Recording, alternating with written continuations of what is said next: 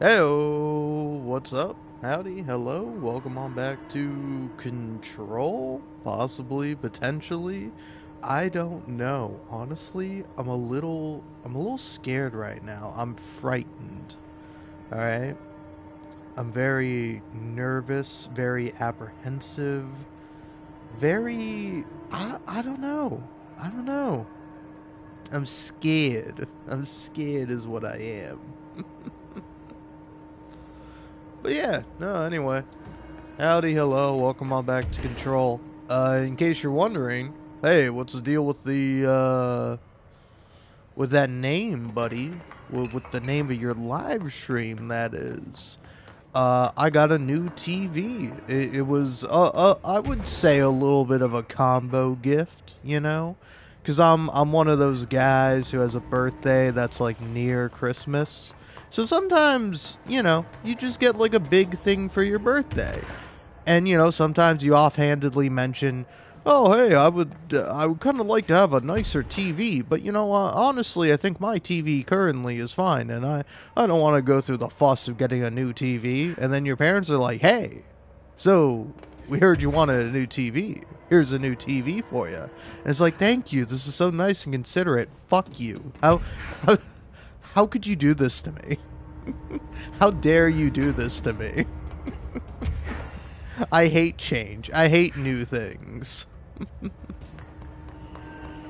But yeah, I don't know. It's certainly been a interesting experience with this TV. Because, like, the thing with it is that it comes with, like... It comes with, like, a couple of different HDMI slots, but, like, some of them do, like, 144 hertz, allegedly, supposedly. But when I plugged my PlayStation 5 into that, it was like, "Oh, sorry, boss. We can't really be doing all that, all that 120 hertz sort of stuff." And I'm like, "You can't, huh? Okay. Well, that's fine, I guess." Uh, but then, I don't know, it was kind of weird where I was just, like, testing it out, and it's like, "Oh, hey, you can do HDR, high dynamic resolution," in case you're like me and you didn't know what the hell that stood for until like a couple of weeks ago. Uh, but yeah. Sorry, I don't know. I'm thinking. I forgot how to live stream after not doing it for a week. I don't know. It's been a hot little minute since I've live streamed. Look, man, I was calling it a vacation. I was taking some time off because, nobody really cares if I live stream anyway. I care. There's at least one guy out there who cares. It's me. But yeah, no, I was having some weird things with it where it was like, when I plugged it into, like, I plugged in the HDMI 4 slot. It was like, "Oh, hey, you can't. There's no auto low latency mode, no variable refresh rate or whatever. And also you can't do HDR and stream in like, it's technically not 4K, but it's essentially 4K. It's what is it? It's like 200 or 2160p, where it's like it's 4K adjacent, where it's essentially like 4K for like a regular TV. Where it's like, I was looking this up because I'm like, wait, hey, what's the difference with like this 4K and like the other 4K, which like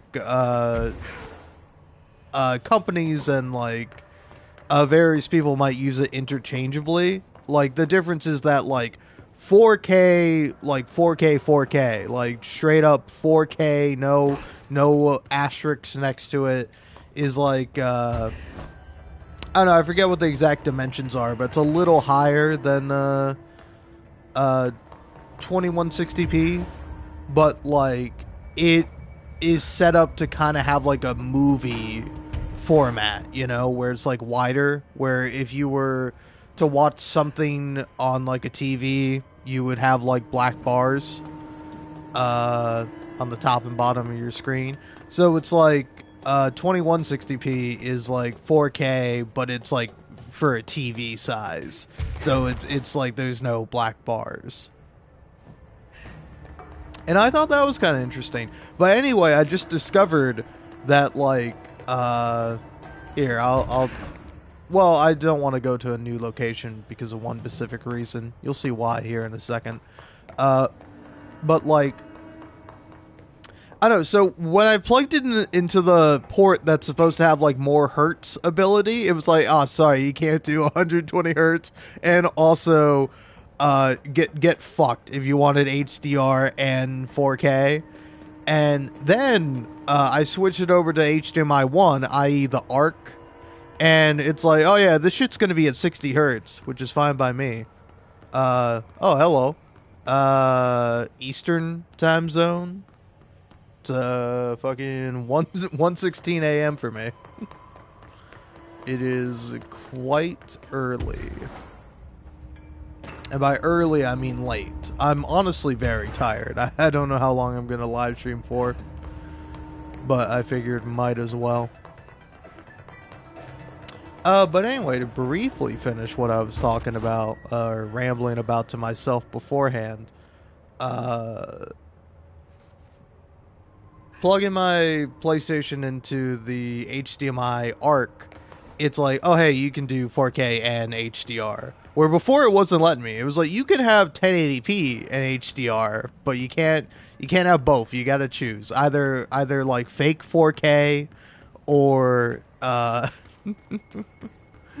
HDR. One or the other. And for this one, it's like, oh hey, you get HDR and 4K. You can do both. So, yeah. Kinda nice, kinda nice. Tell you what though, it is weird. I'm used to having a much smaller TV. This TV is fucking big. Like, I don't know, I forgot how big it is. I think it's like... It's 55 inches. That's the, like, dimension of the TV. But yeah, I guess the other fun thing is I turned 25. I turned 25. I'm in the worst shape I've ever been in my entire life. And you know what? I'm feeling okay about it.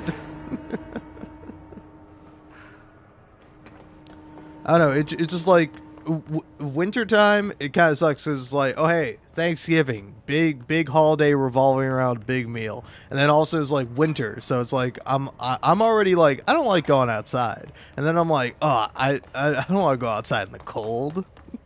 I'll just stay inside the whole time and not exercise, and this won't come back to bite me in my big, ginormous, plump ass that I have now. Which, not to say I didn't have before, but it's certainly much more rotund than previously in segments of my life, I guess.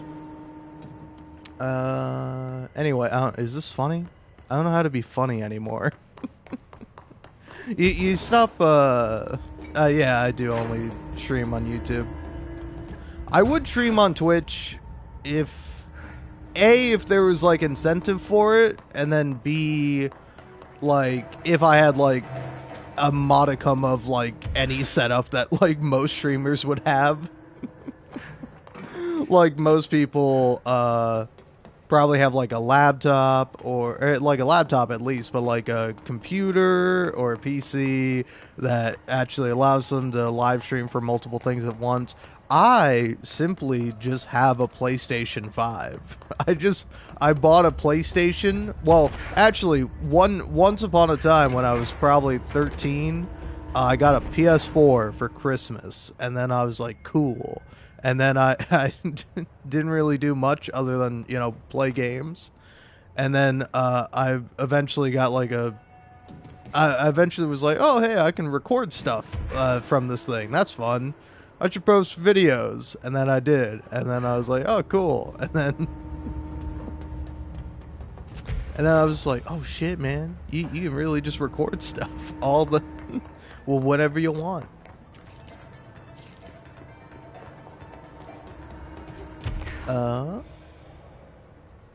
But yeah, no.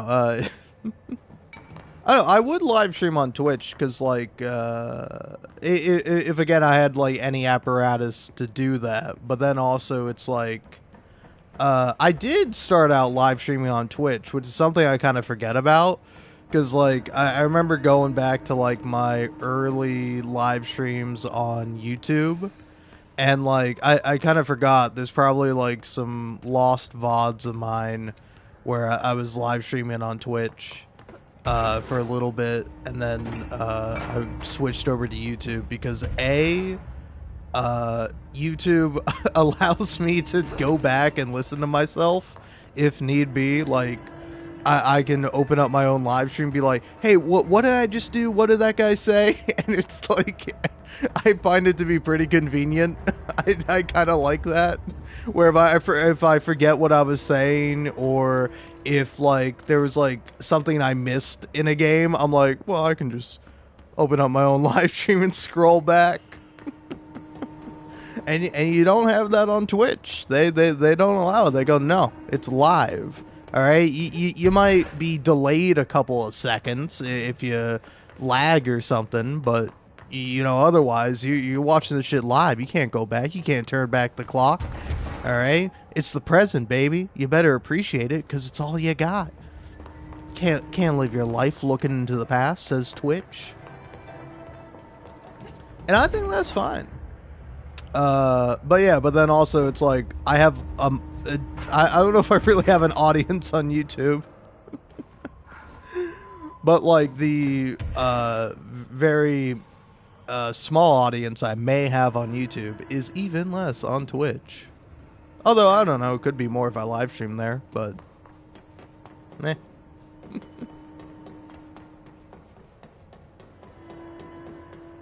Ba ba ba ba ba ba. Sorry, I don't know. I should not have started this up when I'm so dead tired. But honestly, I just wanted to test out how live streaming is. And then also, I wanted to listen to this. Okay, this room is really intimidating and all, but I know my rights. It's not a crime to try and get a book signed. Making unauthorized contact with a dangerous paranatural entity is indeed a Bureau offense, Mr. Langston, and can be prosecuted as such. Okay. Well, I didn't know that. Listen, this is being blown way out of proportion. All that happened is I heard Dr. Hartman had been brought in, and since I'm a huge Alan Wake fan, I thought it'd be cool to get a copy of The Creator's Dilemma signed. That's a book that Hartman wrote about. We know what it is. Okay, good. So yeah, I was just looking to fill out my Wake collection. I certainly didn't know Hartman had turned into some kind of shadow zombie. That's a completely inaccurate description. Whatever. Listen, I'm just a desk jockey. I sort papers, do data entry, that kind of stuff. Don't come down on me like this. I made one mistake. I mean, I see people break the rules all the time, and no one is pulling them into dark rooms to yell at them. Yesterday, Dave Gleason and his crew were talking to that empty spacesuit and laughing their heads off. We're letting you off with a warning, Mr. Langston. But this is going on your record, so one more screw-up and our next chat won't be so friendly. Great. That is just great to hear, guys. Thank you. Thank you so much. Hey, is there any chance I could get my copy of The Creator's Dilemma back? Get out. Aw, poor Langston. I like the guy. He's funny.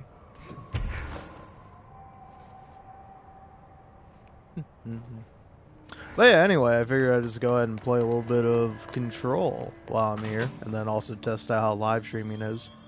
Again, it's weird having a bigger TV. Like, I'm just gonna sound like a fool to constantly being like, dude, hey, whoa, man, did you know stuff's like bigger and different when you get a different TV?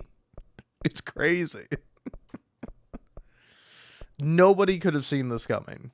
Especially not me.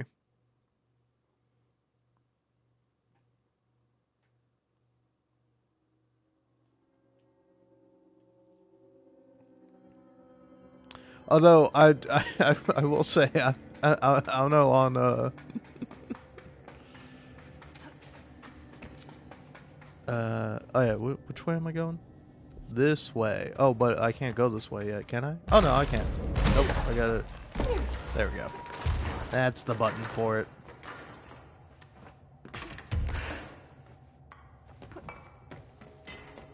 But yeah, I don't know, I will say it is kind of funny where, I don't, does this happen to anyone else where it's like, when you get spoiled on something, you just try to forget it? Because, like, I tend to do that a lot when I, like, see, like, a spoiler for a show I'm watching, or, like, hear something where I'm like, I don't know about that. I just try to be like, whatever, that's not true, that's not real.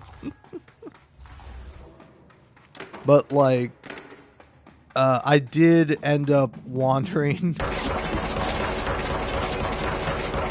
into my parents' bedroom because my cat was meowing at me, and I'm like, oh, okay, what's up, cat? What do you want? And I'm like, she probably wants me to turn the faucet on for her so she can drink from it. Because, you know, she's a cat.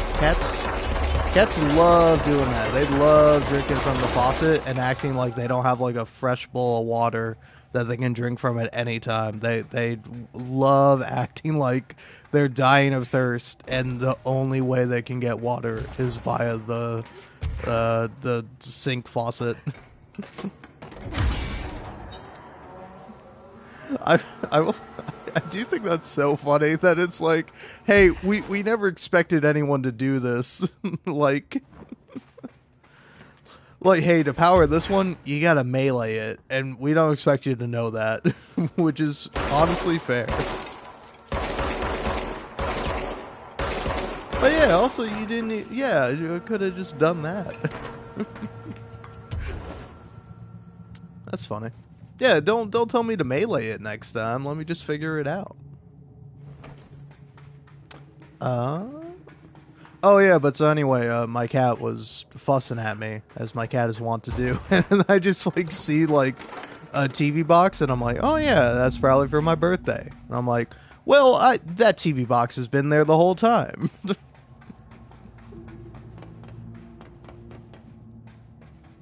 So I wasn't very surprised when I got the TV, but I wasn't, because again I was just like, no, that TV box has always been there. I mean, yeah, it's been a while since I've been in my parents' room, but I'm pretty sure they always had that TV there. That TV box inconspicuously placed. That's not new. Can't be new. And then it was, and I'm like, fuck, now I gotta install this TV? Hey, he's trying to kill me. Can't you see I'm trying to tell a boring story? And I'm like, why am I even telling this? No joke. No punchline.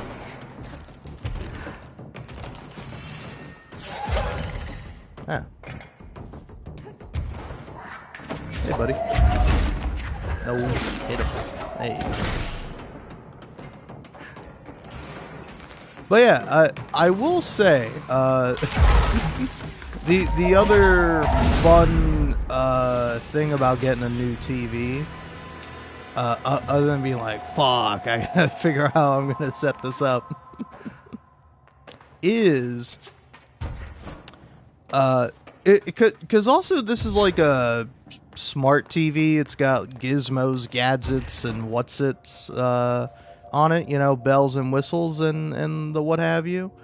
It just like automatically recognizes my PS5 as like a game, so it's just like, hey, we're turning on game mode. It's game mode time, bro. We know what you want. We know what you're into. All right, you filthy, dirty little gamer. I see you. It's game mode time.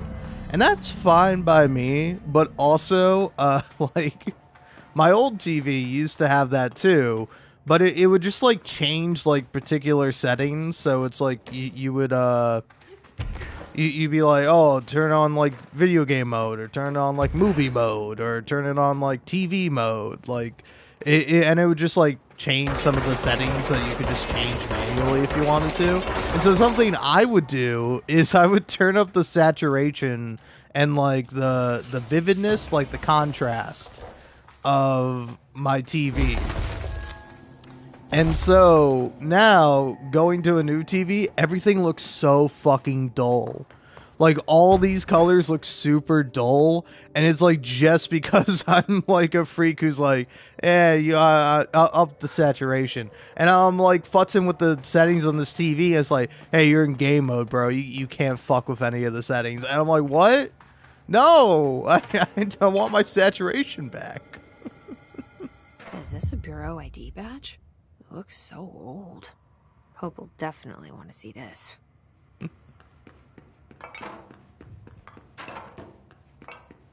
Alright, cool. Now, do I have to go talk to Emily Pope to get this quest started off proper, or can I go find all the other ones now? I don't know. Let's see. Where is the... not Crossroads. Oh no, it is Crossroads. I'm like, where's the center area with the nail? It's Crossroads.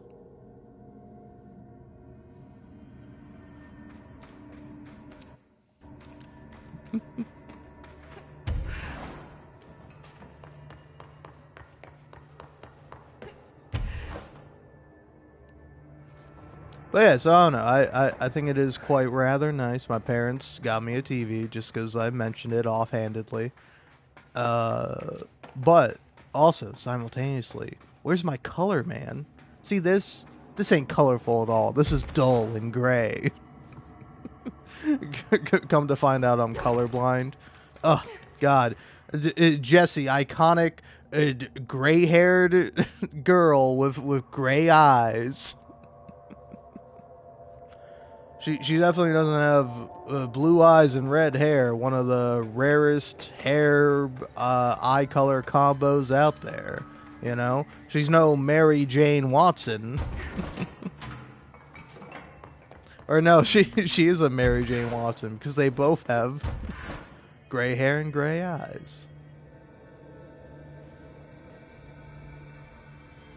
Although actually, if you see anyone with gray eyes, or people are described as having gray eyes in like a book or something, they actually have blue eyes, but like the pigment just isn't it's not as prominent, or like it's less pigmented than usual, leading eyes to like blue eyes to look gray. I don't know. I just got facts. I got fucking nothing, man. Jesse, you're back. So did you find anything noteworthy? The original Bureau expedition down here left so much interesting stuff behind. Like their ID cards. I picked up a weird one. It's pretty old. Oh wow, look at that. Yeah, I found a few ID cards myself. Or, more accurately, the Rangers found them for me. Are you starting a collection? I'm going for the whole set. I kid, of course. But I suppose they are sort of like baseball cards, except for Bureau stuff from the 60s. Hey, the one you found is different than mine. It looks like it's a higher clearance level. A rare one, then. Want to keep it, Emily? Yeah, I absolutely do. But I think you should hang on to it for now. High clearance access might come in handy. Sounds like you have something in mind. Guilty. See, I've been going through Dr. Ash's notes, or the ones I can find, anyway. Like Darling, he seemed to enjoy hiding his most relevant research. From what I gather, there is another floor beneath the warehouse with a special lab that requires 5 high-level staff members just to access. Here, take this. It's an old skeleton key. Something else the Rangers found. I give them $5 for every useful trinket they bring me. I'm gonna assume this key is my ticket to that lower floor. And that super secret lab you mentioned. Bingo bango, as Dr. Darling used to say. Well, keep your eyes peeled for more ID cards around the warehouse. If Ash's notes are reliable, and I'm sure they are, then 5 is the magic number. Huh, alright. 5. Magic number. But, anyway, I don't know. I have to say, how intentional or unintentional do you think it is with the game having this like uncanny valley effect with some of the with like the characters? Because I don't know, I feel like maybe I'm crazy. I don't know. I'm thinking about it, where it's like I feel like at Emily Pope, she like has her mouth open like a little bit too much. Like her mouth isn't like wide or it isn't like constantly open, but it's like, to me it feels like it kind of unnatural, and it's like I don't know what is like the disconnect there. Is it like an animation thing? Is it like the fact that like, because yeah, also I don't know how they did like face scans, because it's like I know for at least Dylan and Jesse, it's like they face scanned the person, and that person they face scanned is also the actor who's playing the character. So it's like Jesse has the face of the actress Courtney Hope, and Courtney Hope plays Jessie. She voices her, you know, does all that. But then it's like, I think I think Emily Pope's actor is Finnish, and like I think her voice actor is different than her like face actor. What am I, full up on mods? Yeah, sorting through the inventory.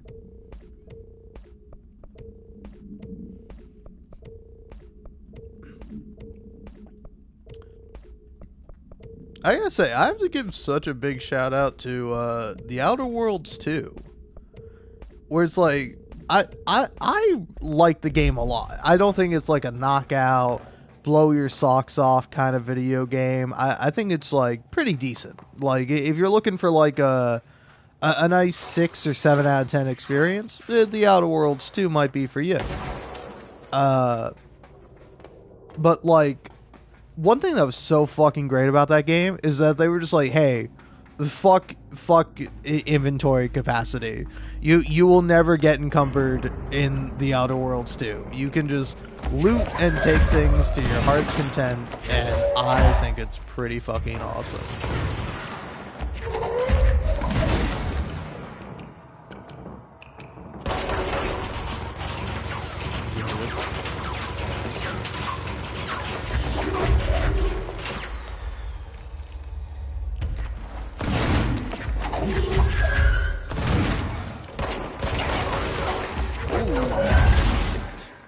Alright.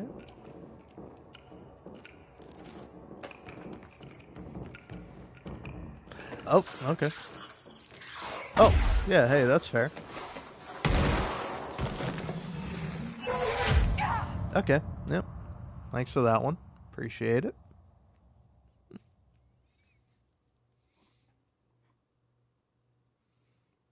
But yeah, anyway, the other thing I was saying is that it's like, I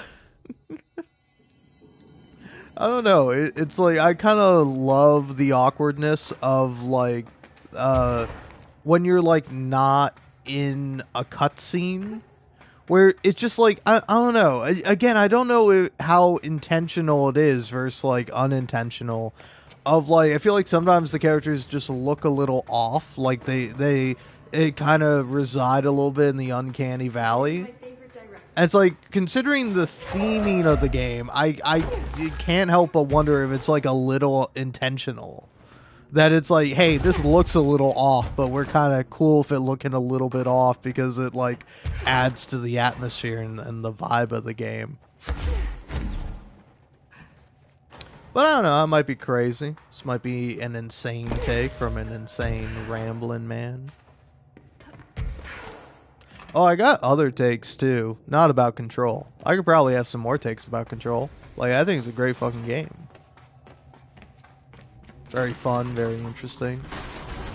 And again, I don't know, man. Like, Remedy games, at least to me, the few that I've played, they have, like, such a genuine charm to them. Where it's like, I don't know, I do think they are really fun. Where it's like, I don't know, I think I saw this on, like, the Control subreddit or something like that. Or, like, the Alan Wake 2 subreddit or something. But, like,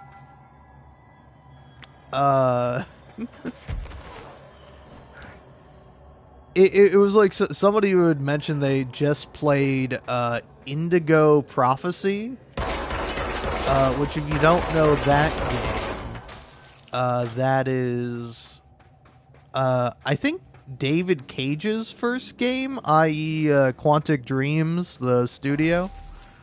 But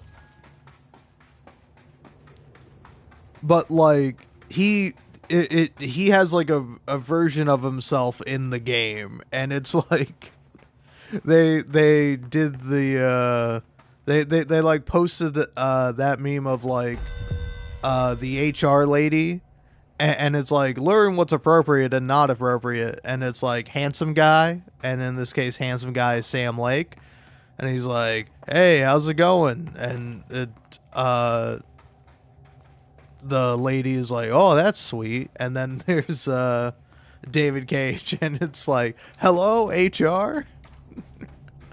And it's funny because it's pretty true. This guy's just chilling. Good for him. You're not allowed to do that though. Not on my watch.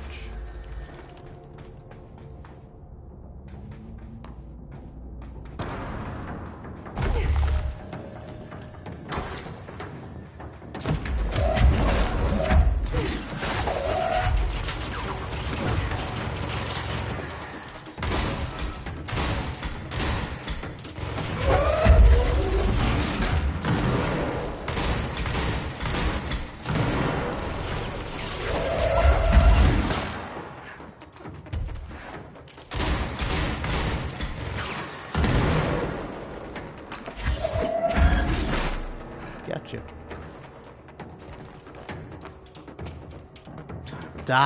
God, I hate that. You gotta spawn me next to that thing too. Alright, great. And you son of a bitch. I was waiting for you too. Enough out of you, mister. Okay, I'm free now.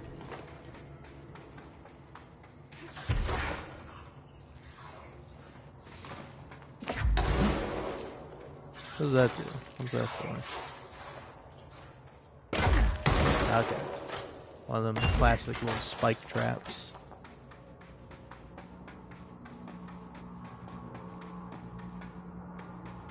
Well, yeah, I don't know. Remedy games have this like very fun charm where like even when you have like again where it's like in Alan Wake 2 there is a character called Alex Casey who is essentially Max Payne. Like believe it or not, he is Max Payne because in the Max Payne 1 and 2 they had They just put Sam Lake's face in there on Max Payne, and then I think for Max Payne 3, the one done by Rockstar, I think it's James McCafferty's face. I have to assume it is for Max, which I kind of think fits Max Payne more, just a little bit. But, like, then again, for that game, he's, like, old, and, like, that's kind of the thing with him.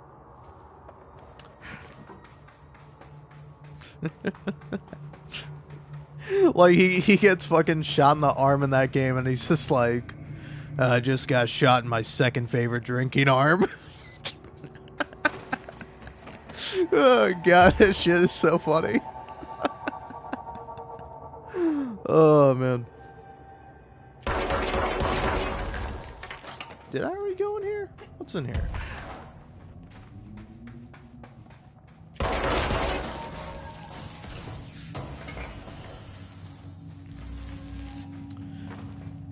But yeah, so it's like in Alan Wake 2, there's Alex Casey, who's essentially Max Payne. But in this universe, in the Alan Wake universe, which is also the same universe as Control, he's like the main character in Alan Wake's books. Like, Alan Wake is essentially a writer who writes about Max Payne. But he's not called Max Payne, he's called Alex Casey, which is like a very funny name. Like, Max Payne is pretty good as a name. Like, that's fucking sick ass name. Like, again, of course, this dude has like the worst shit happen to him. His name is Max Payne. Like, at least Jesse Faden, it doesn't really sound like a real name, but it's like, it's not immediately relevant as to what, like, the plot significance of her name is, unlike, you know, Alan Wake. But yeah, but it, like, Alex Casey is funny because it's like the joke is that he's like a detective or a cop who like does cases. Like, it's so fucking funny. And it's like, Casey is like a real name, so you kind of get away with that. But is Casey a last name? I mean, any last name or any first name can be a last name, and vice versa. This area looks newer. Is it from the upper floors? Gotcha. Huh.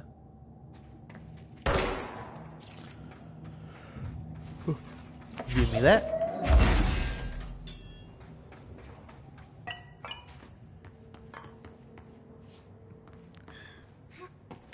But no, anyway, just to finish my point about Alex Casey. So it's like Max Payne, but then in Alan Wake 2, he's a real guy. He's no longer just like a character in a book that is referenced.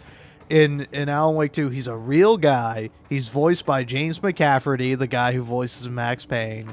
And then he has Sam Lake's face. Like, it's just, you look at him and you go, that's Sam Lake. And then he talks and you're like, that's James McCafferty.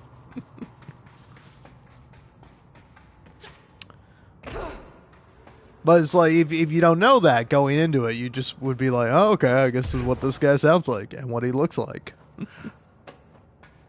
But, like, it's just this, like, weird, insane, like, meta thing that is, like, so interesting to me. And then plus also, I don't know, I really like Alex Casey in Alan Wake 2. Like, the part of his character in that game is him just, like, being fucking pissed at Alan Wake for, like, writing about his life. And him, like, kinda not really wanting to, but also kinda questioning if he's actually real. Where like, the first time he meets, like, fucking Alan Wake, is like, hey there, tough guy, where do you get off writing about my life, huh? Where like Alan Wake meets him, he's like, you're Alex Casey, you're my character from my book. Yeah, buddy, I ain't a character in your book.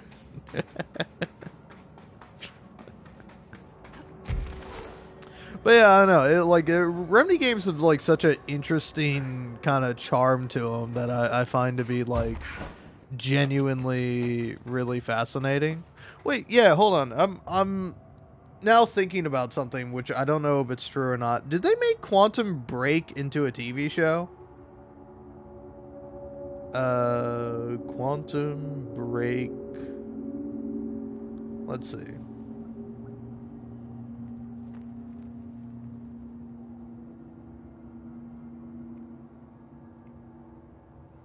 Yeah, there is a TV show.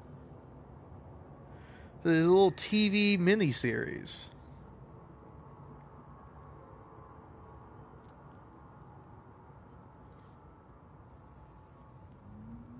Huh, interesting.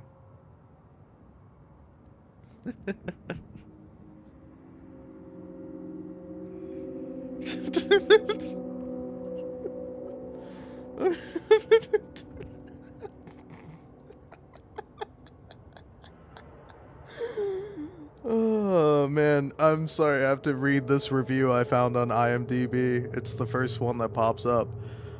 So the title of it is Unique with 3 exclamation points. Also all caps on unique. Now, Quantum Break is the single game that has the best story, which is more better than God of War series, The Last of Us series. All these are abbreviated, by the way. GOW series, TLOU series, Far Cry series, Batman Arkham series, Spider-Man series, The Wolf Among Us, The Banner Saga, TWD, i.e. The Walking Dead series, Half-Life series, GTA series, etc. Or not even etc. ET. Also, what the fuck is the Banner Saga? That I actually don't know. Like, I know all those other games, of course. Everyone knows those fucking games. What the fuck is the Banner Saga? The Banner Saga?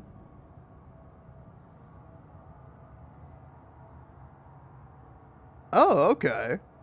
It's a tactical role-playing video game developed by Stoic and published by Versus Evil. It was released for personal computers and mobile phones in 2014, and for PlayStation and Xbox in 2016, and Nintendo Switch in 2018.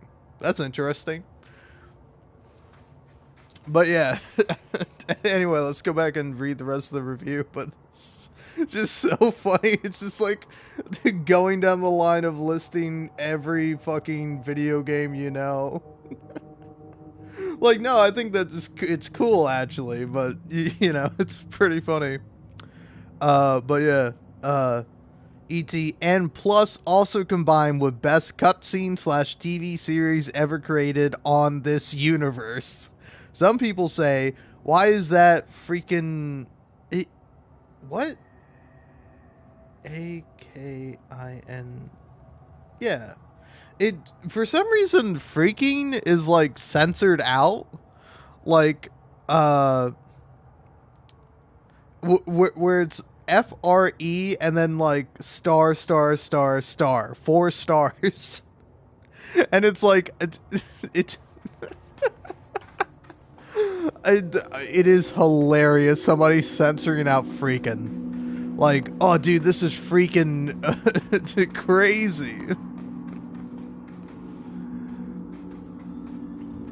But yeah, some people say, why there is that freaking TV show, but that's the uniqueness. Ha ha ha, isn't it? Oh, fuck, dude. Oh my god, I'm sorry, that put years on my life. Like sometimes you read something on the internet and it takes some time away from you. Like, it's so terrible, it like saps away a couple of years. That was so good, it fucking...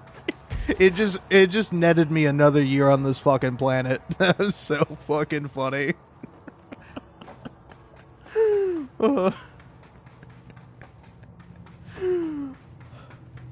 It's just, you know, it's like, I appreciate the enthusiasm, man. There's something about somebody being like very confident and very assured in what they believe and what they think, and I'm like, you know what? Fuck yeah, man. I haven't played Quantum Break nor seen the TV show version of it, so I can't really comment and say if it's better than all those games listed. But it's like listing like 1 or 2 games, or even 3. Like three's a golden number. It's why you have the rule of 3 in most video games.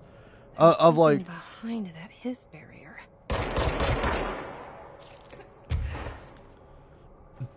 Of like, that's fine, but it's like you listed like 10 different video games.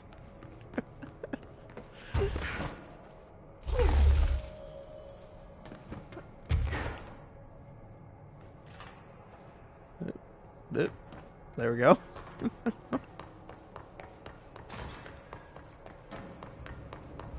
But yeah, honestly, I'm kind of the opinion of like, I think Sam Lake should be able to do whatever the fuck he wants. But like, within reason. I don't think the guy should be like have immunity from breaking laws. But it's like, I want to see this guy make a billion fucking video games. Because so far, all the ones I've played, I fucking like. Hey, I've played Portal. I know what to do. Think you can get this by me, huh? Shift account, part 1. I'll read that in a minute.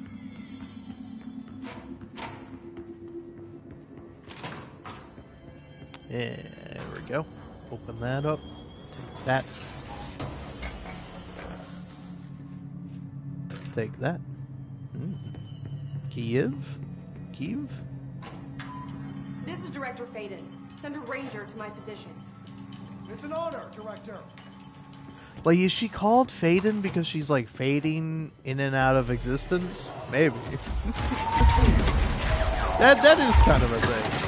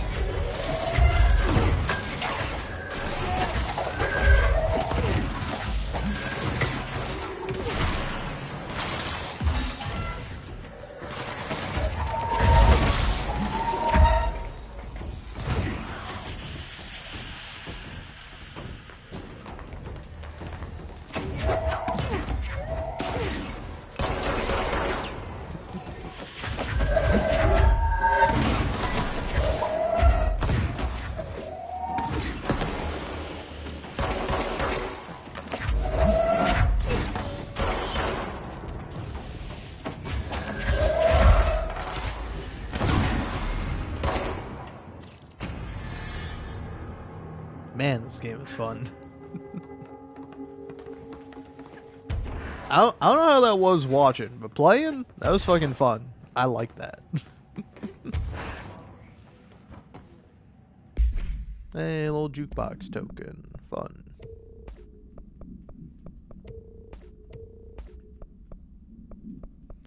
Hey, honestly, get rid of anything that's not a 5 or a 6.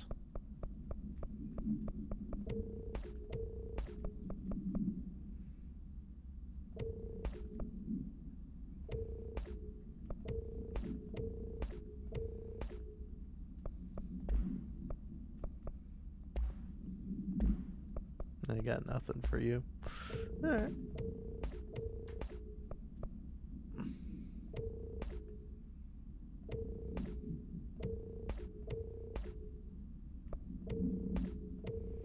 Health I might want to keep.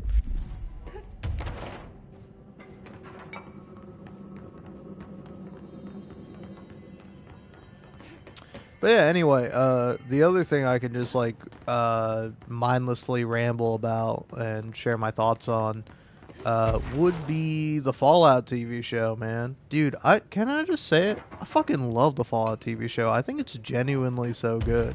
As a fan of Fallout, i.e. I've played New Vegas and basically nothing else. No, that's not true. I played a little bit of Fallout 3, but I played Fallout New Vegas first, so I was like, this shit fucking sucks. Like, it's kind of okay, I guess, but I couldn't give a fuck about it. It was pretty funny, because, like, I think I got introduced to it from, like my friend I had, like, basically my best friend I had in middle school. I think I went over to his house one day and I saw him playing Fallout New Vegas and I was like, cool fucking cowboy game. I want to play this shit. And my parents were like, yeah, we'll buy that. We don't have to look at the warnings for it.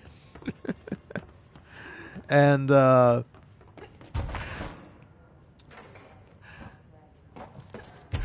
also, I'm assuming that this is the way forward. No, this is just an inexplicably bright light. Oh no, it is the way forward. Look at me. Oh. Someone call a plumber. I'm glad no one was around to hear that.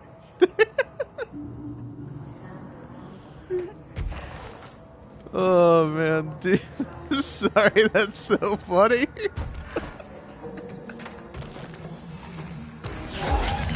Oh, hey buddy. Did I kill you? Got any friends?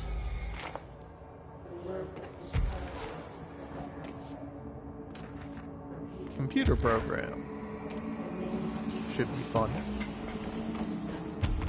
Computers do be programming.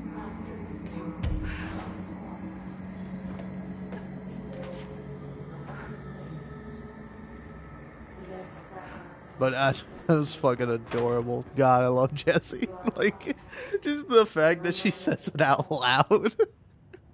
Whereas, like, most of the time you pick something up or she comments on something, she just says it in her head. But it's like she says that one out loud. It's like, oh, fuck, I'm glad no one else was around to hear that. Oh, man. That is fucking cute.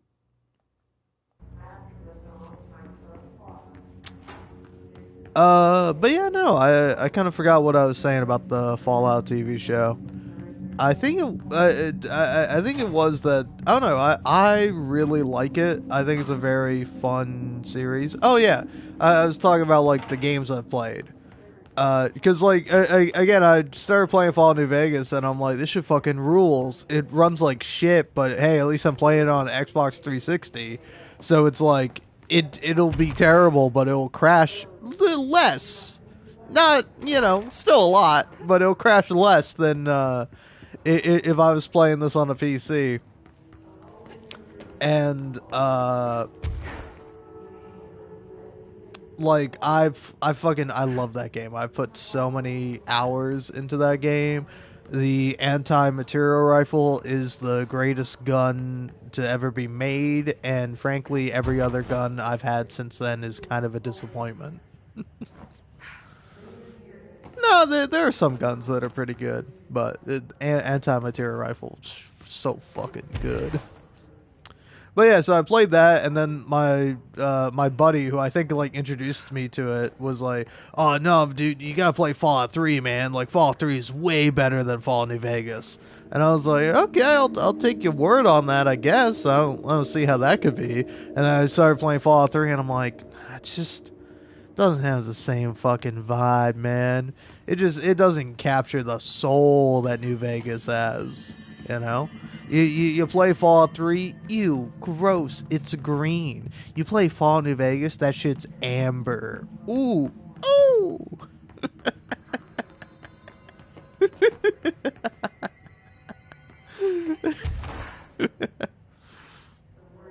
But yeah, so I really liked Fallout New Vegas. It's one of my favorite games of all time. And then I was young and dumb enough to believe that Fallout 4 was going to be anywhere near Fallout New Vegas, and it was not. I don't think Fallout 4 is bad necessarily. It's just not good, kinda. No, there's some parts of it that I like. But yeah, I'm not like a huge fan of it. Well, like, I do get people who are. But yeah, and it's like I have like the original Fallout. I tried to play it, and I'm like, I can't fucking do this shit. I'm sorry. I'm too fucking young or too fucking old to play this shit. It's one or the other. Like, sorry, man. I wasn't born in the 90s. I don't know how to fucking work a computer. Every computer I have breaks on me or has some, like, major malfunction that is incredibly annoying. So it ain't for me, man.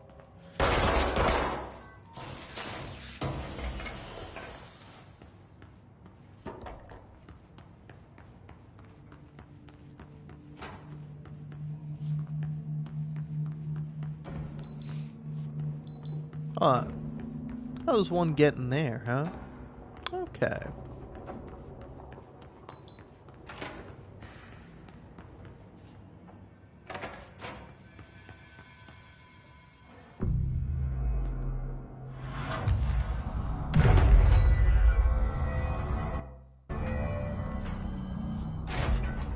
But yeah, so anyway, I have been watching the Fallout TV show, Season 2 as it's coming out. think third episode came out like it came out December 31st, right? And now I'm waiting till Wednesday with bated breath. Because I'm excited for it, man. I'm excited for that episode 4. Open that up. Ooh, I'll play that in a moment.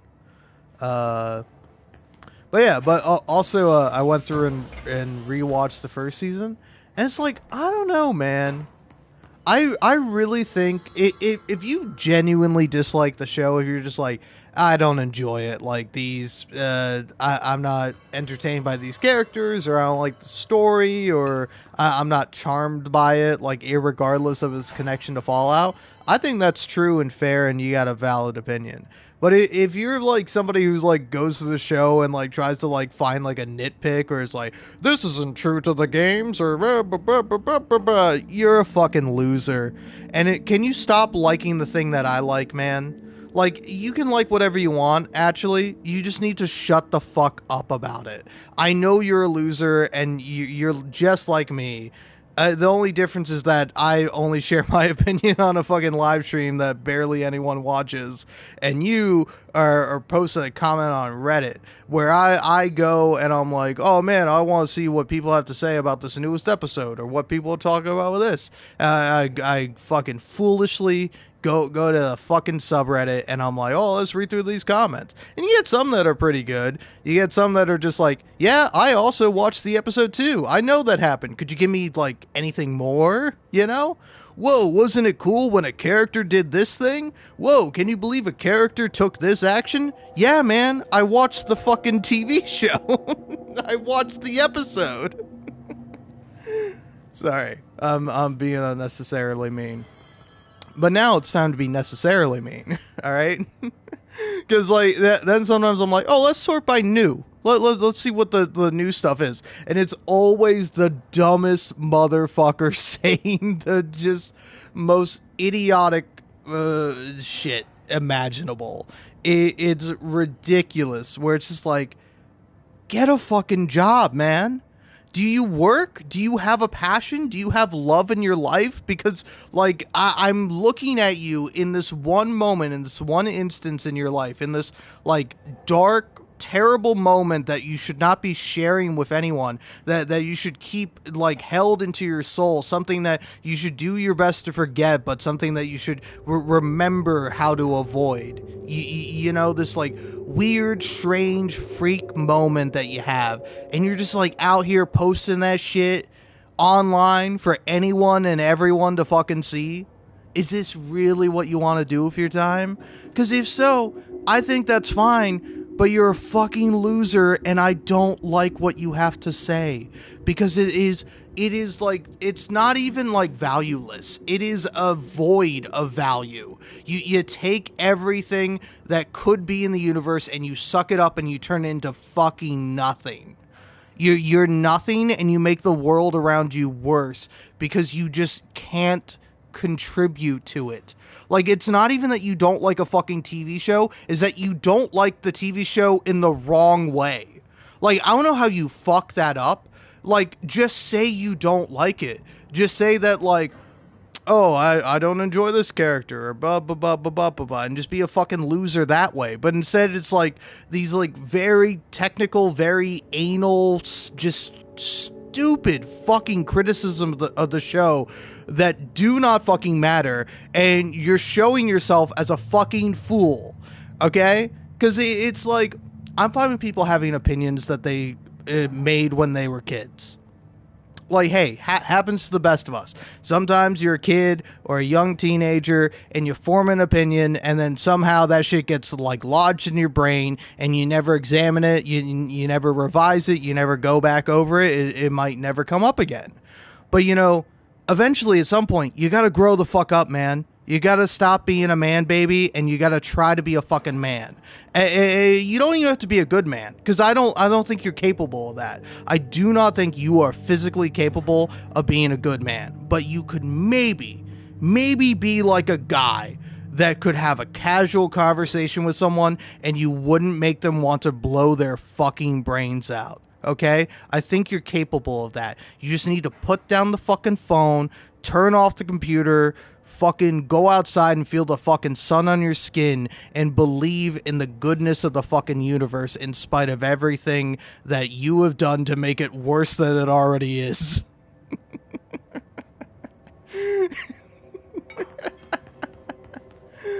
Oh, man. But yeah, I don't know. It's like same goes for anyone, because the other TV show that I was watching before this and I was fucking loving was Pluribus. Like, stop watching me if you haven't watched Pluribus. Go watch all of Pluribus. It's fucking amazing. It's one of the best TV shows made currently, maybe ever. And it's like such an interesting, fascinating show that like is it's just like I don't know. I like sat down and watched Pluribus and I was like, I watched Breaking Bad as like a teenager and then I never finished it. And then it's like I've seen a bunch of stuff from Better Call Saul and I'm like, maybe I should watch Better Call Saul. And I just haven't gotten around to it. But I was like, Pluribus, new show on Apple TV Plus. Sure, I'll watch it. I think when I was watching it, there were like 6 episodes that were out, and my ass sat down and watched all 6 fucking episodes in a row, and then when like episode 7 was I thought was up next, and it wasn't, and I had to wait a week. I was like, what the fuck? No. What have I done to myself? I could have just waited. I could have just waited and binged the whole thing. But then, you want to know what I did? You want to know what my crazy fucking ass did? Because also, for context, I maybe took an edible and then watched all 5 episodes because I was just like, I got nothing going on. Why not? But I enjoyed the shit out of it. But then I was like, well, I gotta wait for the new episodes to come out. Let's rewatch the fucking episodes I've already seen. And then I did, and it was fucking great. And then you go online, and you're like, oh man, I'm so curious to see what people think about the show, how they think about the characters, like the acting, the fucking music, the scenes, and the shots, and just how gorgeous this fucking TV show is. It's amazing. It's just like, man, the show's boring. Wow, another nothing episode where nothing happens. Oh, wow. Fuck you. Stop being a human, man. Alright, go be a fucking tree or a flower or a plant because you can't think. You don't have the ability to think. You don't have the ability to ponder. You have no whimsy in your heart. You have no soul. I want you to be gone from me, vile creature of the night. I don't need to hear you and what you have to say about fucking TV shows. Go talk about TV shows I don't give a fuck about, man. Alright, go watch some, like, reality TV garbage, Like, that shit's garbage. And a lot of people watch that, know it's garbage, and they fucking enjoy it. And it's like, hey, man, I like fast food. I like putting garbage into me, as well as why I got so much garbage of fat in me, or whatever. I don't know. I don't know where I'm going with that bit. But, like, I just fucking... I need you... It's like... I don't know. It's like a man ordering a fucking, like, a divine steak at a restaurant. And they're just like, wow, the waitstaff here isn't attending to my every want and need. Oh, what? Oh, wait, what do you mean I have to cut the steak myself? Oh, what? This is ridiculous. It's like, fuck you, man. How are you this bad at being a person? Do you not know how to watch TV? Like, also, it's crazy to me. It's insane to me that, like, these motherfuckers don't enjoy a TV show, and yet they keep watching it. Are you fucking dumb? Like, are you fucking dumb? Like, obviously you are, because you fucking hate this beautiful TV show, this beautiful work of art, with these wonderful fucking people working on it. And it's like, that's one thing. But it's like, to continue watching something that you don't enjoy, because it's like, I don't know. Maybe I'm just like a worse person than you, because if I fucking watch something and I don't like it, you know what I do? I'm like, oh well, I'm not gonna watch it anymore. like if I get a fucking meal and I'm like, I hate this meal. I can't stand this meal. My ass probably ain't gonna finish that fucking meal. Or if I do, I'm just gonna be like, well, I'm just gonna consume this as fast as possible, and then I'm just gonna, appreciate that I got sustenance and nutrition from it. Like, I just, it's like again, it's the equivalent of like complaining about a fucking thing you ordered at a restaurant, and then next week you go back to the same restaurant and you order the same fucking thing, expecting it to be different somehow. And it's like, yeah, of course it's gonna be slightly different, it's a different fucking meal, but you're ordering the same thing and you don't like it. What the fuck is wrong with you? Oh, man. Anyway. I'll tell you what, man. That was worth it. I had 5 people watching me at some point because I checked, because, I don't know, I'm a freak like that. And then I whittled it down to 1 person watching me via my ranting. And honestly, it was worth it. That was really fun. Ooh, America Overnight. A beacon in the darkest recesses of possibility for more than 29 years. We have another letter from a listener. This one's unsigned, but postmarked from Toledo. It says, Dear America Overnight, I have the most wonderful appliance for your listeners. It is a miracle of God. A fondue set. A fountain.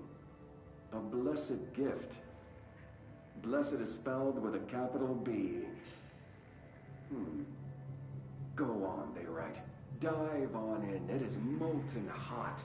Perfect for meat. No signature. As far as I know, no fondue set was sent to us here at the studio. Just this letter. Wait. I think there's something else in the envelope. Some kind of black powder. With white shards in it? Bone, maybe? Karen. What is this? Karen? We're on the air, Karen. Where are you? What's this powder in the booth? Is this ash? Oh God. Karen? How do I cut to commercial? All right, Jesus.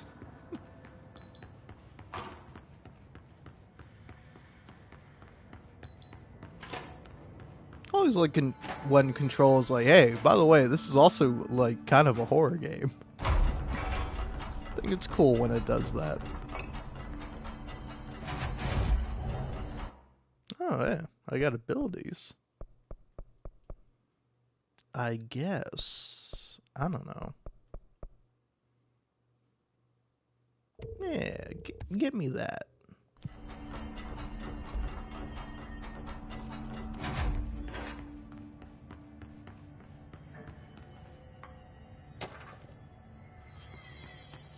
But yeah, I don't know. I think I will say one thing that I tend to hate is like I don't know. I think I saw this where somebody was like responding to it, where they were doing like the classic joke of like who asked, but like the comment they were responding to was somebody saying like, I don't like Lucy as a character in the Fallout TV show, and it's like that was it. And I'm like, motherfucker, say the interesting part, say the part that is actually relevant to any topic of conversation. Why? Like, I'm fine with people disliking shit, but you have to be able to articulate why you don't like it and what your problem with it is. Because if not, you're just saying shit. You're just giving your opinion, which is fine if we're like friends or buddies of like, oh, I don't like that. And then I can ask you the follow-up question of like, oh, why not? And then we can have a fucking conversation like human beings. But this is online.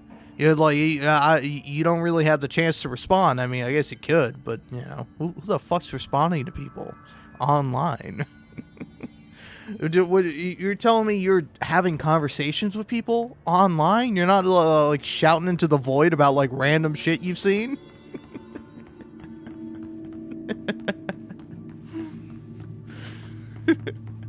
What's next? You're gonna tell me that you like use texting on your phone to communicate with people? You even call them sometimes? Huh, ridiculous.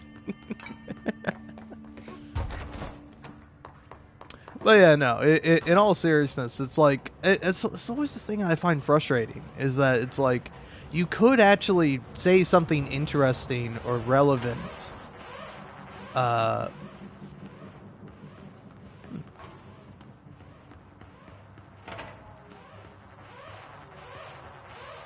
Warning. Altered item detected in Transport Bay.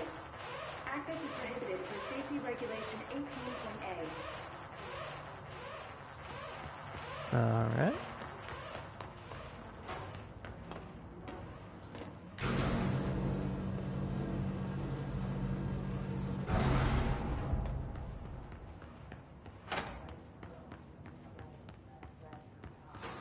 So that's the altered item.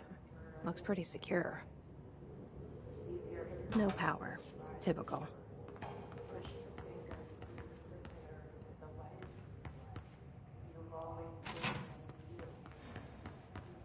But yeah, it's just I don't know. To me, it's always like a very boring non-starter comment to just be like, I didn't like this thing. Someone who built smaller machines.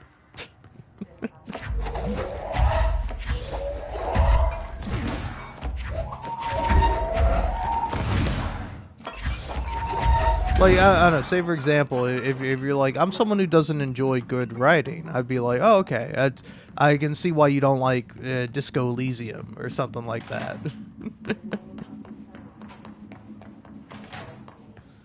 It's like that don't make sense to me. Or it's like, I don't know. Again, it's like the old classic tale as old as time of like, I don't like politics in video games, which is like really what you mean by that is that you just don't like that your politics aren't in a video game, because it's like that's really it. And I've never understood that sentiment of like, oh, I would like this if only it was not political. I was like, dude, not political shit is kind of boring.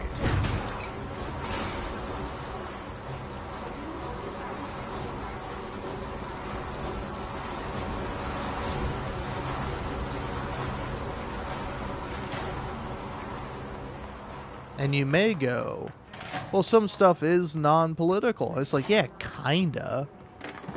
You want to be like a little bitch about it. Just say you don't like thinking about stuff, bro. It's fine. Also, is this area way too dark? Like, I can't tell if it's just my TV or possibly me. But like, I can't see shit in here.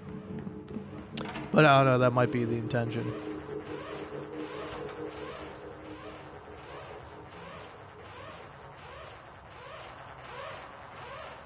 You, gonna let me through? No? Still gotta do some more stuff up here?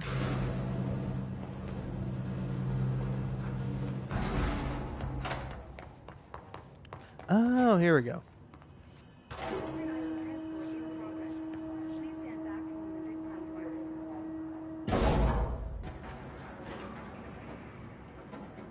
Silly me.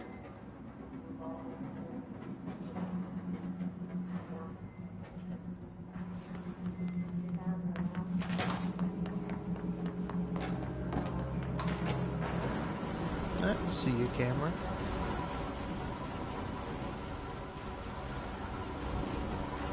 Can't go to Sector Lobby C yet. Guess I'll see ya later.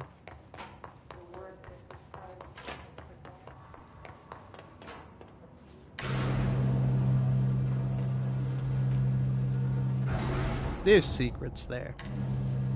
I know a secret.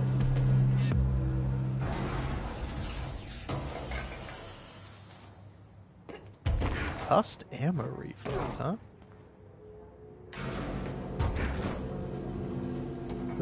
No! I'm trapped. Help me.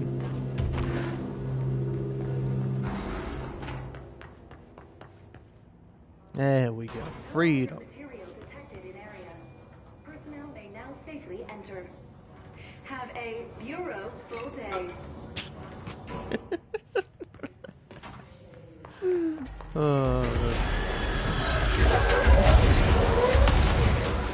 I don't know, it is kind of funny that it's like, I don't know, maybe I just have been fortunate enough to not really hear anyone talk about it. But like the main complaint I hear for Control is that like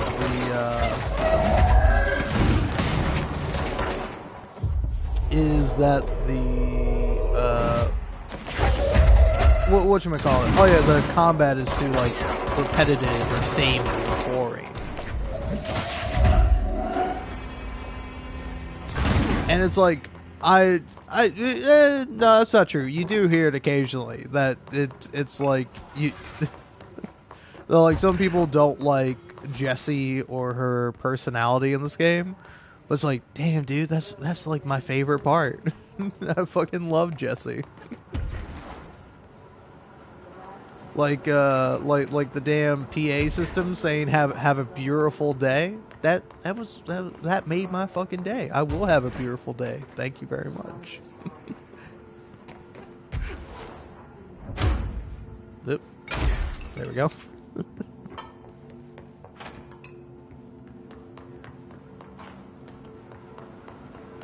Yeah, there we go.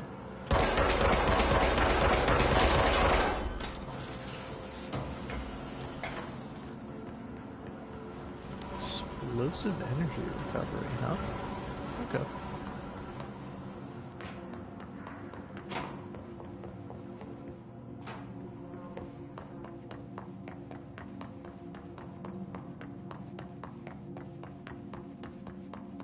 Properly trained. Guess I pass. I am very properly trained.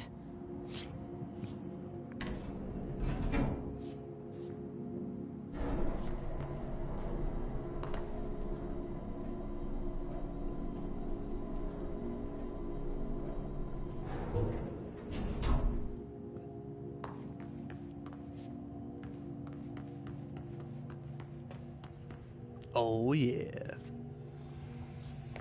Love this bit. How the hell did it get out? Are they shooting movies now?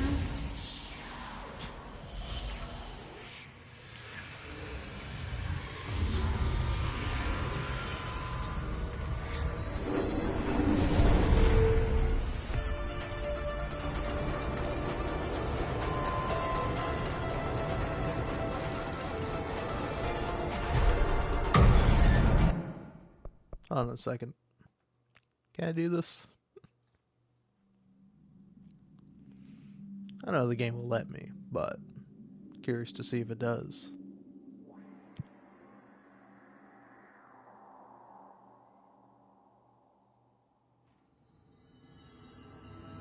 I think it's gonna let me.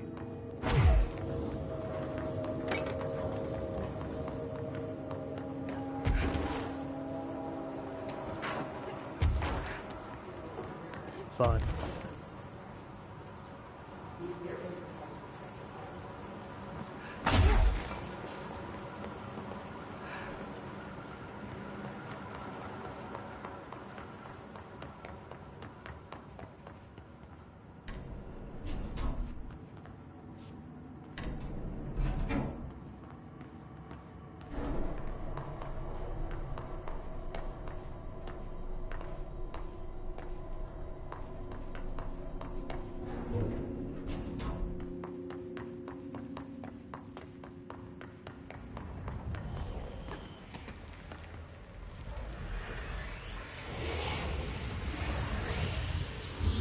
Damn, alright.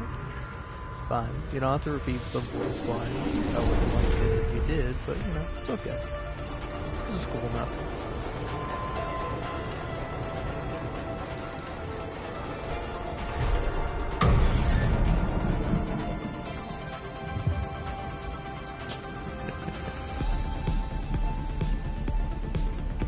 After that camera! And step on it!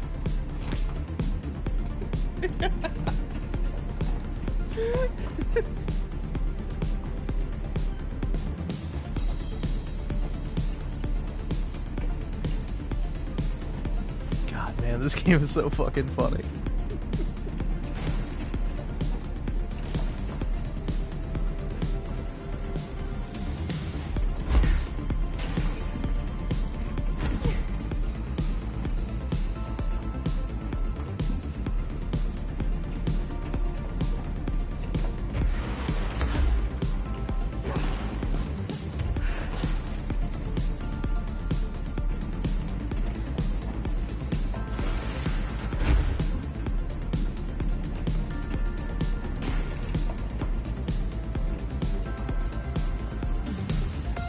No way am I sharing the spotlight with kids.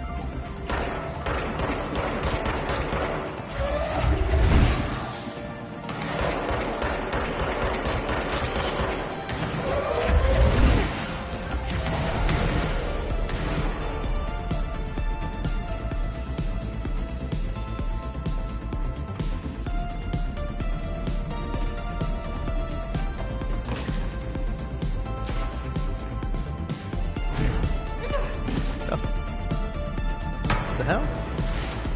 Okay. Fair enough.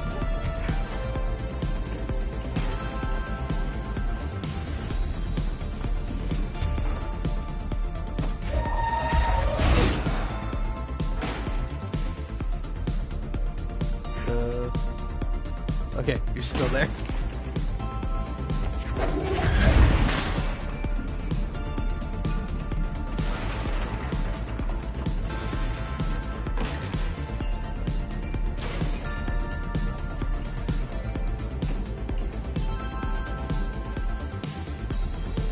Thought you could lose me, huh?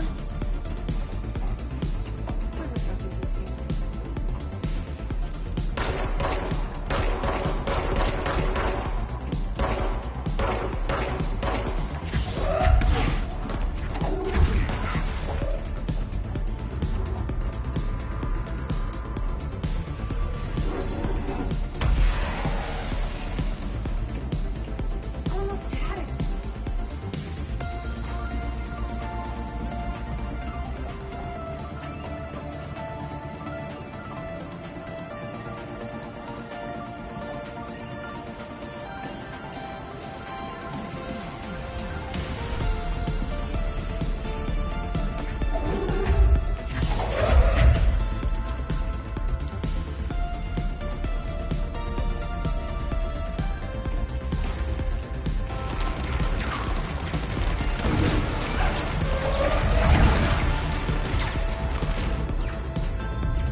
Too tall for this ride.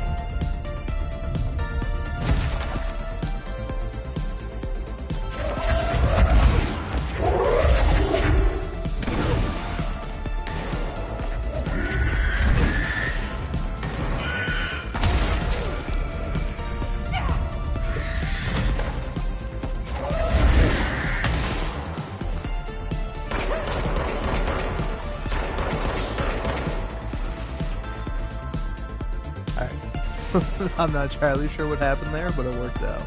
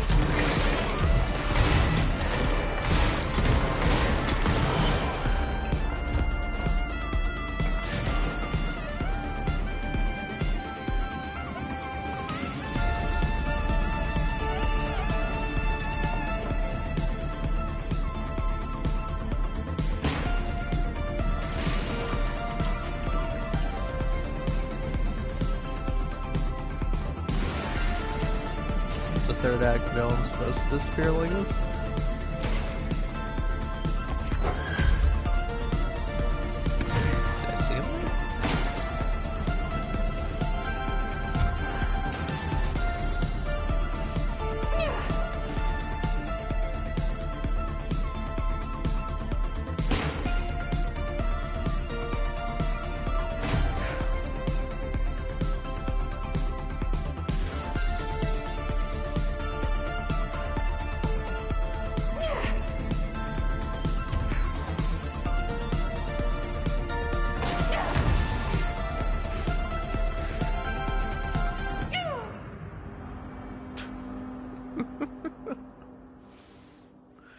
Pretty brutal. Pretty brutal.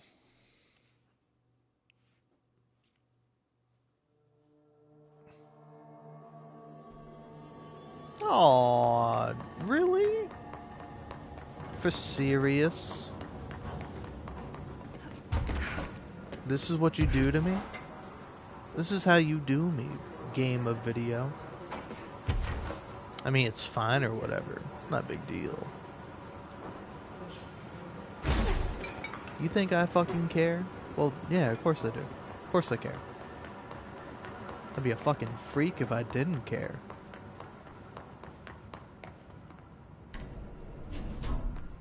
But whatever. We go again. If at first you don't succeed, just fucking do it again. Go insane. Lose your mind.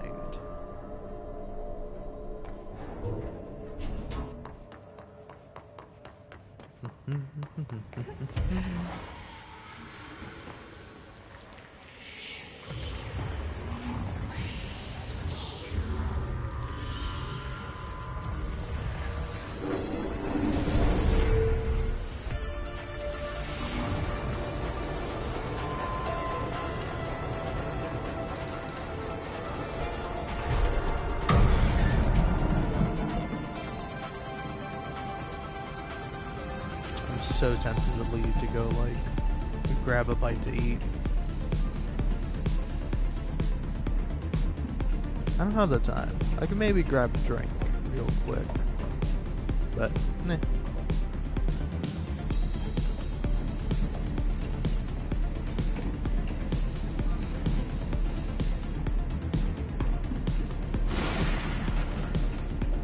Fucking thirsty, man.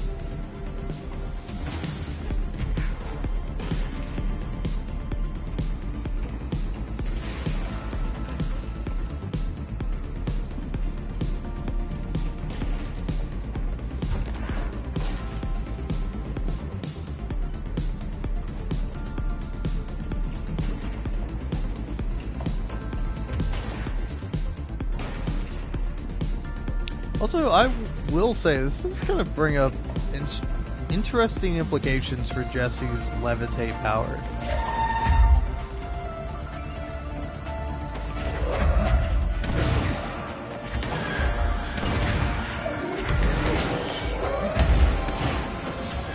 I.e., it's like, is her levitation just relative to the ground, so she's like levitating over a moving object, she will also continue to move? Or is it just like for the sake of this little mini game? Oh. Stop being mean to me. You're being mean to me.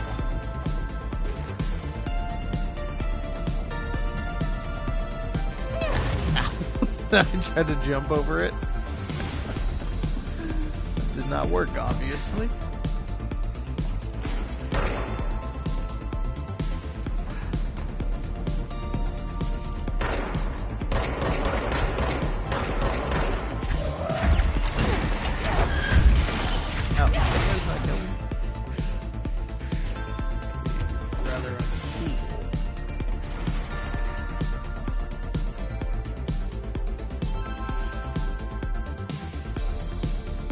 There's that fucking camera.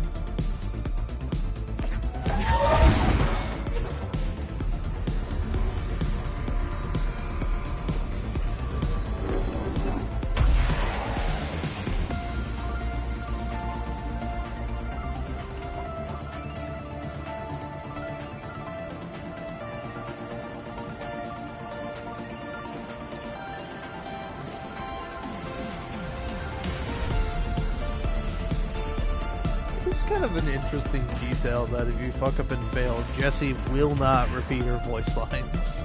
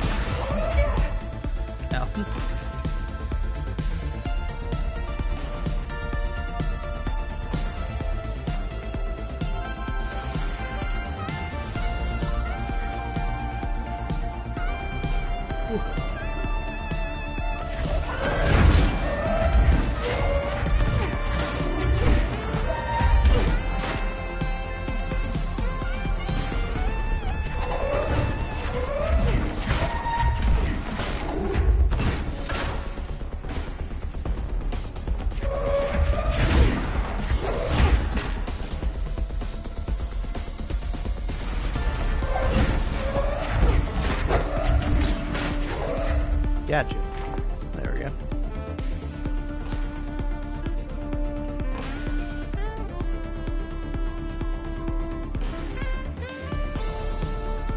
Play sweet fucking jazz.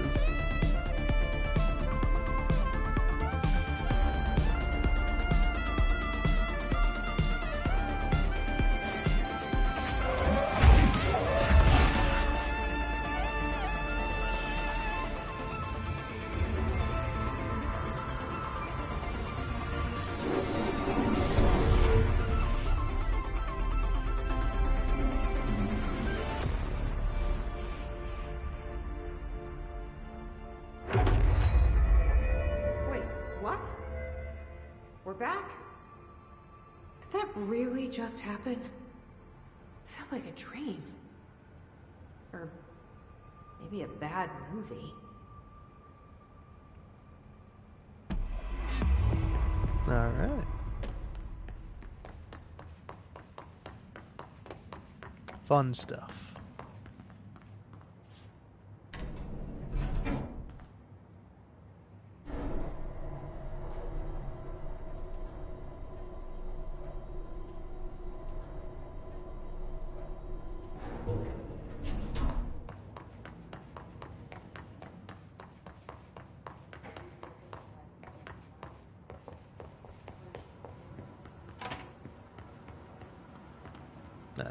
Where am I going? Here.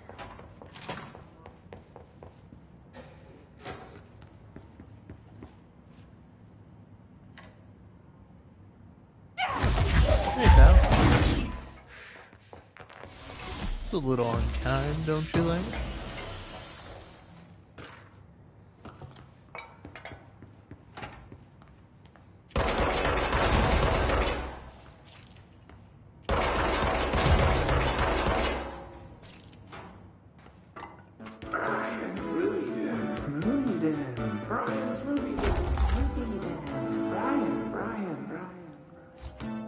Welcome to another episode of Brian's Movie Den with me, the ever-lovable Brian Hinnerman.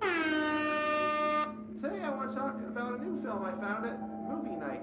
That's Night with a K, the mecca for VHS aficionados in the greater Dallas area. Yeehaw! The movie is called Delivery Disaster. We open in media res. A mailman drives a truck full of packages down in an endless American neighborhood as a pack of rabid dogs chase behind. Now, these dogs are nothing like my stepmom's corgi Chuck. These were some real nightmare hellhounds. The dogs keep pace with the mail truck, tearing chunks out of the driver's legs and arms. Each package he throws out the door is marked by his bloody handprint. He screams in pain and confusion, and this goes on until the movie just abruptly ends. There aren't even any credits, which is a pretty bold choice. Is this film a commentary on how our 9-to-5 jobs are killing us, or how hostile the modern world is to outdated concepts like mailmen? Perhaps it's merely a statement about the futility of purpose and how no task can ever be really done. There are lots of ways to interpret it, but for now, let's get to the part you're all waiting for. It's score time. I give this film a 4 out of 5, only because the actor frequently broke the fourth wall by looking into the camera and shouting at it, like he was shouting at the audience. A little too on the nose for me, but I did enjoy it, and I recommend you check out other films produced by Blessed Pictures. Bike Hard and Coffee Bullet are the only others I found, but this little art house studio certainly knows how to push the boundaries of Western cinema. And a friendly reminder that there will be no new episode next week, as I will be visiting my aunt in Delaware for Thanksgiving. Thanks for listening, all you Brian fans, and remember, we all love movie magic, But don't forget about the U magic. Until next time, Movie Den. Brian's Movie Den. Movie Den. Brian. That was pretty great. Gotta love. Nice little movie den. Also, I can't help but feel like I should turn up my brightness. Considering just how fucking dark it is.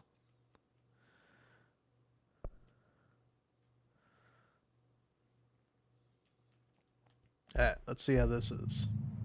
Whoa, now that's fucking bright. Jiminy Crickets, that's bright. But still dark as fuck in the dark section. Alright. Well, that's how it goes, I guess.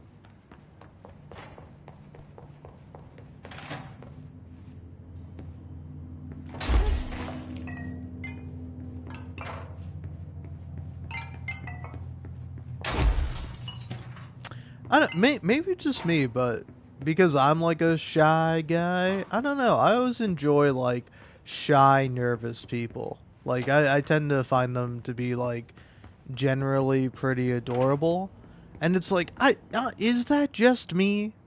Like surely it can't just be me. But also it's like I don't know. Do people find like shy, nervous people cute in the same way that I find them? Do people find me that way? Because I kind of doubt it. Firstly, I doubt that anyone finds me cute at all, but mostly I doubt that, I don't know, I might come across as like a stuttering, stupid shitheel or something like that. Sorry, I was just looking for an alliteration. But like, I don't know, I don't think I come across as nervous anymore. And like, I used to, man, alright? Who should I'd be fucking... listening to? Weird entity A or B? Or neither? Let's just stay the course for now. The Bureau's in danger. We know we need to repair the nail. The astral plane won't break reality on my watch. Alright. Personally, I think you should trust both entities and play both sides, so that way you always come out on top.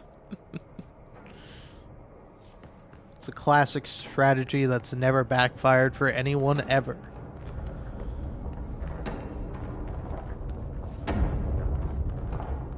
Hey, here it is.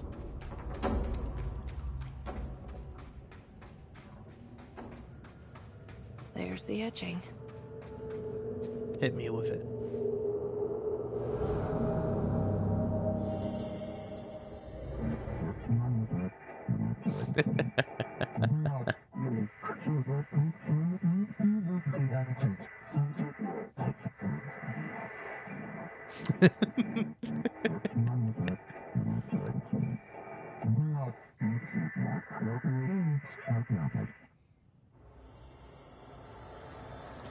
God, I fucking love the board.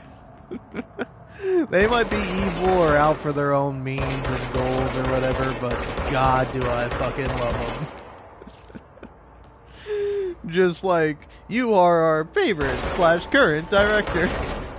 You are welcome / grateful. I don't know, that shit just cracks me up every time, man.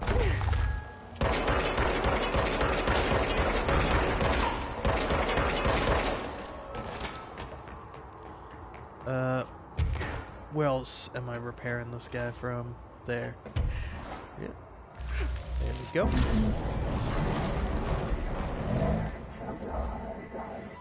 They sure changed their tune all of a sudden.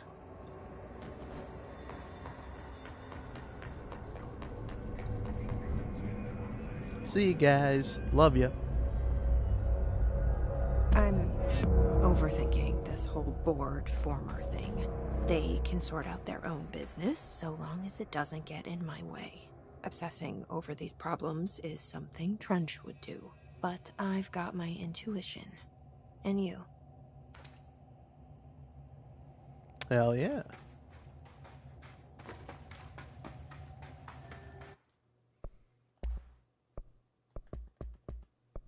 Also, don't mind me. I would turn it down a little bit. 248 seems good.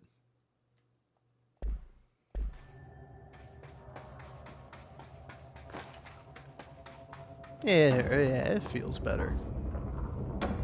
Still dark as fuck, but I feel like that kind of happens no matter what your brightness setting is. But now it's not blinding. Wait, yeah, no, hold on. There's probably stuff behind that I should go investigate. Silly, silly me.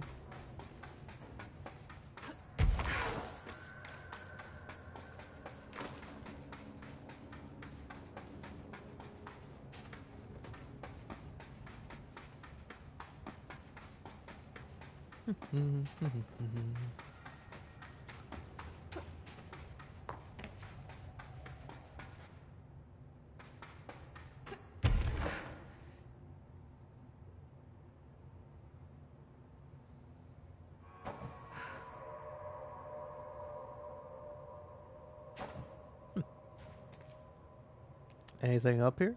Nothing. God, I do fucking love the look of the oldest house. It's so neat.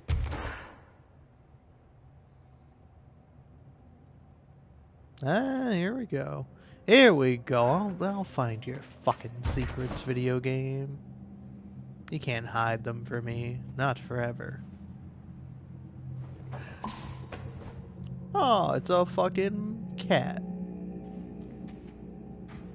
I remember this quest being a pain in my ass.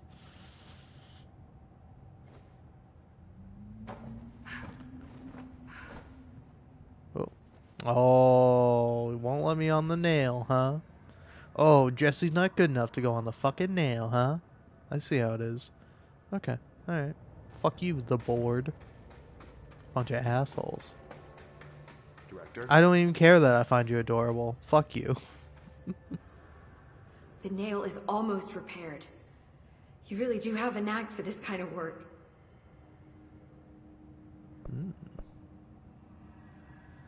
Any progress with the nail? Of course. I've been busy with surface analysis. Its composition is remarkably similar to that of material found in the astral plane, but it alters itself between my observations. It's almost as if it doesn't like being examined. So the nail is from the astral plane? Not necessarily. See, if we assume that, we're suddenly facing a lot of new questions. How did something so large get out of the astral plane? How did it get inside the oldest house? Did a threshold bring it in? Did people? Maybe through the motel. Maybe it was always here. Doubtful. Have you spent any time looking into the crystals growing around here? As if I could resist. The biggest question is where it comes from. A threshold? Or is it native to the Foundation? But if so, why doesn't it grow in the rest of the oldest house? The fact that they returned to an earlier state when damaged is severely inconsistent with our reality's adherence to linear time. So either they're A, partially conscious, or B, organic elements that are foreign to and yet influenced by our dimension. The jury's still out. Have you learned anything about the crystals? I have a power that lets me stretch them. Huh. Yep. Any idea what Marshall would be doing down here? That information is on a need-to-know basis, Faden. Sorry, I can resist. But honestly, I never had much interaction with Marshall. She only came to me when she was looking for Darling. But this is Helen Marshall we're talking about, the woman who single-handedly dealt with the Bergen Peak AWE. If she's down here, it's because she needs to be. Well, clearly she couldn't handle this one on her own. I'll see you later, Emily. Good luck. Take notes.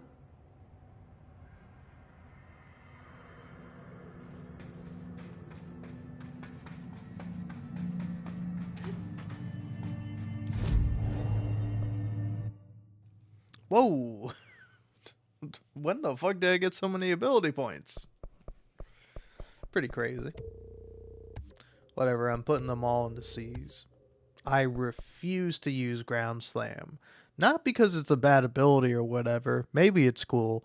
I simply don't like unlocking it because I don't like the like UI that appears with it, where every time you levitate, it'll just like have a circle of like, here's your ground slam, that's where it'll go, that's the area of effect, and I'm like, I don't need to know that. I'm good.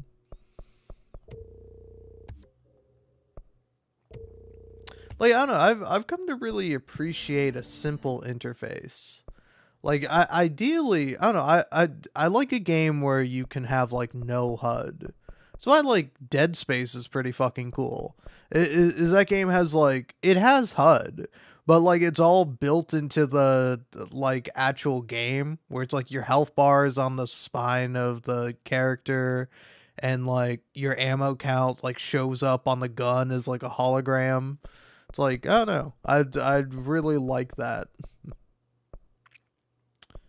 Anyway, what was the funny thing that I wanted to do that I don't need to do, but I figure might as well do? Yeah, it's gotta go down to investigations, which like again to me feels so weird because like investigations is like the last DLC for the game. Uh, but like it does not feel like the last DLC to me. It feels like the second DLC, and then that's just because of the order that I did it in. And also, it's like it's kind of just a teaser for Alan Wake 2, which I think is good in retrospect. But the first time I played this game, I'd not played Alan Wake 1. I don't think Alan Wake 2 was even out at the time when I first played this game, and I was just like, "What the fuck is this?" What is this weird DLC where you have to use light to like burn away darkness? Alright. Let's go down the line. Pretty sure I already defeated the former, but we can do it again. The former's cool enough to fight twice. Yeah, get out of here, former. What are you gonna do? Hit me with one of your spindly arms? Go ahead, try it. I know how to do.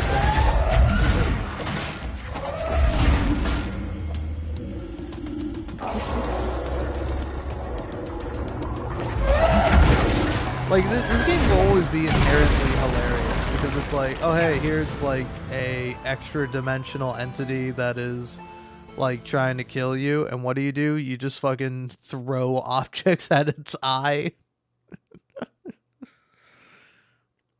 Anyway, it did kill me, but whatever, man. It doesn't even count. I literally don't even care. It literally doesn't even matter to me that you killed me, because you think I care, but I don't.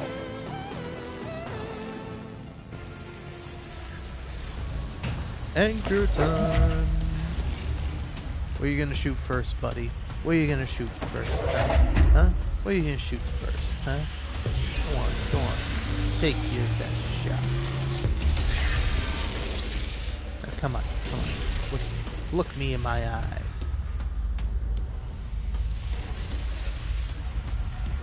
Jesus Christ, buddy, I don't have all day here. There you go. Maybe try putting a little more hustle in your bustle next time, pal.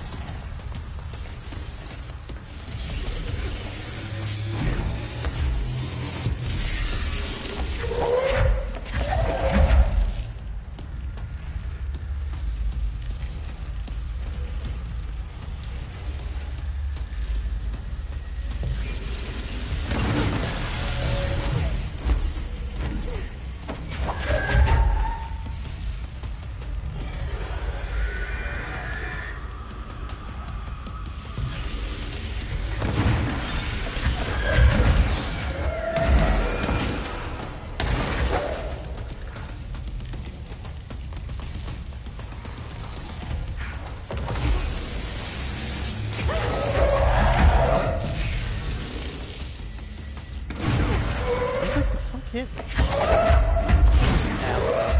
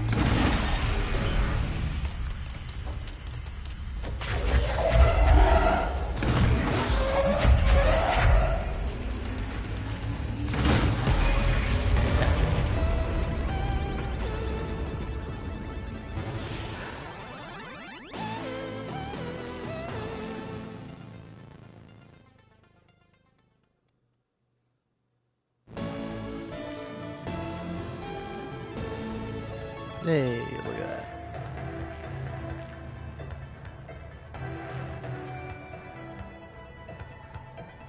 You gotta give it a minute. It's like the Wii. It doesn't want you to play too much, but I'm still gonna play too much anyway. Can't stop me. Anyway, we go again. Former, you're getting defeated.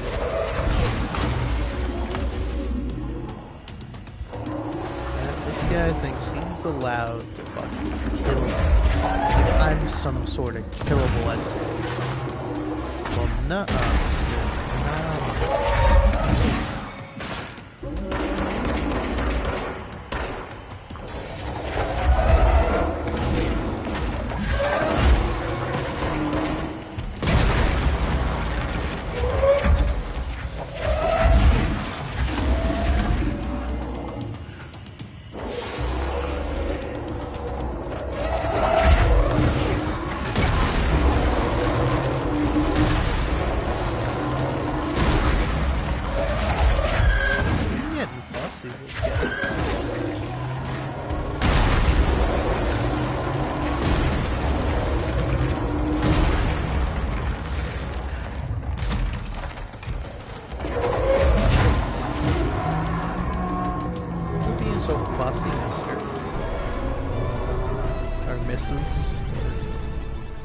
I don't know.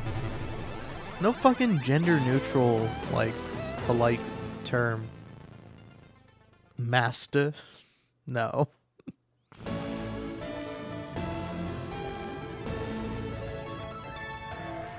Your boredness? Your, formerness? Your formerness?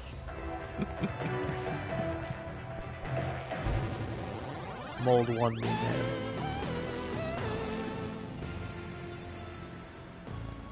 This one's fun.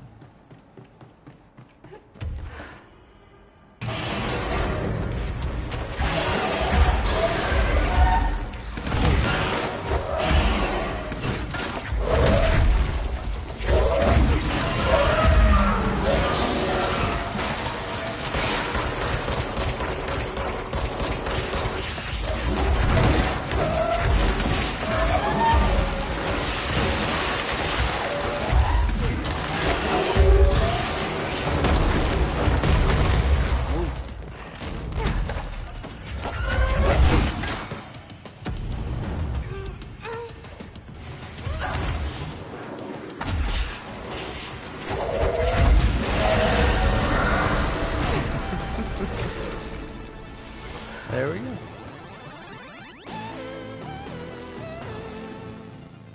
That one was fucking easy. It was no problem for a guy like me.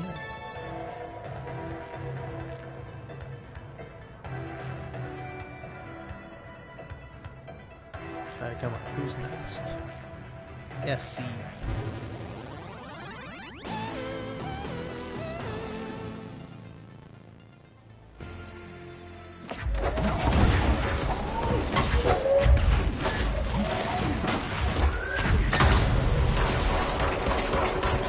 See, I like controls because it like tries to pretend like it's a rock paper scissors kind of game. Oh, for this enemy you gotta use this, and for this enemy you gotta use this, but then it also gives you gun. And it's like, my ass is definitely gonna use the gun option. Like, hey, do you wanna slowly blink away at this character's health by shooting them? And it's like, yeah, I'll do that when I'm, you know, waiting for my energy to reload, so that way I can chuck a bunch of various shit at them. Whoa, hey, that's my move. You can't do that. It's my thing. She stole my whole move. Stole my move, stole my gun.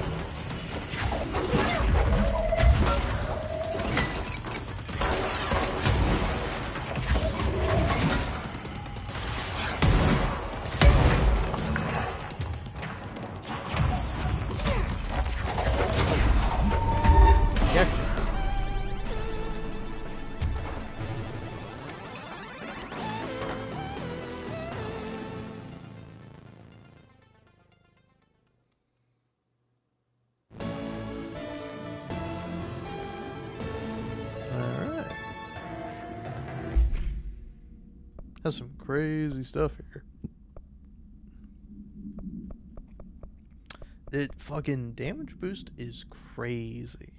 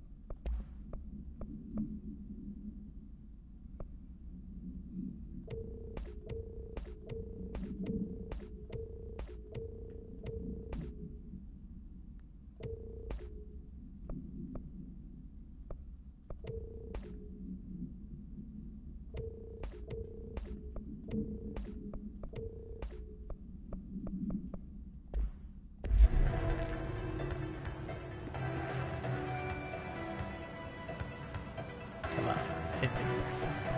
Feedback loop. That's the real.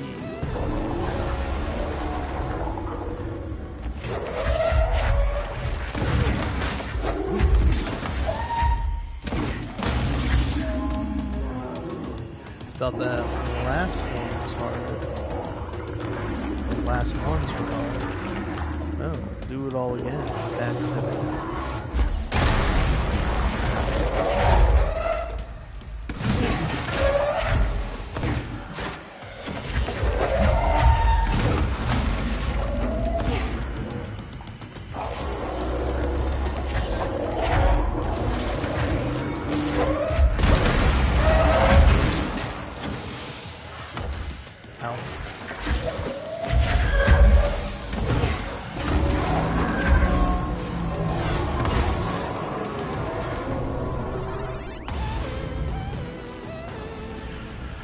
one down.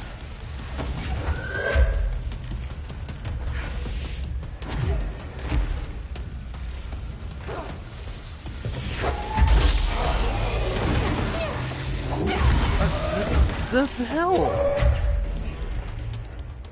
Game, you screwed me.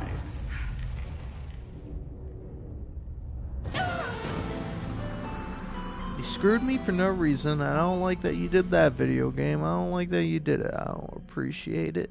I don't think it's cool. I don't think it's right. I don't think it's neither fair nor balanced. Okay? I think it's a little fucked up if you ask me. But you didn't ask me. Because if you asked me, you would have cared about what I thought. You would have cared about me as an individual. Which obviously you don't by the way you treated me in this. So fine. I'll do it again. I'll do your fucking fake ass bullshit nonsensical challenge once again.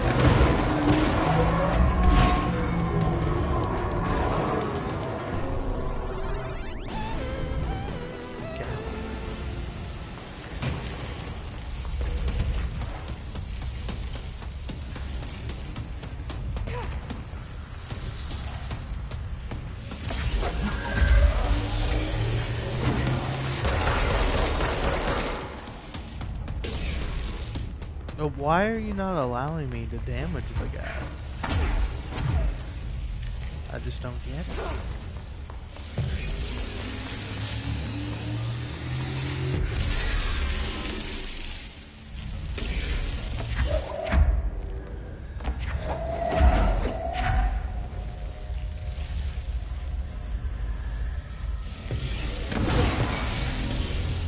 Guess you just can't do it on the first one.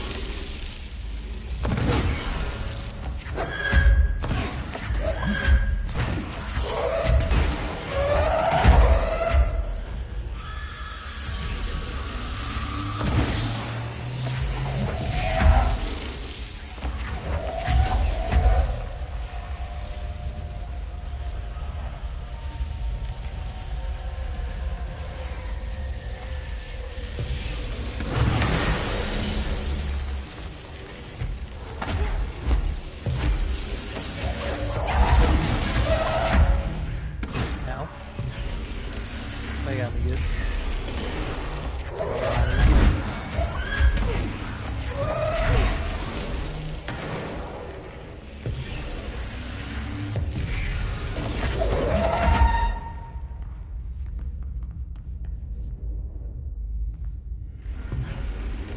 Oh, okay. Trickster, huh? You're being a little trickster to me.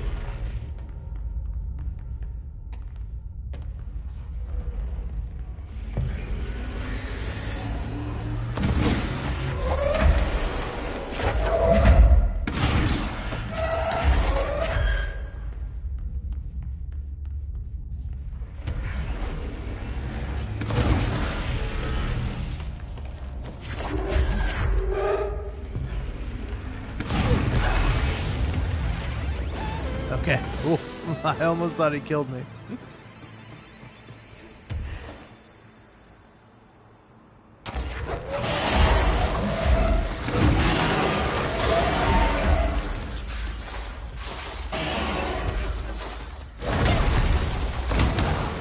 Oh, damn it. Oh, alright. Alright. No, that's fine. I deserve it.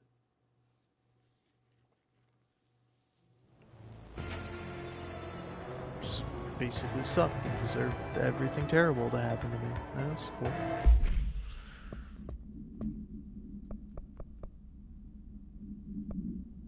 Alright, what's new here? Brian's Movie Den, episode 3. I gotta find more of those movie dens, man. I quite like that.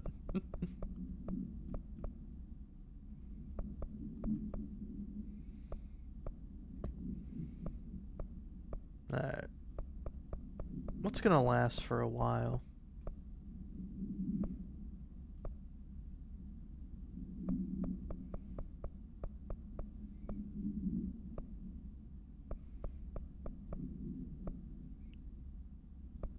I did actually really like this. Brian's Movie Den.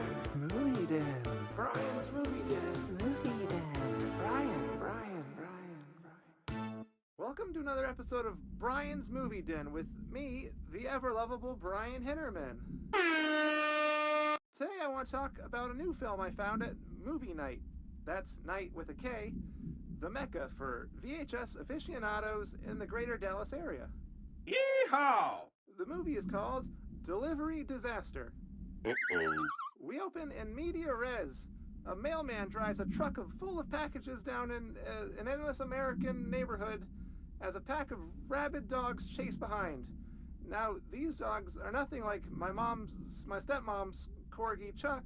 These were some real nightmare hellhounds. The dogs keep pace with the mail truck, tearing chunks out of the driver's legs and arms.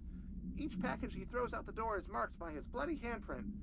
He screams in pain and confusion, and this goes on until the movie just abruptly ends. There aren't even any credits, which is a pretty bold choice. Is this film a commentary on how our 9-to-5 jobs are killing us, or how hostile the modern world is to outdated concepts like mailmen? Perhaps it's merely a statement about the futility of purpose and how no task can ever be really done. There are lots of ways to interpret it, but for now, let's get to the part you're all waiting for. It's score time! I give this film a 4 out of 5, only because the actor frequently broke the fourth wall by looking into the camera and shouting at it, like he was shouting at the audience. A little too on the nose for me, but I did enjoy it, and I recommend you check out other films produced by Blessed Pictures. Bike Hard and Coffee Bullet are the only others I found, but this little art house studio certainly knows how to push the boundaries of Western cinema. And a friendly reminder that there will be no new episode next week, as I will be visiting my aunt in Delaware for Thanksgiving. Thanks for listening, all you Brian fans, and remember, we all love movie magic, but don't forget about the you magic. Until next time. Movie Den. Brian's Movie Den. Movie Den. Brian. Brian.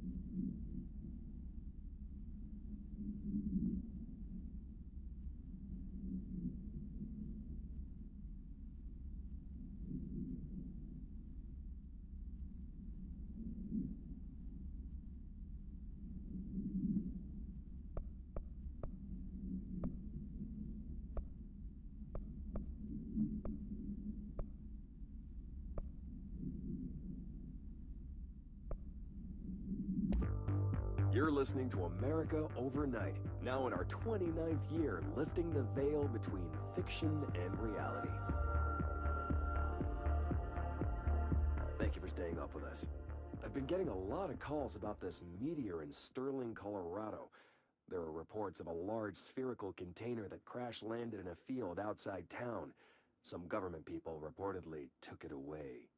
Now, we happen to broadcast from Colorado, and Sterling isn't far. I drove down myself to check it out with members of the America Overnight team. I don't need to tell you, it wasn't long before we found pieces of metal debris scattered in a field. Listeners, this is yet another instance of an unidentified flying object, or UFO, entering our airspace and crashing.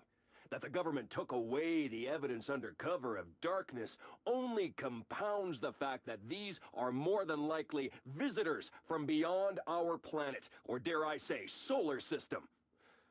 Head on over to our website to see pictures of the spacecraft pieces we uncovered.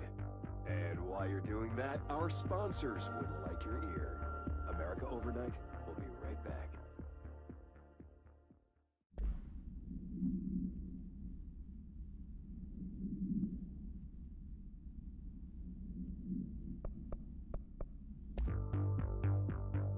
You're listening to America Overnight, mystifying the airwaves for more than 29 years. Thank you for staying up with us. Ghosts. We've had many callers over the years tell us of hauntings, voices, and other phantasmagorical phenomena. Today, friend of the show, Dr. Quincy Reagan, tells his story. Quincy. Thanks. This is something I experienced recently while staying at the Chili Pines Motel in Macon for last year's SuspiciaCon. I was in room 47.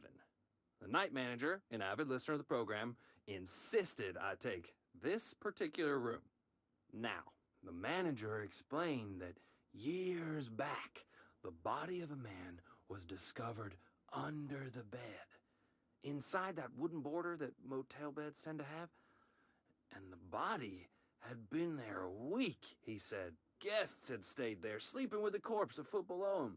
They only found the body when housekeepers complained about the smell.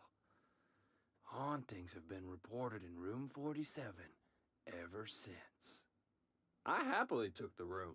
I fell asleep pretty quick, checking under the bed first, of course. No ghosts visited me, no chilly spots or flickering lights. But when I woke up, I found myself under the bed. It was dark and stiflingly hot. Luckily, I was able to push the mattress off and crawl out before I suffocated. The night manager was kind enough to find me another room. Oh, there you have it, listeners. What we call ghosts take many forms. Quincy was brave enough to tell his story, and I encourage you to keep calling and writing whenever you encounter something strange, something you can't explain. Maybe you're seeing colors that we have no name for. Maybe your toaster is possessed. Remember, dear listeners, when no one else believes you, we do. America Overnight will be right back.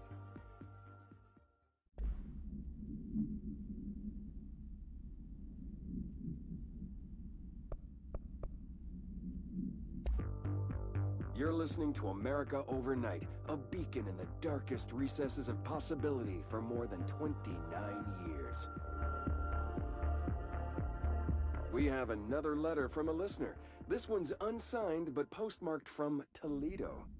It says, "Dear America Overnight, I have the most wonderful appliance for your listeners. It is a miracle of God. A fondue set. A fountain. A blessed gift. Blessed is spelled with a capital B. Go on, they write. Dive on in. It is molten hot.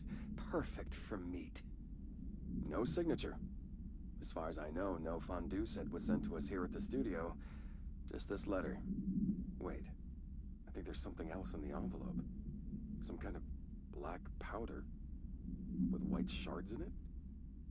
Bone, maybe? Karen. What is this? Karen? there, Karen. Where are you? What? What's this powder in the booth? Is this ash? Oh. Oh, God. Karen? How do I cut to commercial?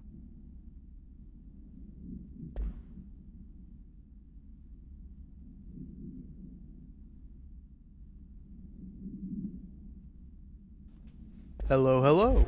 I will apologize for leaving, but I won't apologize for the reason. And that was to eat a delicious slice of pizza. It's really, really good.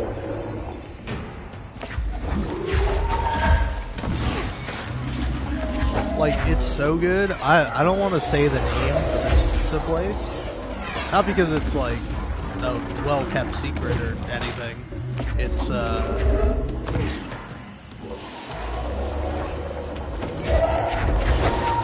sorry, I'm hesitating for a moment. I'm also trying to focus on not dying. I think it's a Mediterranean place. But they have these pizzas that are so good.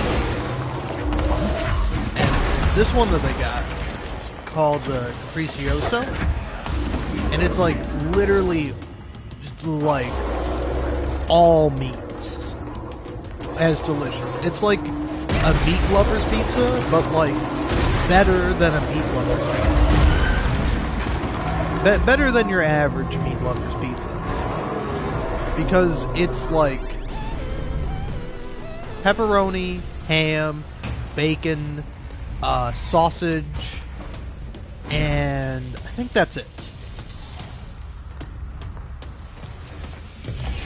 But yeah, it's like all those things by themselves, pretty good.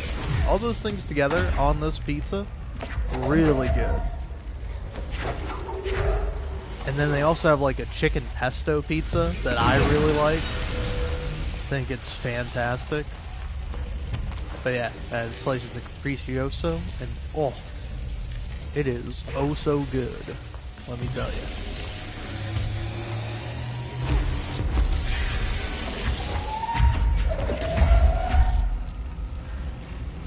I know one day I probably ought to give up eating meat. Just A, because it's unhealthy. B, it's bad for the environment. C, it's like harmful to animals or whatever, but who cares about that? I kid, I jest.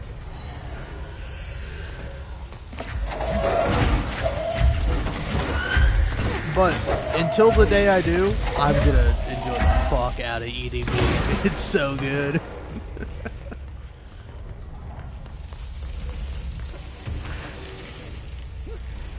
Whoop. Sorry, don't mind me. Just a little hiccup over here.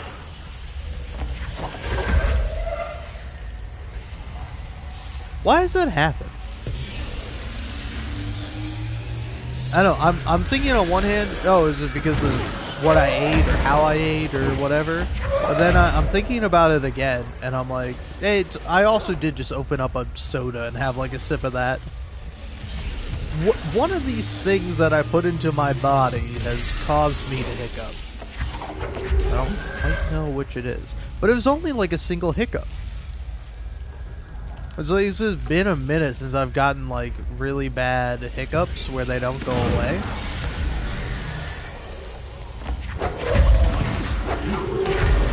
But like lately I've just been getting like the hiccups and getting like literally one hiccup.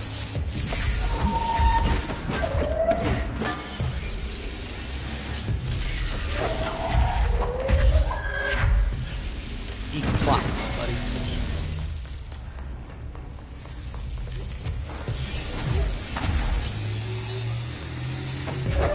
This one is going well for me.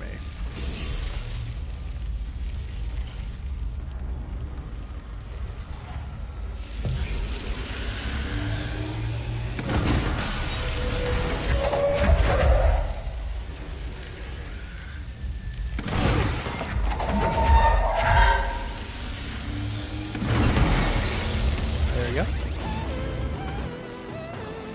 Bada bing, bada boom.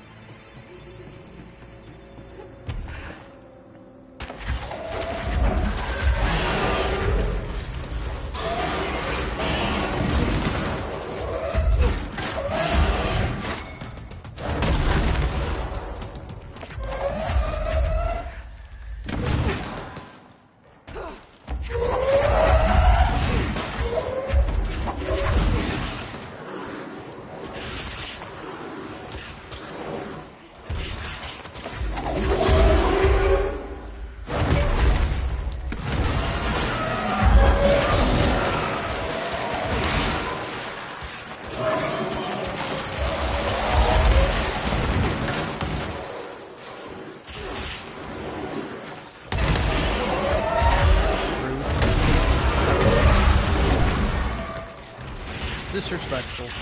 Sure.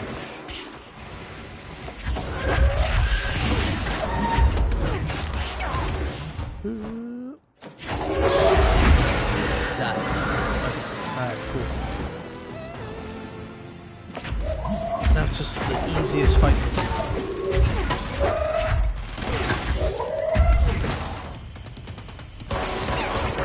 I'm so good at fighting myself, I find myself in my sleep. Nothing but a pale imitation. I never get up on fast. Another one.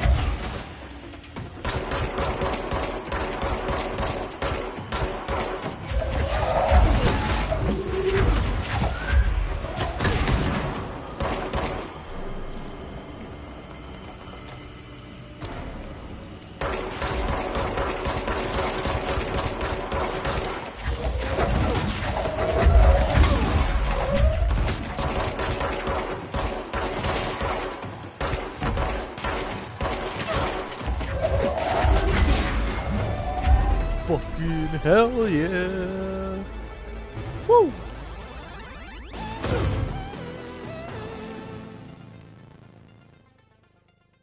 Sprint is useful both in and out of combat. Yay howdy.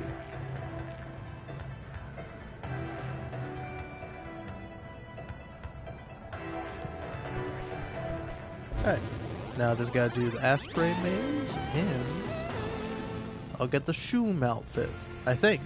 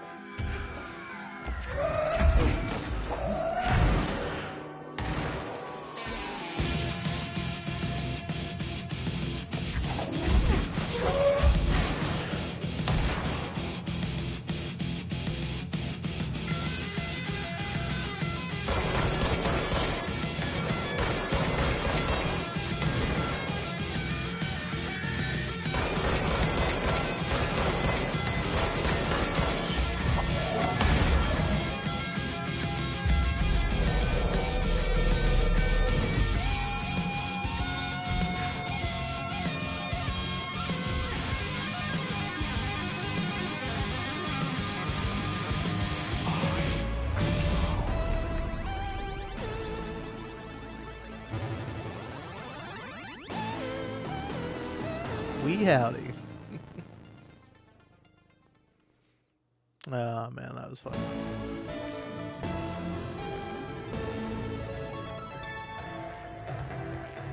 Alright.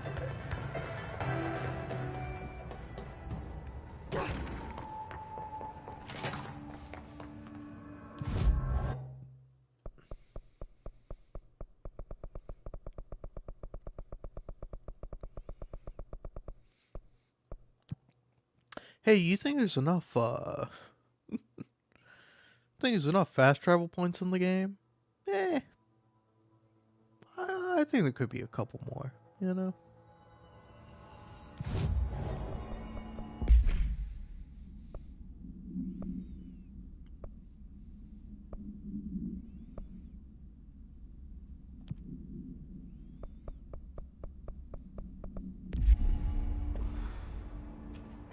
Man, I forgot how weird this suit looks.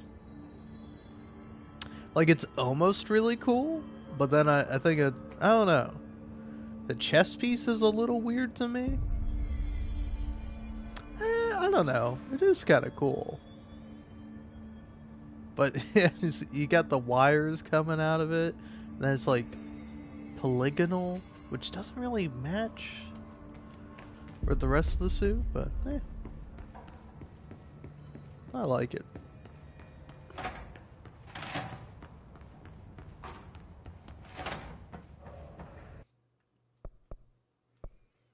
Oh, I have to do tier 2? It's kind of fucked up of you to do to me.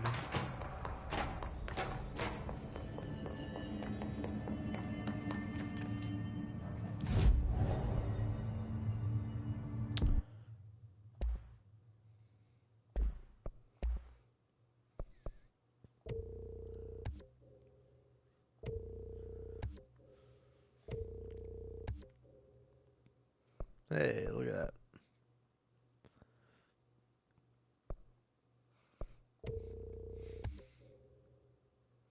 Ooh, that's a fun one.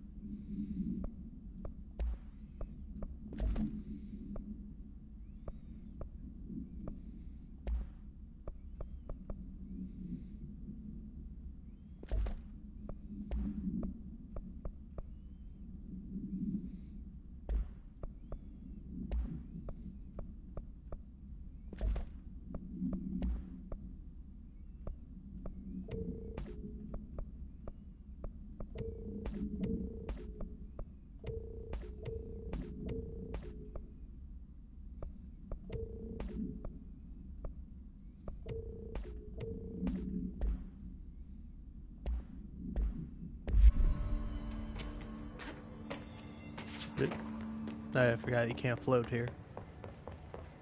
It's a no floating zone.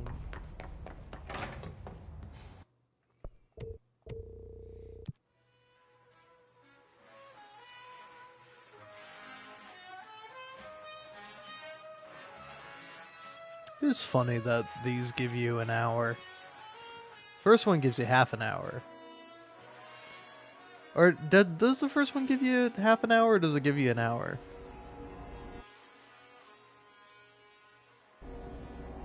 Because I don't know, to me, probably my favorite bit about it is that you think, oh, an hour? That's like so much time. And then you actually do it and you're like, oh yeah, actually, this is this is barely enough time.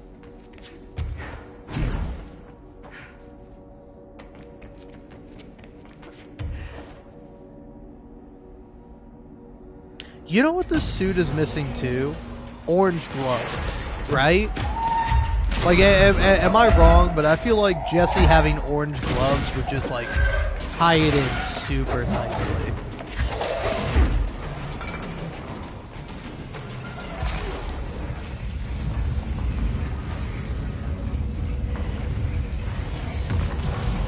Oh, that's a big guy.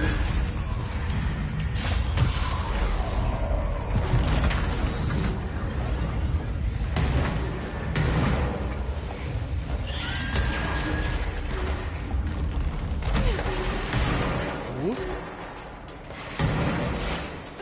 Catch me if you can.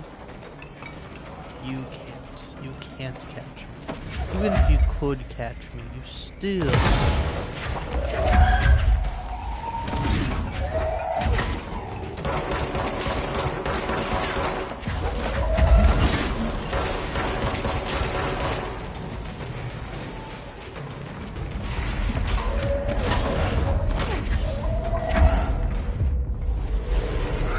My little guy now.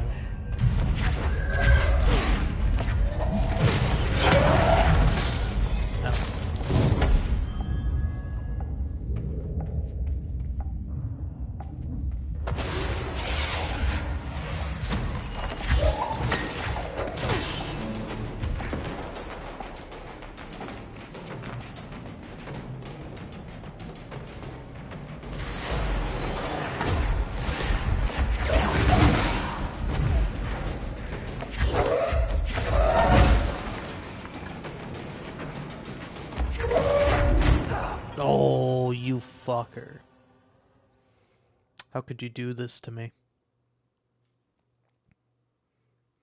Oh, yeah, that's what it does. It gives you like an hour, but then when you actually get into it, it gives you like half an hour. It's weird. Forgot it does that.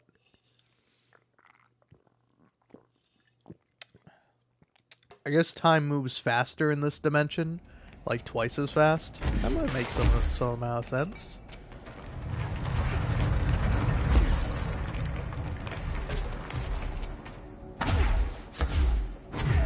Anyway, howdy.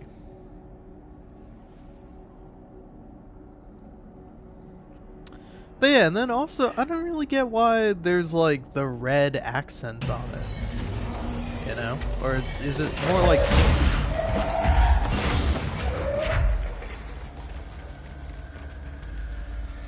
It's like, I don't know, it's close to being something that I think looks good, but it's not quite, unfortunately. In my humble little opinion.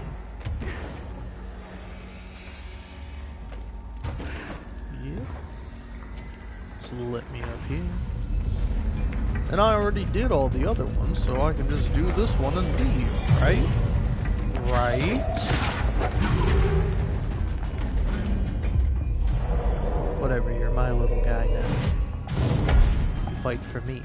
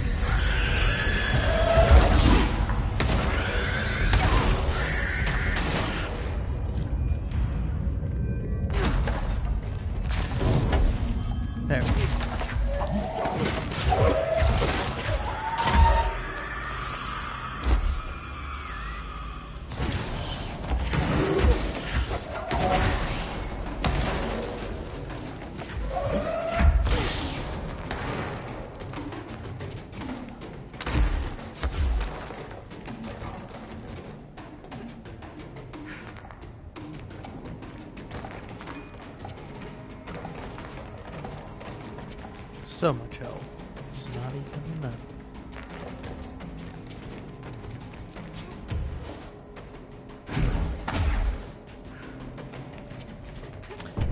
Why did they make this so weird? Like, I think it's kind of cool, but also it's like, I think it's a hassle and a half to like have to make me levitate around this area to make me go to and fro from the 4 island sites. Like, kind of neat in theory. In practice, it's not very fun to navigate through. Whereas, like, I would prefer just like a hallway. Like, you start me in a room, a square room, and then you have like 4 doorways or hallways to walk down, and it leads you to the combat areas. But I don't know, I guess it's supposed to be weird and strange and not make any sense.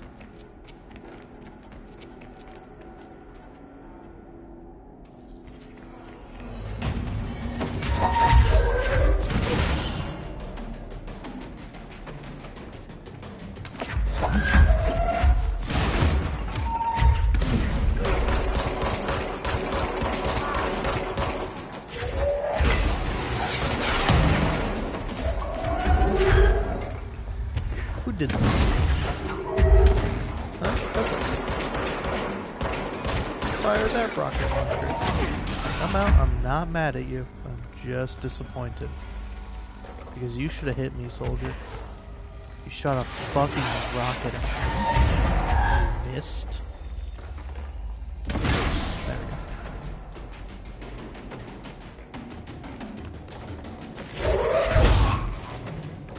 You're my guy now. You work for me. Welcome aboard.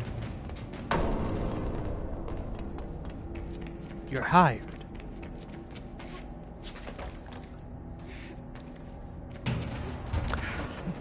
You know, I will say, I did see a fucking great video today. Where it's like, I forget the name of the TikTok account, but I've seen them before. They're like, cheese something, like Cheese Parade maybe? I don't know, I forget what their TikTok account is called, but they're pretty funny. But like, I'm just gonna explain to you this funny video I saw. I hope you're ready. It's just like a group of like 3 guys, and they're looking out over the city from a bridge and being like, "Hey, hey, it's our time. This is our city." And then they look over and they see another group of 3 guys doing the same thing, and they're like, "Hey, what the fuck? We're here. It's our time. It's our city. What's going on here?" And then this guy, who I can only describe as like a perfect casting choice for Kingpin, from Daredevil and Spider-Man. Yeah, I think he's mainly a Daredevil villain, but he's also a Spider-Man villain from time to time. But like, he shows up and he's like, "This is my time. This is my city." And then, like, the group of 6 guys now all cheer for him and are like, "Oh, fuck yeah, it is. Yeah, this is this guy's city. It's his time." And he's like, "Hey, you want to be my henchman?" And they're like, "Fuck yeah, we do. Come on." And he's like, "Here, I got a bag of weapons. Take a weapon." "Yeah, weapons. Honestly, such a brilliant fucking sketch idea.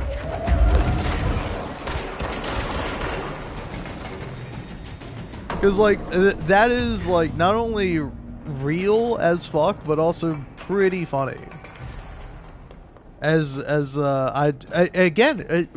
Like, such a good video, I even opened up the comments, and there was a good fucking comment in there.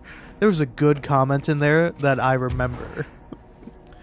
But it was like, yeah, if you were a henchman, you would probably, like, love your boss. You'd be like, "That's my guy." And you would, like, imagine crying, like, tears of genuine sadness when your boss gets hurt, when the superhero comes in and beats up your villain boss.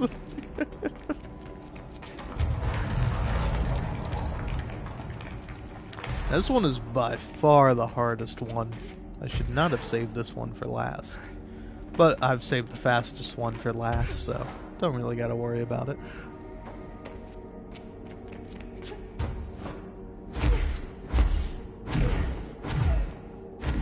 But yeah, that is just a funny and great concept. Like, rather than like all the henchmen like fearing the boss, it's like they actually just think their boss is sick as fuck. It's like, oh yeah, that guy, he's fucking sweet.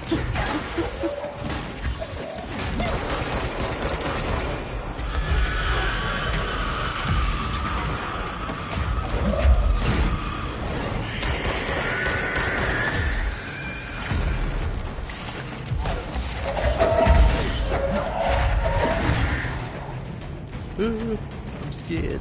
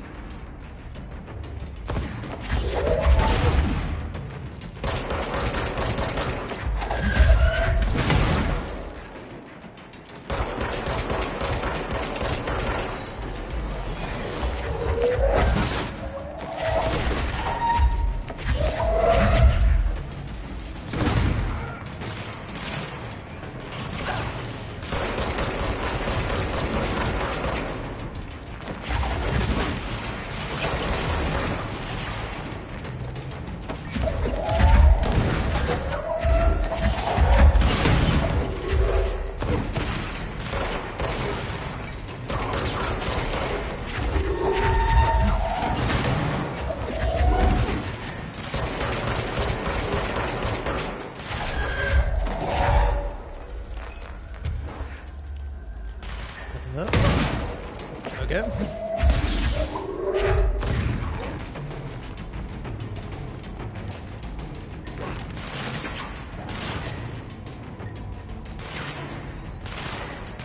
Don't hurt me, man. Don't do it.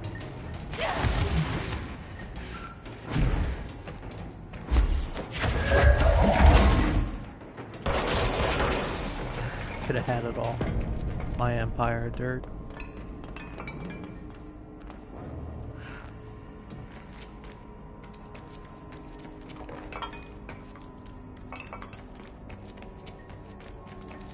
Ah, there it is.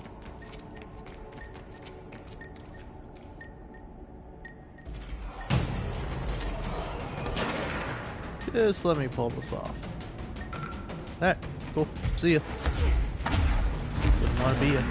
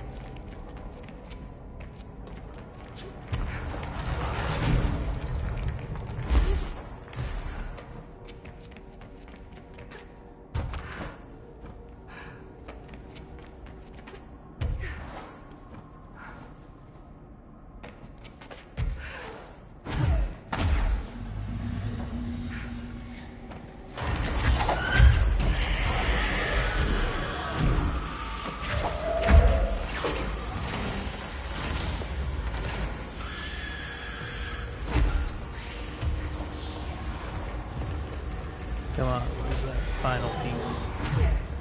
Is it over here?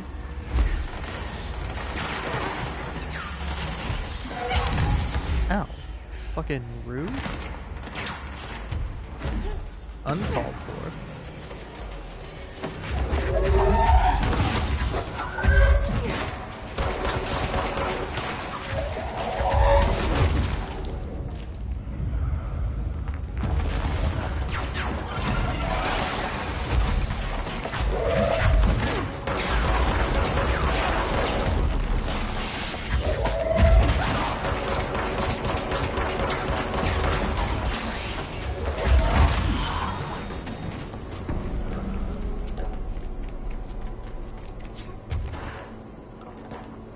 Where's this last piece? Ah, there you are. Were you there the whole time? How'd I miss that? Toss. Oh no, there's one more. Wandering about.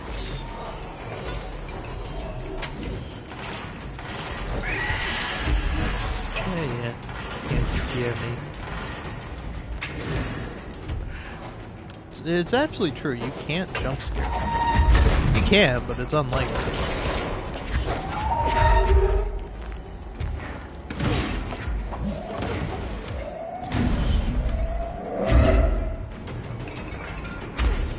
Fuck, dude, where is it?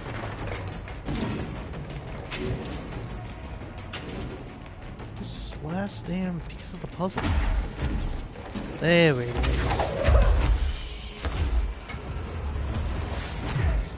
Legally, I'm just a little guy, and it's my birthday, and I just turned 25. And also, it's wrong and rude to kill people. I could use some help. You could provide that. Excellent. You're my little guy now. I own you.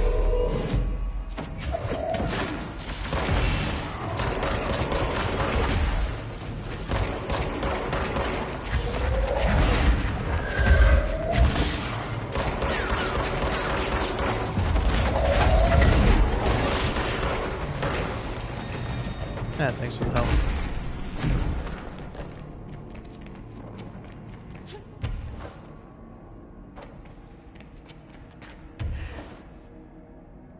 Now I just gotta go kill this big scary thing.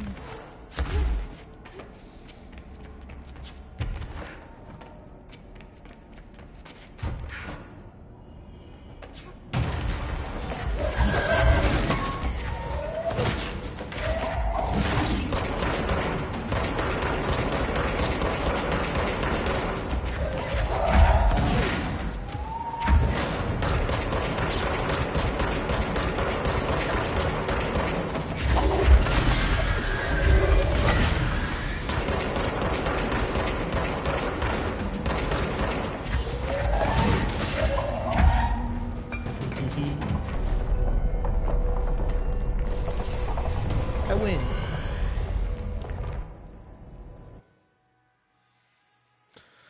Alright. Fun stuff.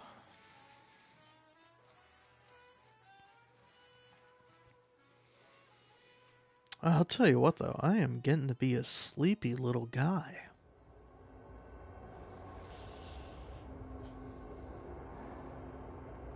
Pretty sleepy currently.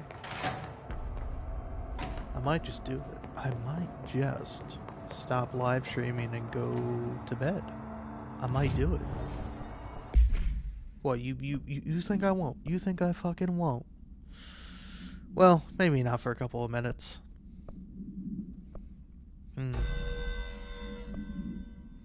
What do I feel like wearing?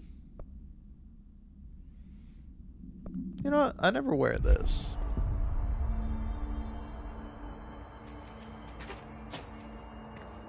Yep, can't fly.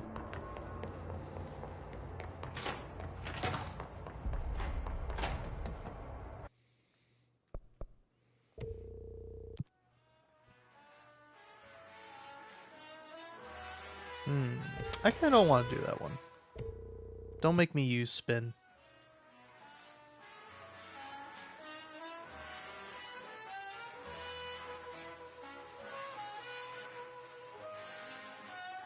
Alright, fine. I can use Pierce, I guess.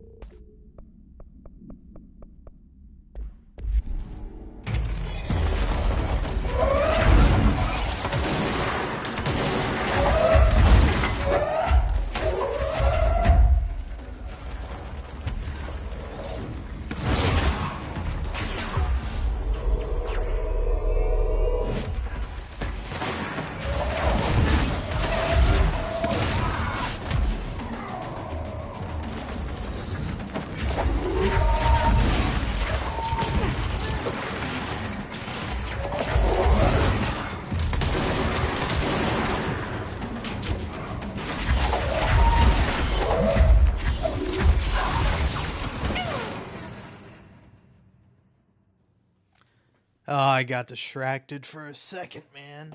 For a second. Oh. But anyway, oh, man.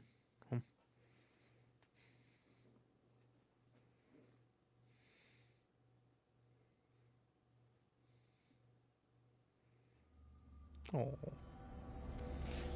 Alright. Ugh. But, no, anyway, I got distracted because, I just so happened to look at my phone and, saw I got a comment. And I'm always excited when I get a comment. Kinda. I'm always like, oh, what's this comment? Well, on what video? Well, what are you saying? And sometimes it's good, sometimes it's bad, sometimes I'm just like, eh. Sometimes I'm like, I think this comment was intended for another video, because it has happened a couple of times, where I'll post a, short, and then, like, somebody will comment on a completely different short, and then, fuck me, man. He really fucks you over. Can you fucking work, fuck? Sorry, fucking God forbid I'm not perfect. Fucking piece of shit. Flawed ass piece of shit fucking video game. Judging me for being flawed, yet nonetheless it itself is fucking flawed. You're like a fucking cop who breaks the law, man. But you can't fucking kill me for something that you do, bitch. And here's the thing, I'm not even breaking the fucking law.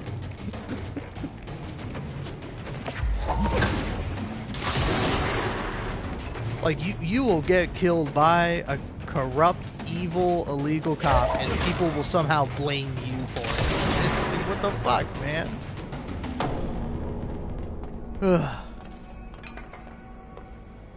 Oh, you should have just fucking, you know, not threatened the poor little scared police officer with a fucking gun pointed at you.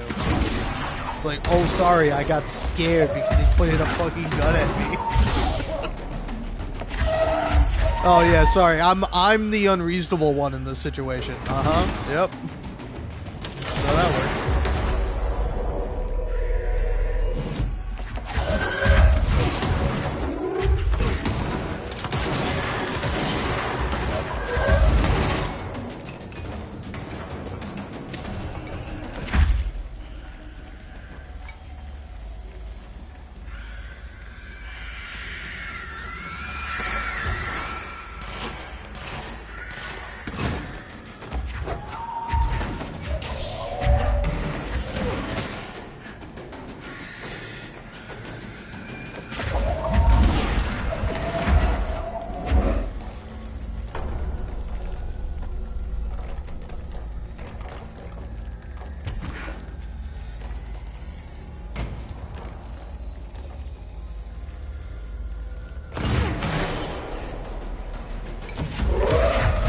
Oh yeah, anyway, I never said what the comment I was when I got distracted by and it inadvertently got me killed.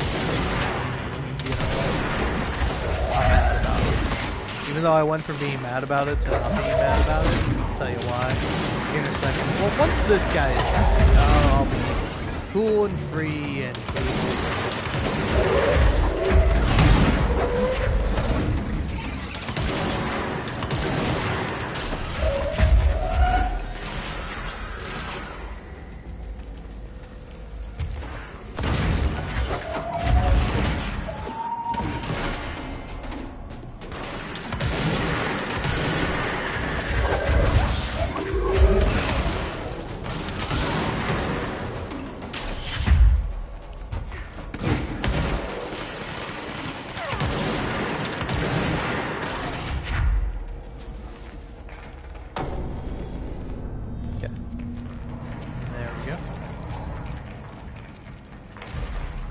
But yeah, no, anyway, I got a comment on Guardians of the Galaxy short I posted.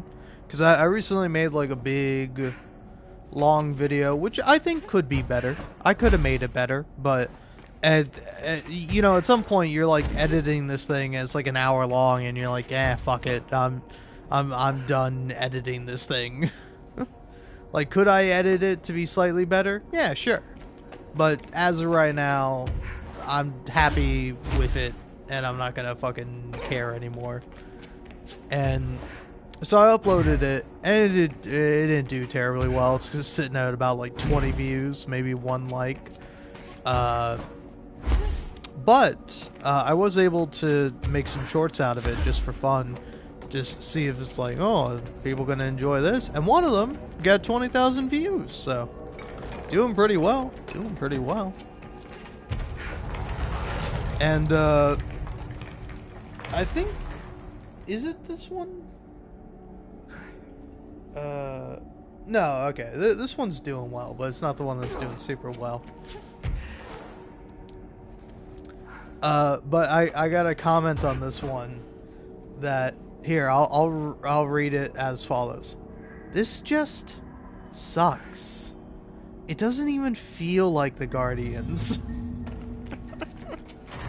And it's like, you know, I think that's fine, but like, I don't know. To clarify, it, like, capital T in this, so this just hyphen. A hyphen after just. So this just hyphen sucks. ... 2 dots. Not 3 dots. Not an ellipsis. 2 fucking periods. Okay? And then lowercase I. Not a capital I. Lowercase I. It doesn't even feel like the Guardians. and like, I'm very tempted to just respond to it saying, I'm between either why or how come. Because I feel like how come, maybe I'm wrong about this, but I feel like how come is like a little more inviting. Of like, I'm not trying to be a dickhead when I say this. I'm genuinely curious. Why does it not feel like the Guardians of the Galaxy to you? Like, what is the thing that is making you go, this doesn't feel like the Guardians of the Galaxy? Could be because is it like a comic thing? Like, have you read the comics and the characters aren't very accurate to the comics? Or is it like a movie thing? You're like, oh, I really like the movies, and these guys aren't exactly the same as they are to the movies. So I'm just like kind of curious, like, what is it that you're like, oh, this doesn't even feel like the Guardians? Because like, I'll be upfront with you, I have not watched I have not read a Guardians of the Galaxy comic. But I have watched the movies. I watched the first and the second one, and I haven't seen like the third one or the fucking Christmas special, whatever else I got with that.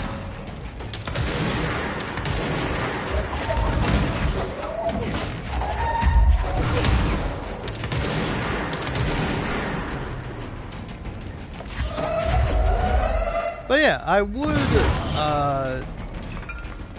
would like to watch those movies at some point. But I will say that I did go ahead and I played the 2021 Guardians of the Galaxy game by Eidos Interactive, or whatever the name of their company is. And I thought it was fucking great. Like, I don't know, for me it's on the level of like Insomniac Spider-Man.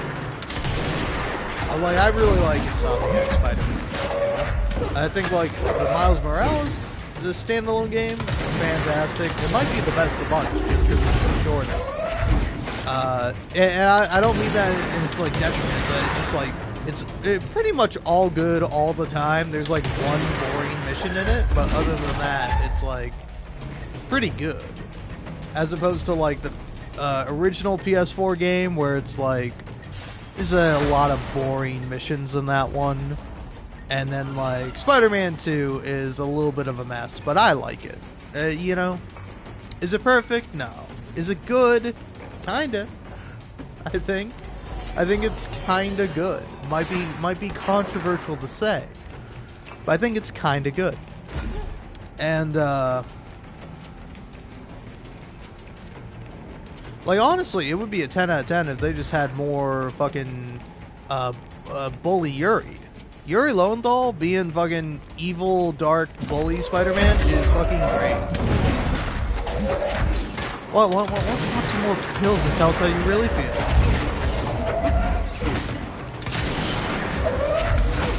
Like, he's great, man. He's fucking losing shit.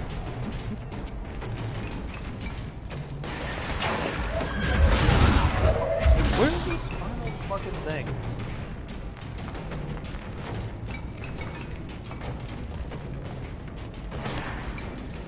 I don't hear anything over here.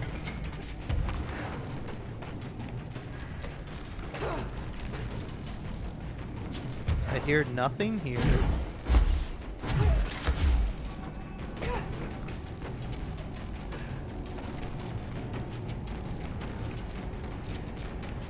Oh, it's there. Fucking me, man.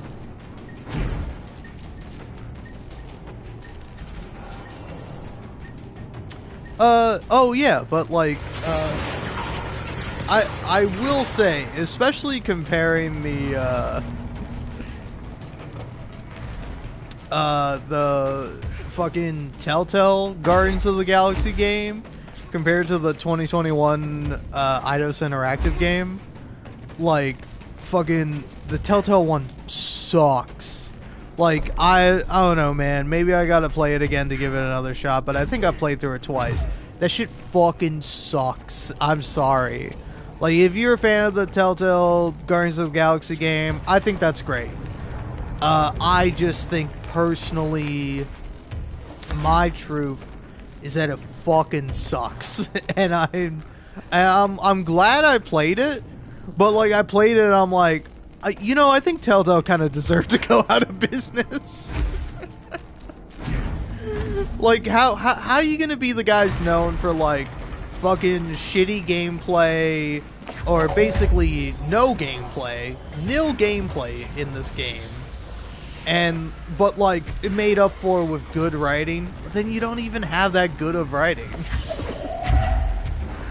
Because, like, also, it's like, I have, like, a fundamental philosophical issue with the Guardians of the Galaxy fucking Telltale game.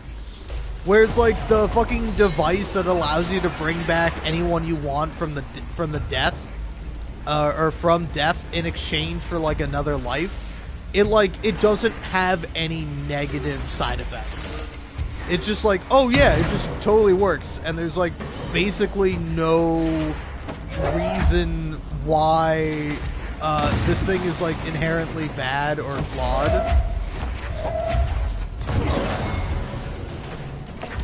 And so it's like, that pisses me off, because, like, that's like the MacGuffin in Telltale's Guardians of the Galaxy. You get, like, I forget what it's called, but it's like, bring back loved one from the death in exchange for killing someone.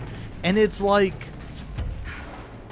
and it's like Gamora and I think Peter and Groot a little bit are like, this shit's kind of, like, fucked up. Like, it's like, there's something fundamentally wrong with this idea. Like, the point of death is that people stay dead. They don't come back from death. You can come back from near death, you know?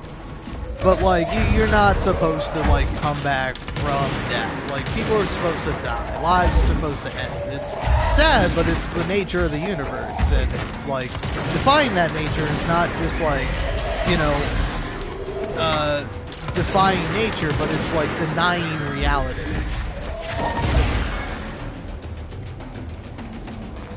At least in my opinion.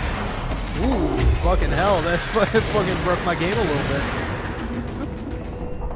Alright, there we go, Fucking easy, give me that outfit. Yeah, baby. But yeah, so anyway, so it's like, you have this device that just seems like it's fucking useful. It just seems like a cool thing to have. But it's like, oh, this shit is absolute power. So you know your ass is about to get absolutely corrupted if you use it. And it's like, I don't know, sorry for like all of other, like every single other life form out there. I'm fucking different. You give me a bunch of power, I'm gonna use that shit wisely, sagely, and fucking fairly to the best of my ability. You know, I mean, I say fuck it, we just kind of vote like everyone can use this. Anyone who's like a bad person or is doing bad things, we kill them, and then we bring back somebody good. You know, we kind of all just vote on like, oh, we should bring this person back, or we should bring this person back, and there's like a queue, you know. Like I can see this working completely fine. But then the in-game reason that you can't have this like wonderful piece of technology or I don't know, heresy is that, oh, actually the fucking what are they? They're the blue people. They're what like Corel is in the 2021 game. I know, I forget what they are, but basically they're just like a warrior space race of blue people. They're avatars, essentially, kind of, sort of, except avatars are like natives in the Avatar world. But like, it's like the reason why the thing gets fucked up is because like this organization is, or these like evil blue people headed by evil blue lady is like trying to take the artifact and use it for themselves, and it's like, just fucking don't give them the artifact. But yeah, I don't know, I think it's bizarre that it's like you can revive Rocket's like otter girlfriend, because like I didn't do that shit. I was like, fuck you, Rocket, I'm sorry, man, I know you want to use this, but we fucking can't do it, it's not right. And then Rocket's like, oh no, actually, if you would just help me, I could bring back my fucking otter friend. And I'm like, fuck, I didn't realize that.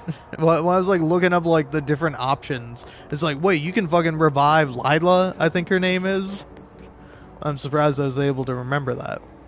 But like, you can fucking revive her. And it's like, damn, I really should have been on the, oh yeah, we gotta use this shit train. Who cares if we're defying God and like all the known laws of the universe? Like, it's fucking free life, bro. You just use this shit for free. I mean, yeah, it costs a life, but it's like, Peter dies, but then he gets saved because they killed like Thanos, and Thanos was holding the thing. So it's like, shit, bro.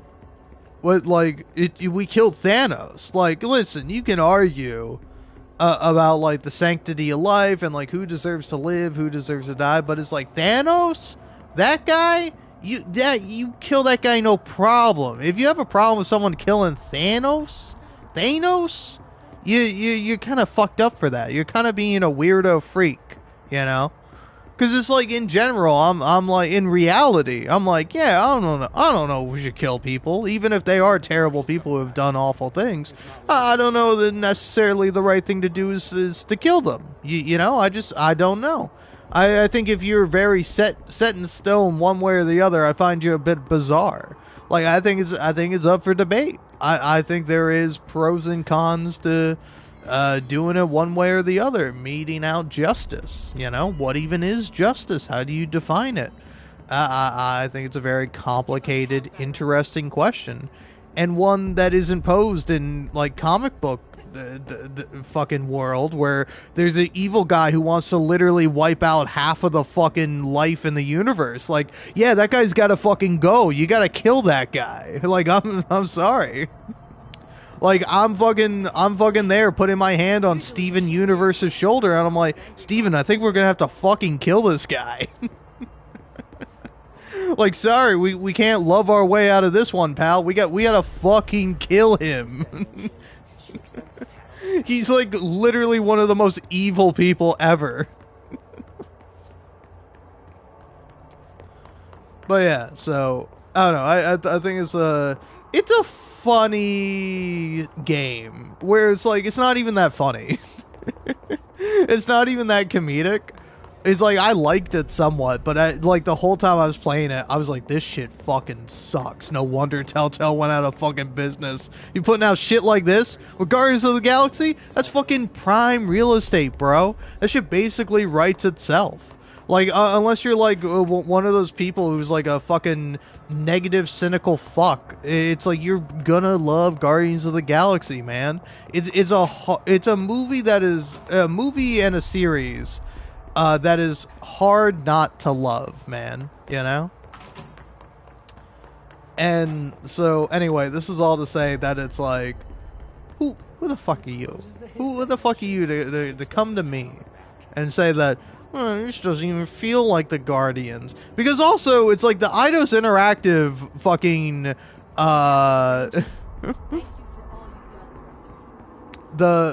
Eidos Interactive game is like, that shit is real close to the fucking movies. Like, it is not far off from the movies. Like, Drax is basically the same, Rocket is basically the same, Groot is basically the same, Peter Quill is basically the same. Like, they're all basically the same. It's like, legitimately, you can see it as like canonical to the movies if you wanted to, but you don't have to. And it's not really. But like, I don't know, it's bizarre to me because I'm like, are you basing it off the comics? And if so, how are the Guardians in the comics? Because like, I and everyone else on the fucking planet have not read a Guardians of the Galaxy comic.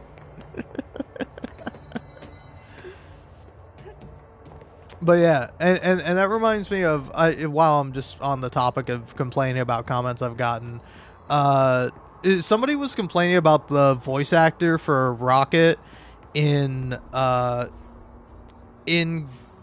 Guardians of the Galaxy game. Here, I want to see, oh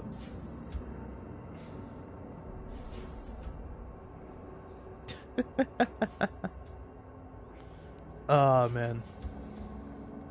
Now, here we go. This is a good comment, actually. I'm kind of shocked that I missed this one. But this guy says, this is the most emotional moments I have ever seen. Like that friend trying to cure your depression. But for some reason, depression has like an accent over the O. Depression? Like, I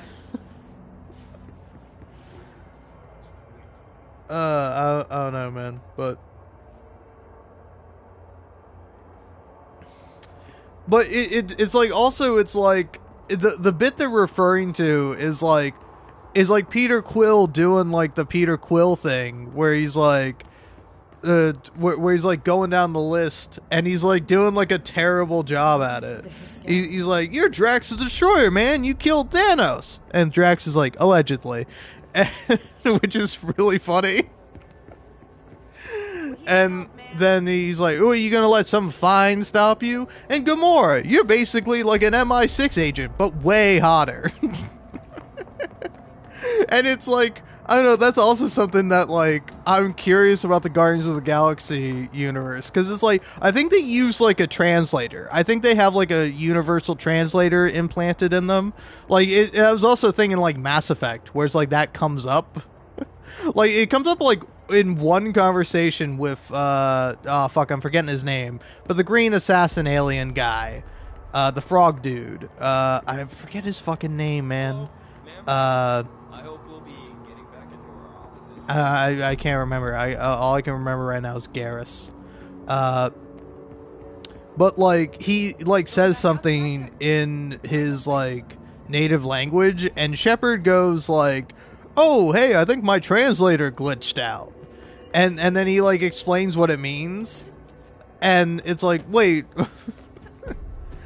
Excuse me, how the fuck does that work? Like, if this guy can't explain the meaning of it, and you have a universal translator that translates all alien language into human language that also, like, it is lip-synced with the aliens, then, like, it's like, how the fuck is this thing not being translated? I don't know. I find it to be interesting, but like, I think it's mentioned like that in Guardians of the Galaxy. So it's like, does Gamora just hear Peter like say MI6, and she's like, what the fuck is an MI6 agent? or is it like translated to be like the equivalent of what she would know as like MI6? I don't know, but like the point of the scene is that like this guy's like, oh man, this is the most emotional moment. And it's like, it's like a little bit emotional, but it's not supposed to be that emotional. It's supposed to be funny, you know? Because he then gets to Rocket, and Rocket's like, oh, here we go. And Peter's like, how many prisons have you broken out of, Rocket? And Rocket like hesitates, he's a little bit, he's like, 7. And then Peter's like, 7. On behalf of the Rangers, thank you for all. It's like, I don't know, it's such a funny fucking scene. And then Groot is like, I am Groot. And then Peter's immediately like, you are Groot. Like, it's a good fucking bit, man. And it's just so bizarre. Some guy sees this really fucking funny scene, in my opinion. And, it's like... It's like, oh, this is the most emotional moment. And it's like, wait, it's supposed to be a little emotional, but it's actually supposed to be funny, dickhead. Like, it's not the big, serious, emotional moment that happens later in the game, you know, towards, like, the fucking climax.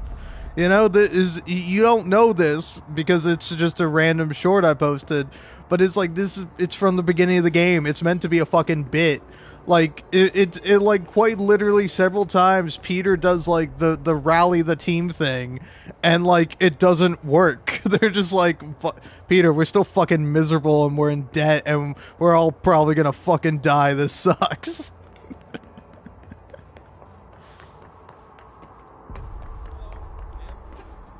And it's like, I don't know, man. It's like that complaint right there is like the same sort of person who watches the Fallout TV show and goes, man, it's too goofy. And it's like, bitch, have you played Fallout? That shit is fucking silly. Like, it is downright fucking camp.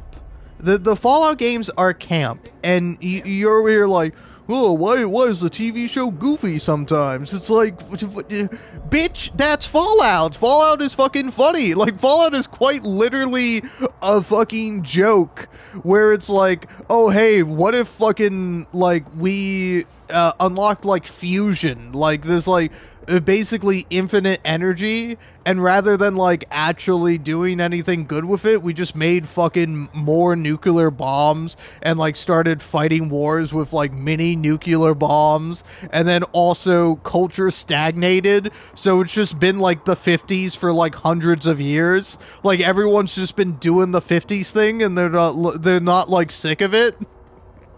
like kind of things come and go, like different societal groups are formed. You know, it's like there's a grunge era, there's the emo era, there's a white picket fence era, there's like, you know, all kinds of eras that come and go as time changes, but everyone's just like, no, let's do the 50s things. You know, I love wearing a nice big baggy fucking suit, and I love having my wife be in a dress. Like Oh no, it is just like I think it's a funny fucking concept for a world, and you're like, man, why are they making jokes? It's like, bitch, the whole thing is a joke. It's a fucking ridiculous premise to then like be like, oh hey, we're in the wasteland, and it's like, plus also this is something I think about like all the time, but like the concept of being a raider is so fucking funny. Like it's so funny to be like, oh shit, the bombs fell. Oh, as civilization is over, we're all basically fucking dead. Sweet, I can't wait to fucking kill people. Dude, finally, my chance. I can fucking put on garbage and wear garbage, go around, kill people with my fucking garbage spear. Fuck yeah. This is what I've been waiting for. Dude, I'm gonna grab a fucking teddy bear and I'm gonna strap it to my fucking chest, but not before I wrap barbed wire around the teddy bear, bro.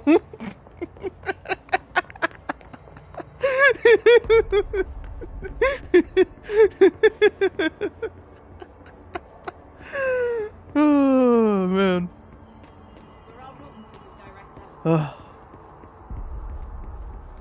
Cause like I don't know, man. It's so funny. Cause like I think obviously if someone is crazy and detached from the world around them, you can't really convince them not to hurt you. But if you even have a semblance of sanity, and like if somebody's trying to kill me and they don't have like a good reason for it, I feel like I'd just be like, hey, calm down, man. It's all good. Or don't calm down. You can feel however you like, but, you know, there's no need to kill me. Like, I pose no threat to you. We're fine.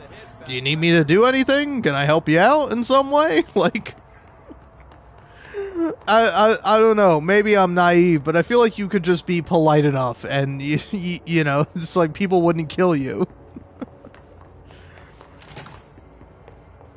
Like, I don't know, man. I feel like at my worst, it's like you have to give me a really good reason if I'm even gonna like think about killing someone. Like, it's not just gonna be like, oh well, I can kill this guy, so I mean, might as well. Oh hey, I mean, while I'm here, might as well murder a man. Sure, why not? For funsies. As a little treat. We like to do a little bit of slaughtering of the innocents as a treat.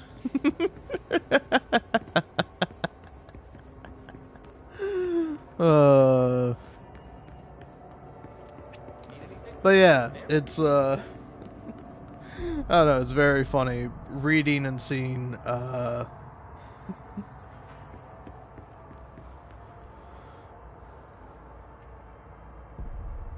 seeing people's responses and criticisms to certain stuff, where I'm just like, I don't know, man. It is interesting that like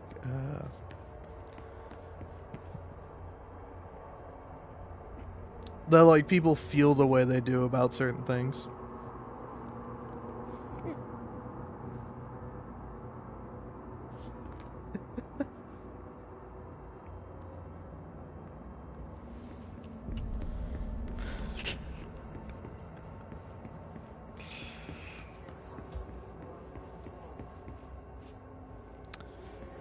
I mean, I don't know. I will say that I'm going to read these comments out loud because you can be the judge, all right? I'll let you know what I think about them in a second. But the first comment is somebody going, is ... is ... is that a blue space llama? And then somebody says, laughing, crying emoji, yep. And then they respond to that going, I need to go lay down. My head hurts. Can I come with? And then the other comment is, this is horrible. I mean, how do the Guardians find Gimli from Lord of the Furies to see a llama with space herpes trying to survive by eating spicy roots? And now that one, I don't know. Maybe that's like steeped in references I don't really get. But it's like both of those are. I mean, the one I just read is definitely for sure lol random humor, which I think is fine. You know, it's like some rules of the internet don't always apply. Sometimes random things can be funny, and you know, honestly, loud loud does equal funny, just a little bit, because I will say I was a bit high the other night, and I stumbled across one of my favorite bits from Northern Lion, where where he's like playing joke boat with like his kind of streamer buddies, and like Apollo. I think he goes, it's like, dude, TVs used to be so fucking loud. Like, you have that shit on like 6 and it would be deafening. And then like Northern Lion just starts fucking dying, and he's like laughing. His like face is turning red. He can barely get out a fucking word, and he's just like, dude, that's so true. TVs used to be so fucking loud. And honestly, he's fucking right. Like, that is so true. TVs used to be so fucking loud. like you could have that shit on like 15, 20 max. If you're going beyond that, like, what are you doing? And it just, I don't know, man. Like, the concept of how fucking loud TVs used to be is fucking hilarious. Like, they truly were fucking loud as fuck. And you might go, hey buddy, you're 25. You don't remember having loud ass TVs. First of all, I fucking do. Thank you very much. But also, it's like, I used to have like a fucking, I don't know if it was specifically a CRTV, but I had like one of those like box TVs, because it was like, you know, my parents got a new TV, so it was like, hey, here kid, you can have this one in your room to play Xbox on. And I'm like, fuck yeah. But it's like, you had to keep that shit on a low volume, because it's like, if you turned it up even a little bit, it was so fucking loud. It was unbelievably loud. Like, it really is, like, looking back on it, it's absurd how loud those fucking TVs used to be. Like, are they making them for the deaf? Are they making them to make people deaf? Like, what the fuck were they thinking? Oh man. Like, hey, we want your fucking neighbors to be able to hear your TV, and for them to be like, hey, could you turn it down a little? It's a little loud over here in my other fucking house. Oh man. But yeah, anyway, I was dying at that, because I'm like, dude, fucking, it you know, it's not always true, but sometimes it is true. Loud does equal funny. Oh man. And then, like, I think by far my favorite comment to go down and read, because it was just like, it was like true. It was like so true in the moment, but like, you open up the comments for that video. It's a Library Laterno video, to be specific. But you go down the comments, and it's like, dude, I'm so high and I'm freaking out. He won't stop laughing about how the TV used to be loud. Or it's like, why does this guy keep laughing about the TV being loud? Oh, fuck, man. Oh, God, TVs used to be so loud. Hello, ma'am. Oh, God, it's maybe one of the greatest bits ever. And I fucking love it to death. Oh.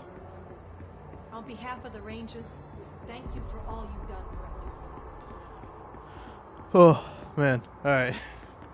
But yeah, like sometimes just the most random thing can be the funniest shit ever.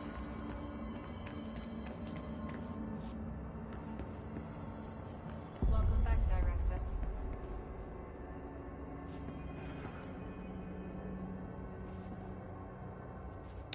Now, let's see here.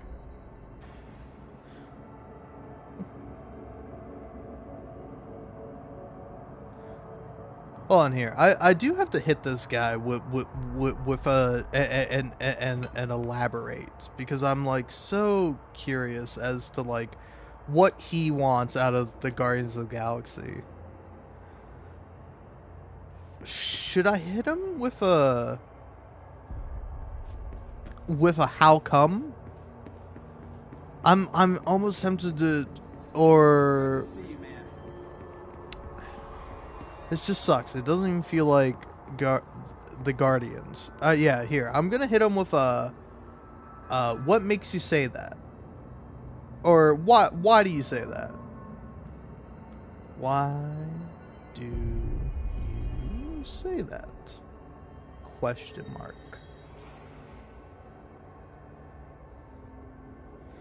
Cause I'm genuinely just curious. Although I don't know, he left that comment an hour ago. And here I am just on a fucking live stream playing Control and just dying.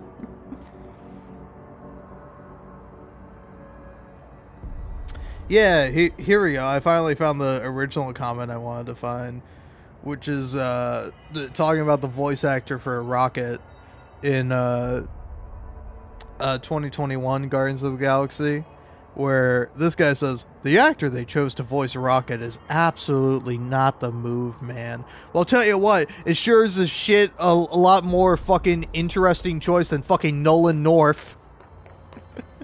Because in Telltale Guardians of the Galaxy, fucking Nolan North is Rocket the raccoon. And I'm just, frankly, I'm like, he's not bad, but it's like, I really did not like the Telltale Guardians of the Galaxy. Like, people would be like, oh, it's an underrated gem. Oh, the 2021 Eidos Interactive Guardians of the Galaxy is alright, but it's got nothing on the Telltale Guardians of the Galaxy. And it's like, brother, what the fuck are you doing? Are you okay? Are there holes in your fucking brain? Like, I asked this genuinely. I don't ask this out of malice or meanness. Like, are you fucking good? Are you smoking some shit that is turning you into a buffoon?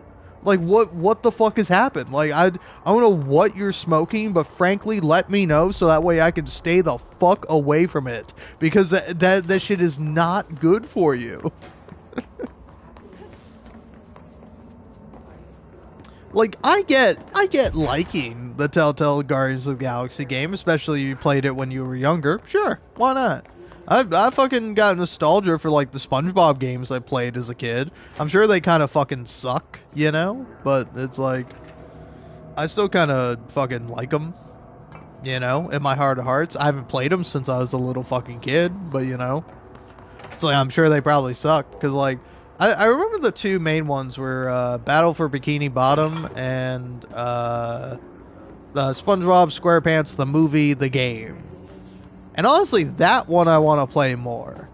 Because, like, Battle for Bikini Bottom is like, meh. They put, like, a remaster for it out at some point. There's, like, SpongeBob SquarePants, Battle for Bikini Bottom, rehydrated. And I was like, I don't give a fuck. I don't fucking care. But you put out SpongeBob, the movie, the game, fucking rehydrated or whatever, I'll play that shit. I'll do that.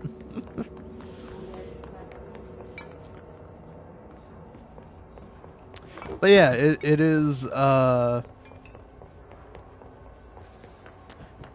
don't know, it's rather funny, because also it's like people talking about, like, The Walking Dead Season 1 as if it's, like, the pinnacle of writing in games, of, like, it's the greatest story ever told. Like, have you gone back and replayed The Walking Dead Season 1? That shit does not hold up, brother. I'm sorry to say. It's a good game. Playing it, you can see A, that this is, like, Telltale's first kind of, like, foray into, like, trying to appeal to, like, a wider demographic. And then you also see why this is what, like, put Telltale into the mainstream and kind of made them successful. Like, you can see it. You're like, oh, I see why people really like this and why Telltale became successful from this. There we go. Oh fuck. Oh dude, you gotta let me up there.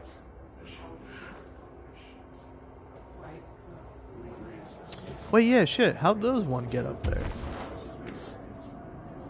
Do you go here, mayhaps? Oh, come on.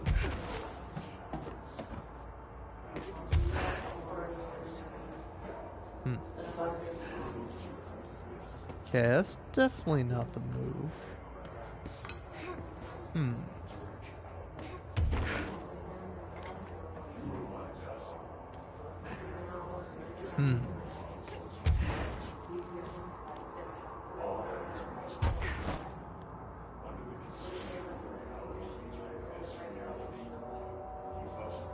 I'm thinking there's something there.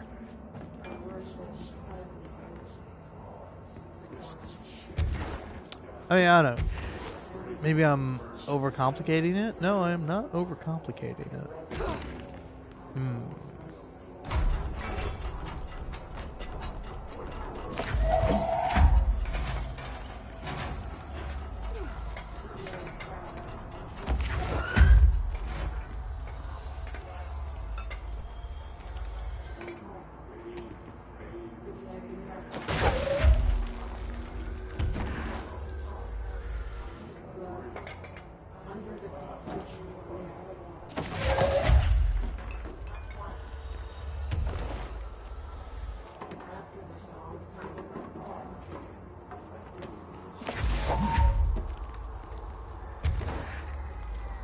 I don't think this is the solution, but I mean, hell man, I'll try anything.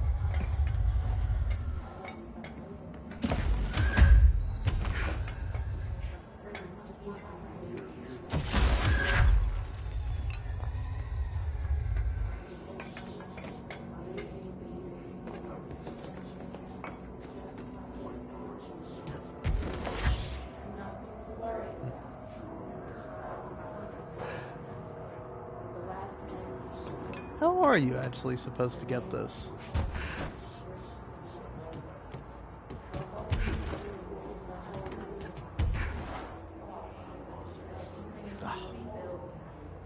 Come on, how is that not enough? Like, you're telling me I have to get higher than this?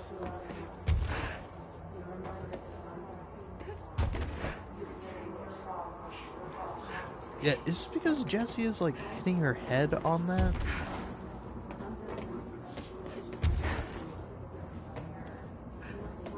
Okay, come on. Come on now. Come on now.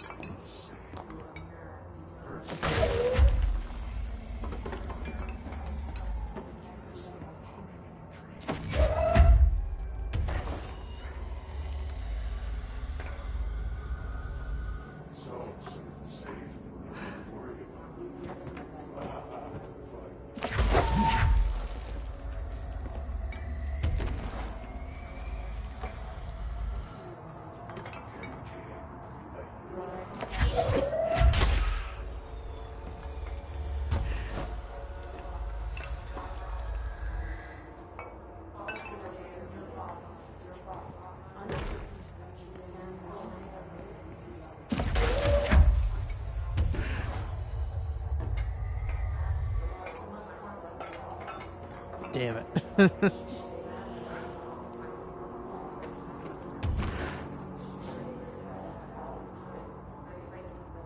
This is actually so fucked up. Yeah, unbelievable that they did this shit.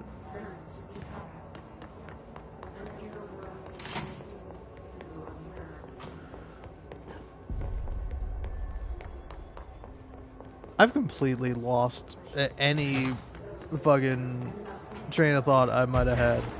Like, I don't know, I was passionately talking about the Guardians of the Galaxy 2021 game, and now I'm like, I got fucking nothing. Got nothing going on in the old noggin.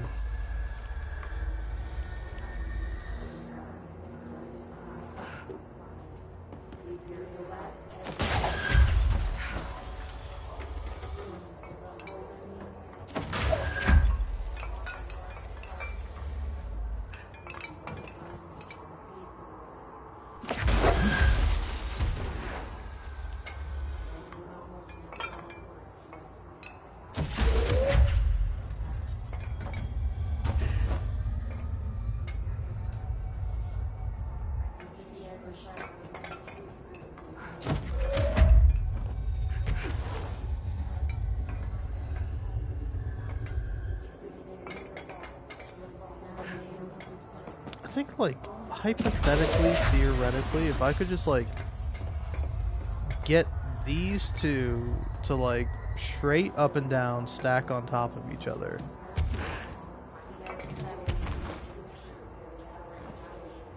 Might just be the ticket? I don't know. At this point, I'm gonna look it up.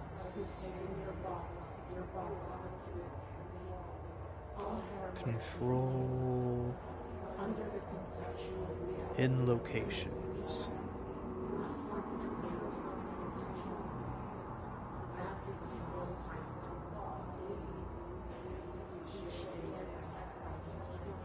Oh, you gotta use ground slam to get up there. Apparently. That's how you're supposed to do it, but I refuse. I refuse to get the ground slam upgrade. I simply don't want it.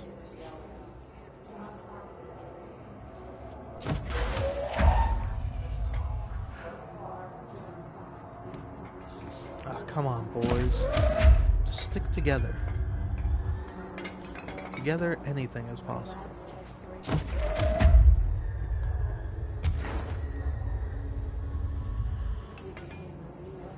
See? There we go. Oh, dude, that's the ticket, man. That's the ticket. If I can just get something else on top of that, like, say, you. That'll be it, man. Well. At least this kind of is a bit more stable now, so get some stackage going. There we go. There we go.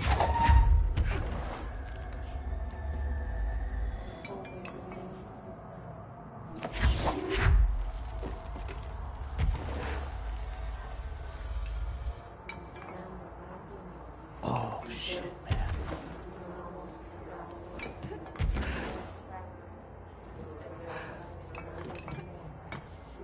Oh. Fucking fake ass fucking physics objects. Fucking not even fucking real. Fuck you. Fucking piece of shit. Alright.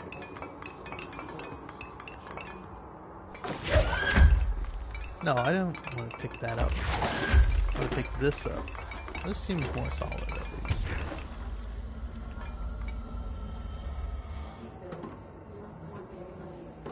You fucker. But can I stand on you? No, I can't. You're fucking fake. You're fucking fake. You're not even real. The table I can stand on. That table is real. This is real. Yeah, I need real things.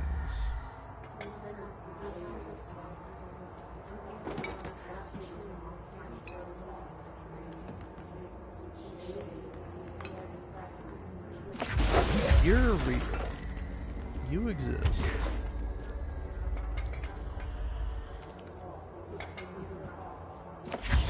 I will say this does seem like something you would have to do in the oldest house. You know, you just have to like go through random objects and be like, you're real, you exist, you're a physical object that obeys the laws of reality.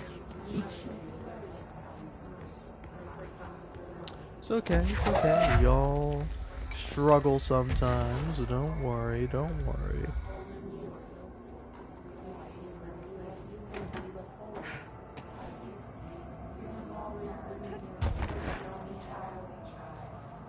Oh, dude, I'm getting there. I'm getting there, man. You gotta believe in the dream.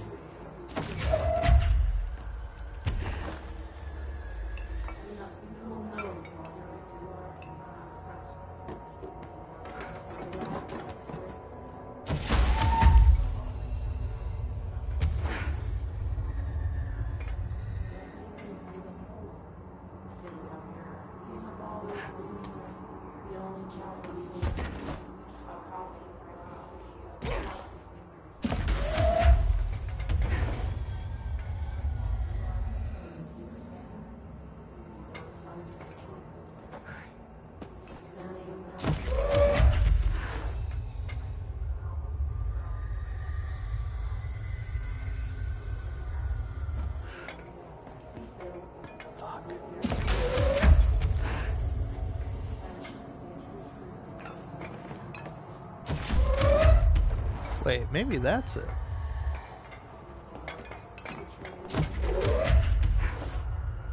Maybe you can bring this thing up.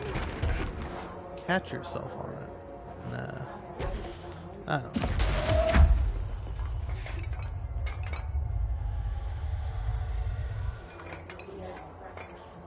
I just need and want you to provide a good foundation. I want you to be a good foundation.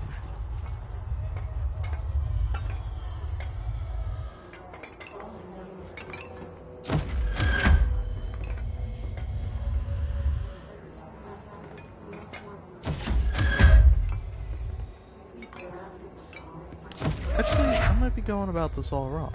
Maybe I should be putting him here. Oh, there we go. Oh, there we go. There we go. Fucking might have just unlocked it. Okay.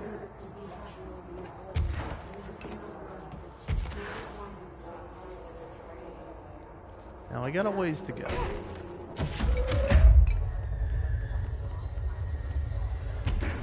Now it's possible. Now I believe in miracles.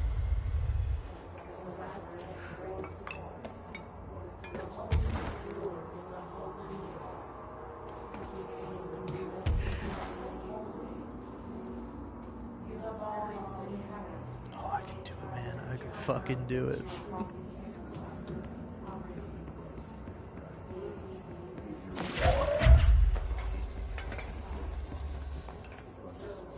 Fuck you, long ass bitch.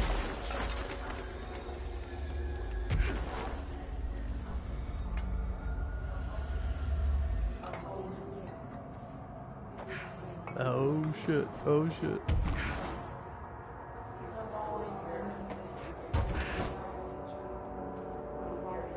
Oh fuck, dude, I'm so fucking close. I'm so fucking close. Okay. It's hard to imagine I'm gonna find anything that's not gonna like immediately tip this over.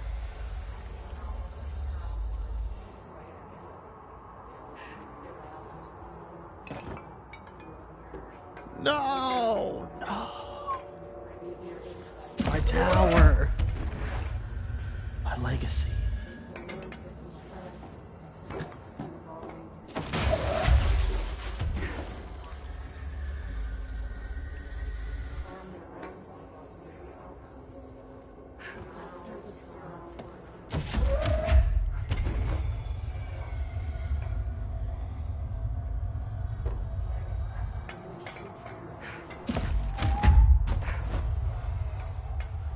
I will say, you might not believe it, but can you believe I'm not fucking high? I'm just really tired. Like, my eyes are certainly red, but it's not due to THC. It's due to fucking delirium.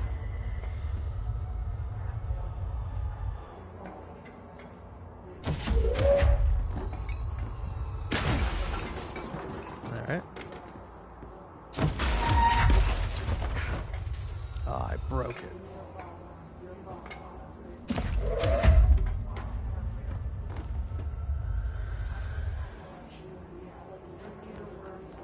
I mean, honestly, man, if there were just like more vending machines, and if they did what I wanted them to, this would be like fucking over. Ugh.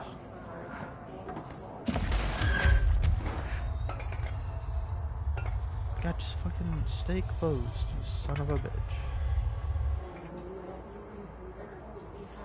Okay, there we go. Now I could just stack you on straight up.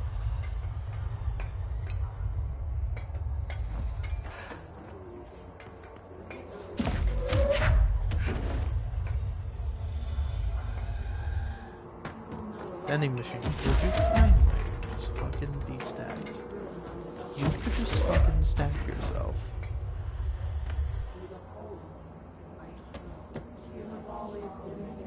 There we go. There we go. There we go. Okay.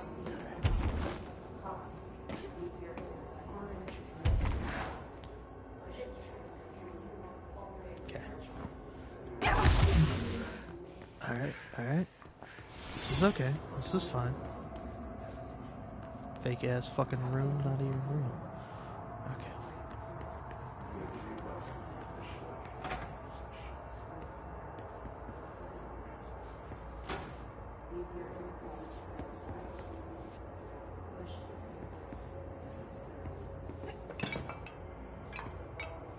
Can't believe those things aren't real. Fucking fake ass bar carts. Are the chairs real?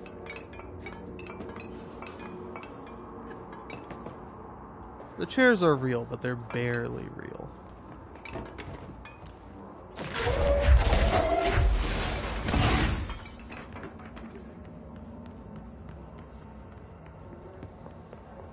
There you go.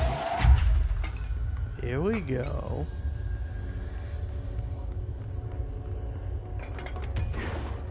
Dude, if I could just get this one straight on, stacked on top of that one,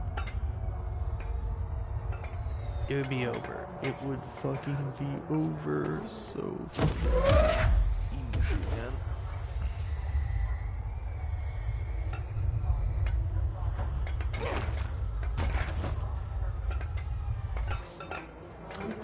Why are you being difficult?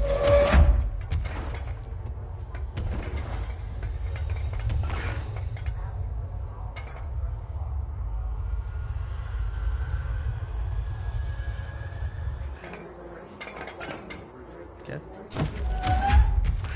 Not supposed to fall on my head, you're supposed to fall onto the other vending machine.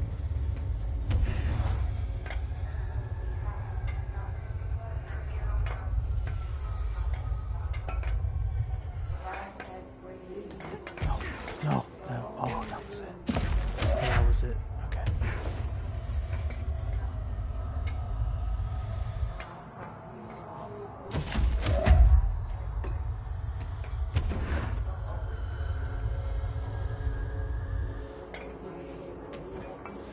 No, no, no! Alright, it's possible. It's possible, it can be done.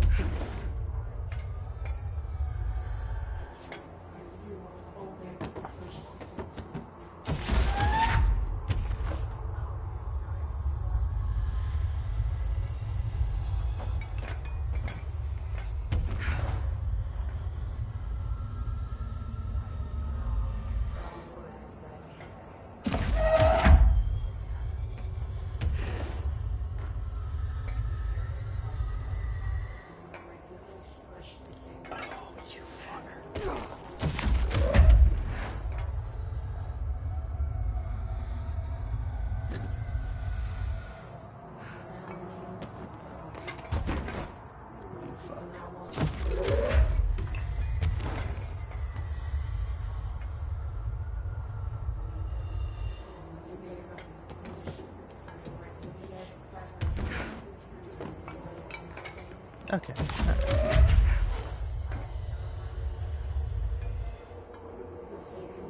There we go. Perfect.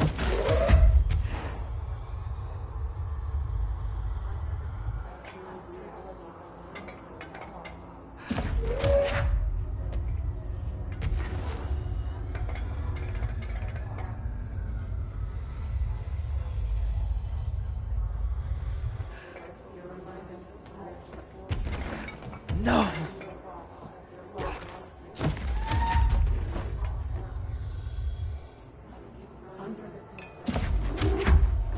This will be my fucking legacy.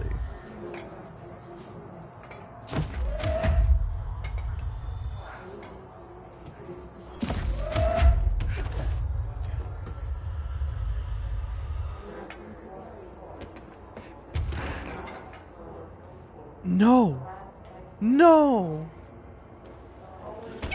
That was it, man. That was supposed to be it.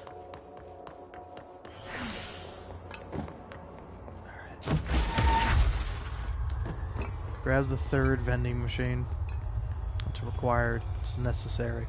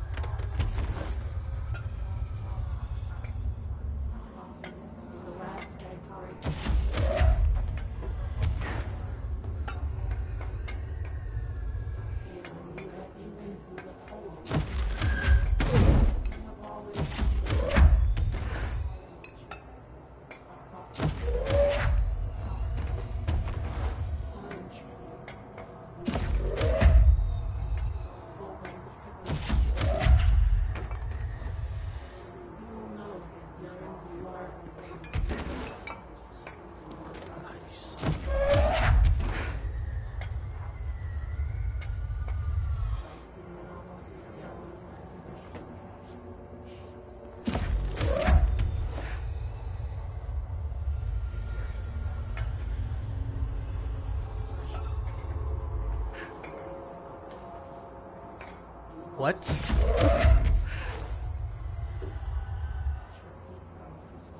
Okay.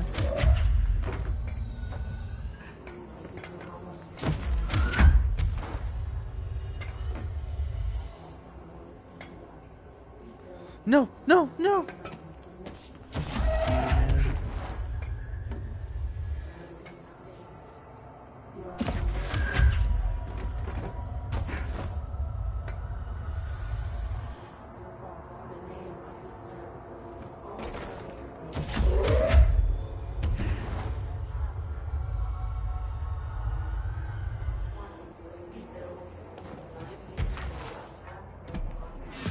Fuck yeah!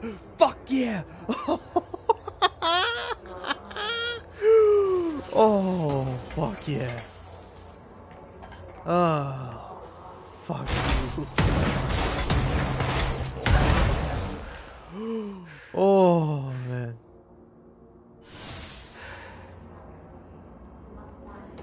Oh. Holy shit, that was the hardest thing I've ever had to do in my entire fucking life. Oh, but I did it. I did it. I fucking won. I fucking won.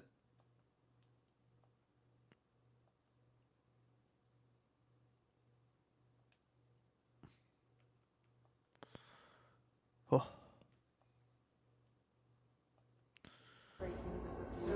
Alright, there we go.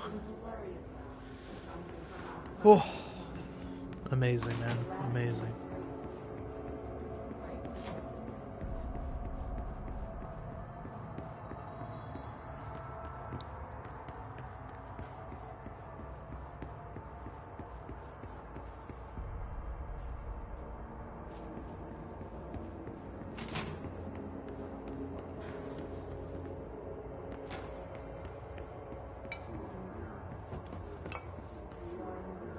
Oh. Man, oh man, I am just so fucking delighted that I got through that finally.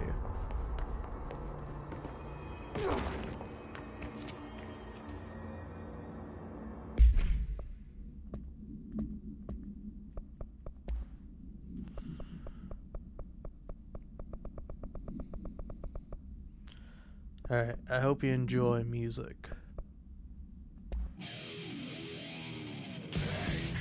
Because I'm gonna go have myself a little bite to eat as celebration for fucking getting that.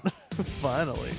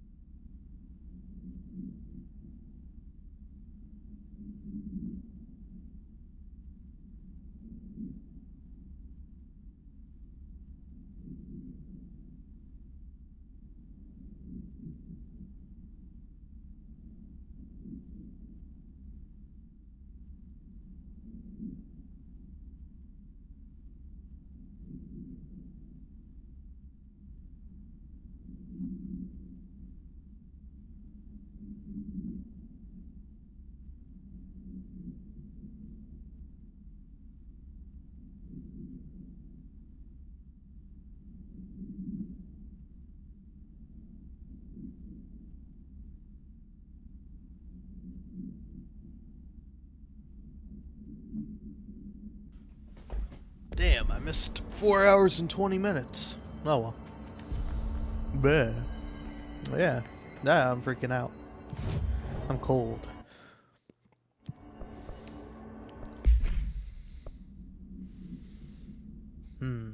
What outfit to put Jesse in? I don't know. I mean, I think at this point I just gotta stick with the astral dive because that's what I've been doing. But yeah, fast my travel, dude. Fast my travel all the way down to the warehouse.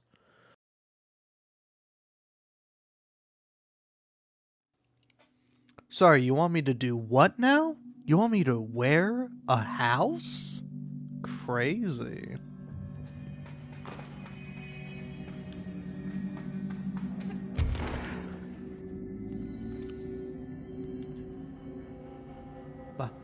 Baba.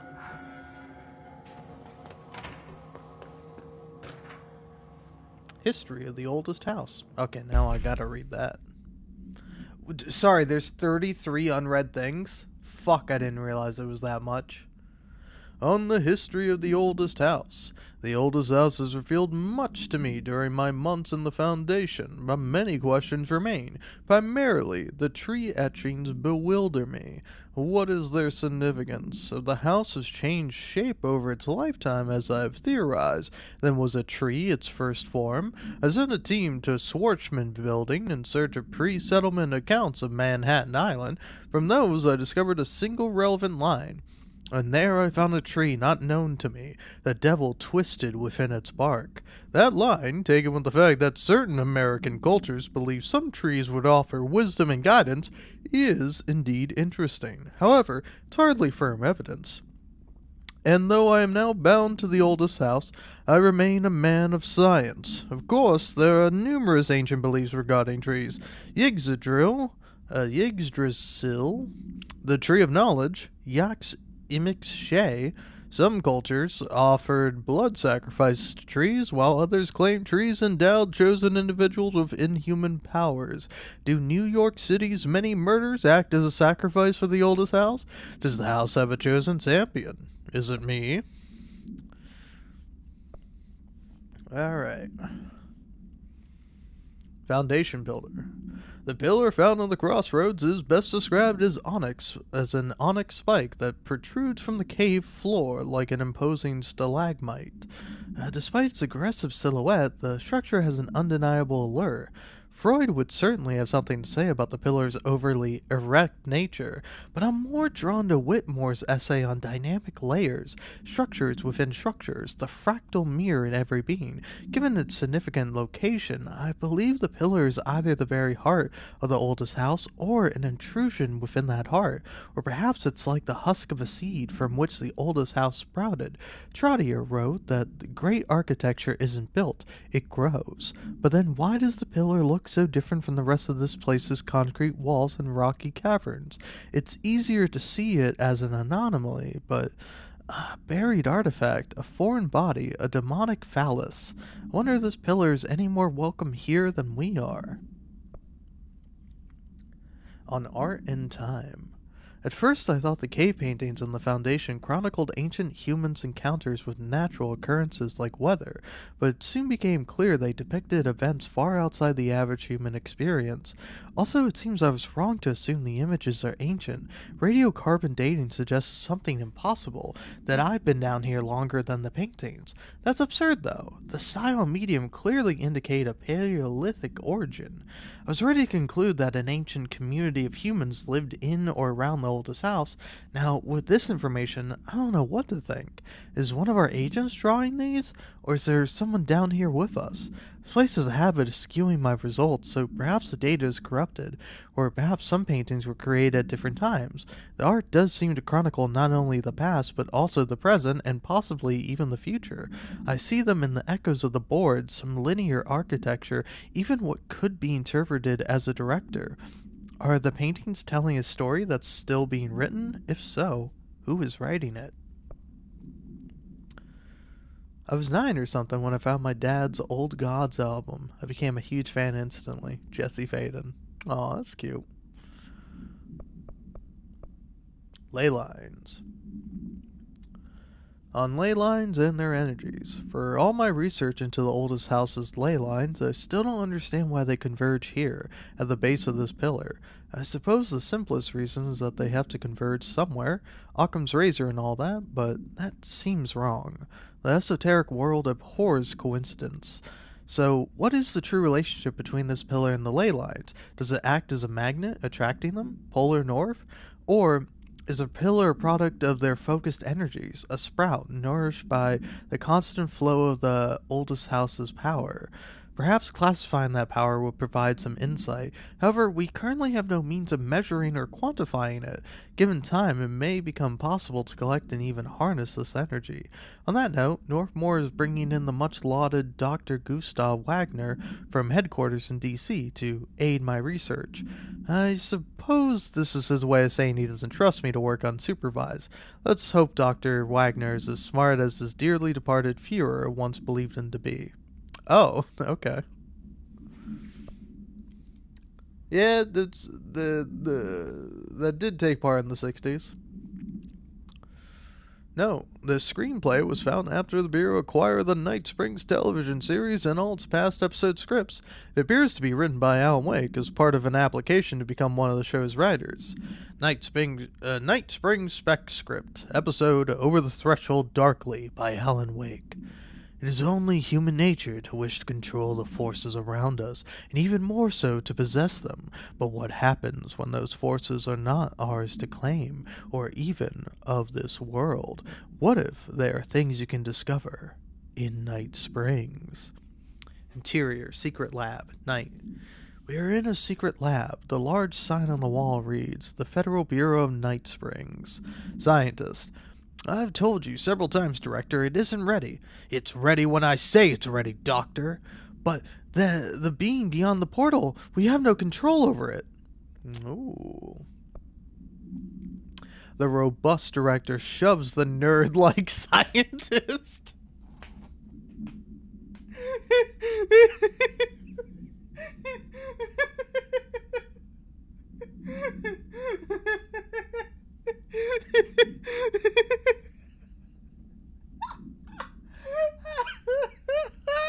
Fucking never change. Oh, never change, Alan Wake. Never change. Oh my god. Oh shit. The nerd-like scientist.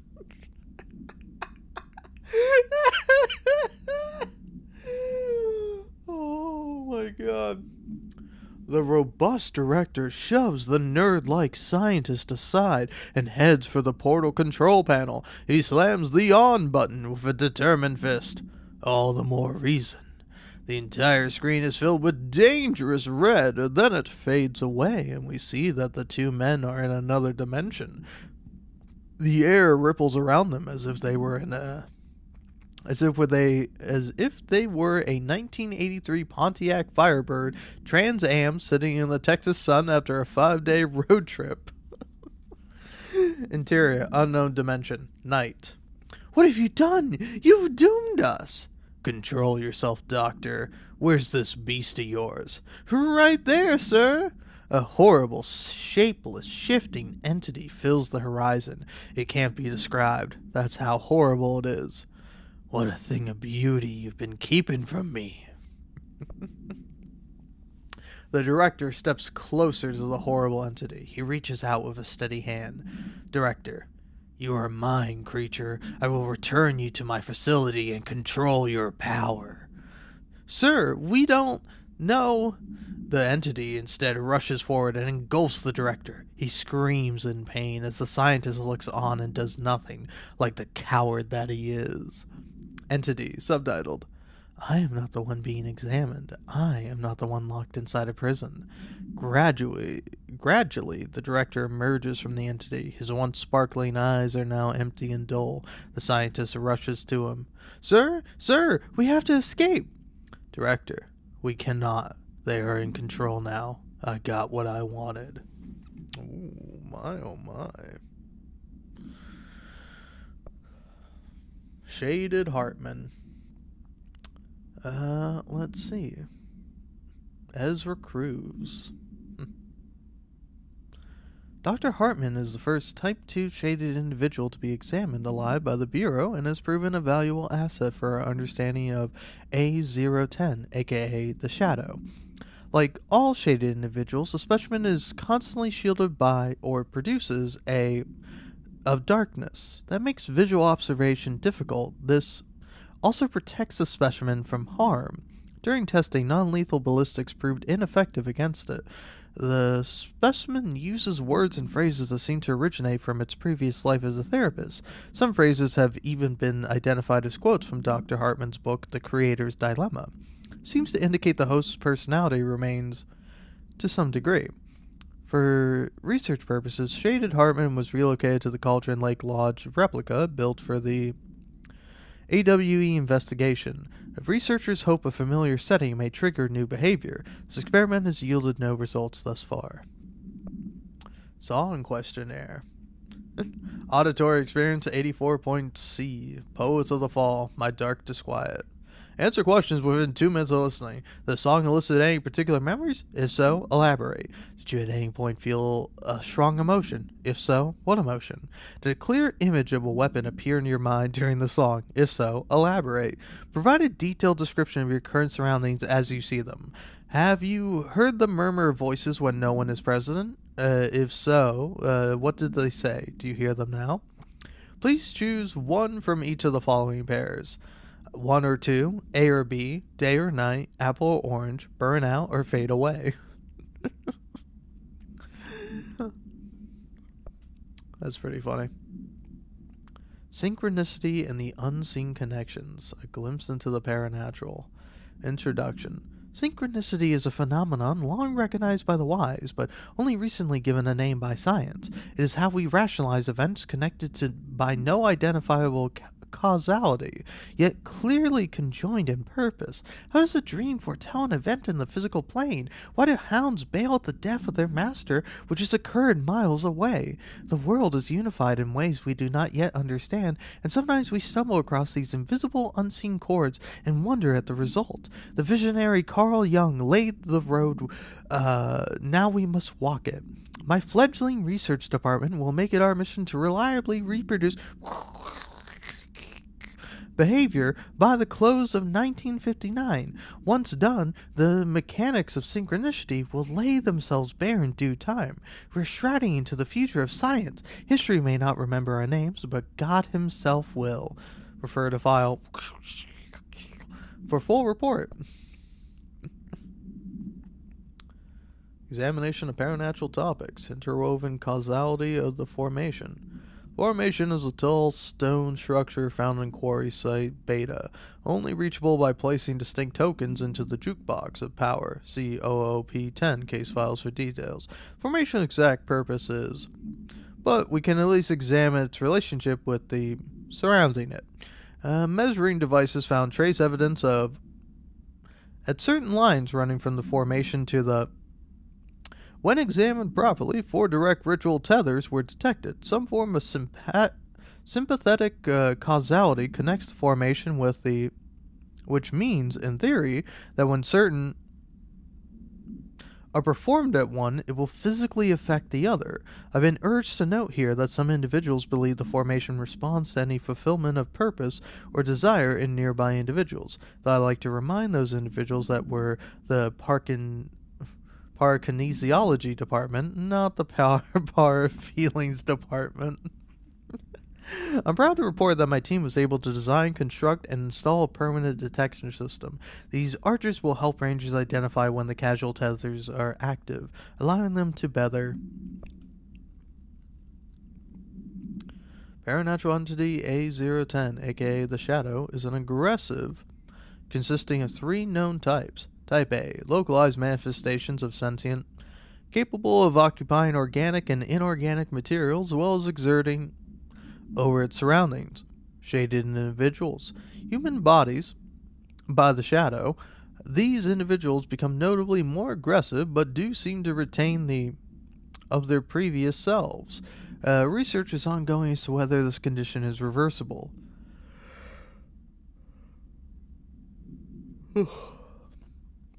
Type C, shaded objects, similar to Type B, except that inanimate objects are solely to be used as destructive tools.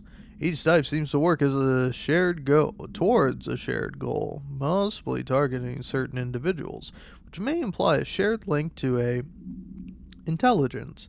The threat this entity possesses warrants immediate exploration of offensive/defensive measures. The investigation sector is being outfitted with additional lighting sources, some internally powered, to prepare for the eventuality of an field research on astral entity, astral copy, confidential. With the astral plane now physically accessible, a torrent of new information has been collected on the entities known as astral copies. The copies' bodies are composed of a dense stone-like material that is both resilient under controlled circumstances and brittle when struck with significant force. Whether the astral copies possess individual consciousness are direct or are or are a or are directed by a higher intelligence, such as the board, remains unknown. However, their shared aggression seems to indicate a unified goal. Director Faden's encounters with these entities, when binding objects of power in the astral plane, indicate they serve as live targets for potential para-utilitarians to practice on.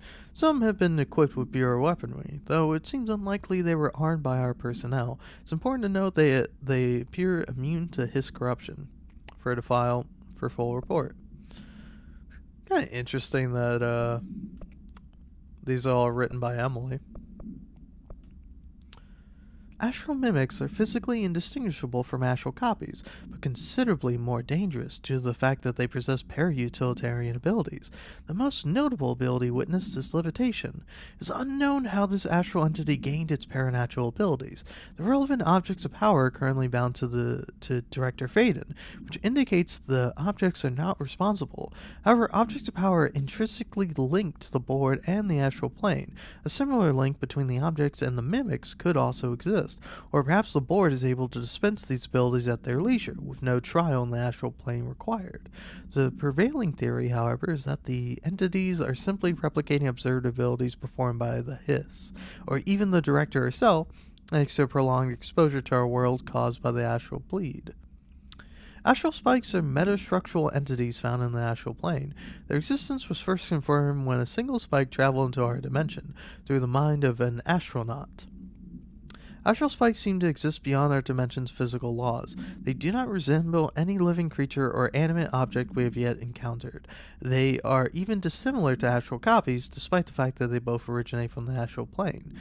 The spikes are immensely dangerous, emitting a wavelength that disrupts all organic and inorganic matter in their immediate vicinity, with catastrophic results. Discerning the nature of this wavelength has been difficult for obvious reasons, but the parakinesiology department continues to investigate. Alright, that's a whole lot of reading. And there's a whole lot more. His research on Hiss entity, Hiss corrupted ranger, airborne. This subgroup of Hiss corrupted rangers has manifested the ability to levitate similarly to Hiss elevated agents. However, these airborne Hiss rangers display no telekinetic abilities and simply continue to use mundane Bureau weaponry. This evolution being so similar to the elevator possibly indicates that the Hiss can share permutations through a type of network or perhaps osmosis. However, the fact that this development in Hiss rangers has only been observed in the investigation sector may indicate that an environmental factor is responsible. They could be responding to an altered item or other paranatural element found only in that sector. Or perhaps that is the natural progression of the Hiss Ranger phenotype. Not enough time has passed to determine a conclusive trajectory of development for each of the Hiss manifestations, assuming such trajectory exists. His sharpened agents display the para-utilitarian ability to rapidly move short distances. This ability is unique in the fact that it's not associated with any known objects of power. However, we should not discount the possibility that this ability is an object variation. For example, abrupt physical relocation could potentially be a variant of the jukebox's effect. Other explanations of the Hiss's sharpened ability currently include momentary time manipulation, brief increase in physical speed, inhibiting the witness's sense of sight. If we do accept that the Hiss sharpened ability is not connected to a known object of power, then the Hiss are either manifesting unique paranatural abilities, or there are objects in this house that we aren't aware of. Either way, the Hiss continue to develop new strains of corruption, and that is cause for concern.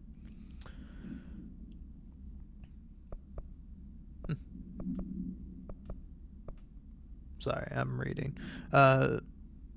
His corruption manifests in vastly different ways. Some hosts remain largely unchanged, while others are barely recognizable as human. What determines this level of alteration? Is it the duration of corruption? It could simply be an evolutionary process, each entity representing a stage of growth in an undiscovered linear progression leading towards what? Additionally, his entities possess various paranatural abilities. However, how have they achieved this? Do they gain them from corrupting objects of power? Have they corrupted a single highly talented para-utilitarian and divide their access to paranatural abilities across the network of his corrupted hosts? As a scientist, I am hindered by the sheer number of questions. It's difficult to identify where one should begin. What is the most pertinent question? How do we kill it? This seems like a good start. Alright, okay. This is a lot, man. It's a lot. But I could get through it. I get through it. It's only like, what, fucking 10 more papers?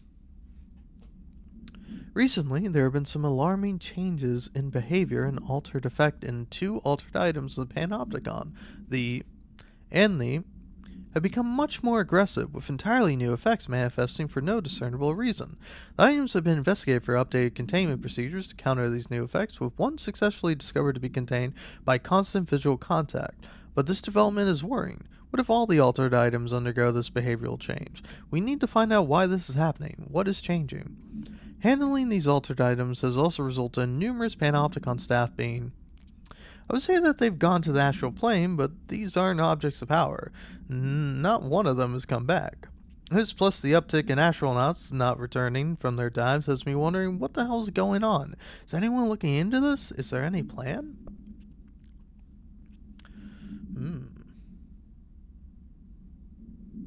David Gleason, by order of Remy Davis. Legal altered item market. A black market hub specializing in the trade of occult talismans, relics, and other associated ceremonial objects, as well as genuine altered and paranatural materials, was raided in Czech Republic by a team of special investigators. Unsuccessful attempts by suspects to escape using altered items resulted in numerous casualties and prevented the Bureau from questioning all participants. Following interrogations revealed that not only is there a vast network of these retailers, but they seem to be gathering information on altered items and other paranatural materials from sources unknown to the Bureau. The Bureau's concern here is threefold. A. There is a growing underground market for paranatural materials, which implies a growing awareness of their existence among a niche group of the general public. These criminal individuals do not seem aware of the item's paranatural powers, and their attempts to activate them could prove devastating if done in populated areas. The motivations of these collectors are largely unknown. The Blessed Organization. This group/individual has operated outside of the Bureau's nose for decades, perhaps longer, displaying a level of skill and caution rarely seen in paracriminal groups. A review of past cases has found various mentions of their activity over the years. In 2016, a production called Blessed Pictures was connected to an altered item case, as well as the death of an agent from exposure to illicit paranatural materials. In 1994, a Los Angeles-based public speaker named Chester Bless was involved in the illegal use of an altered item. In 1988, a business called Blessed Repair and Service was suspected of involvement with an object of power case, perhaps even creating it.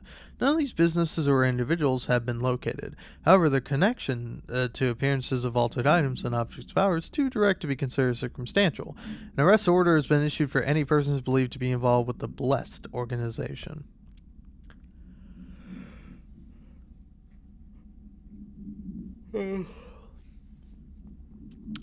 Per authorization from Mr. Kirkland, Internal Investigations D-0845 was launched into the ethical practices of Dr. Casper Darling, head of research. Despite the accounts of Anonymous regarding inhumane treatment of a currently housed in the Bureau, our official findings regarding this were inconclusive. Numerous obstacles arose during this investigation. The majority of sector personnel seem to be wholly unaware of any such contained there. One confirmed the code name to be, but all files pertaining to that name were inaccessible, being classified under the highest clearance level. Investigators were similarly blocked from entering the research wing to interview its staff. The matter was further complicated by the lack of clarity on whether non-human paranatural entities warrant humane treatment. While this investigation cannot address any charges against Dr. Darling, we do recommend an investigation into research.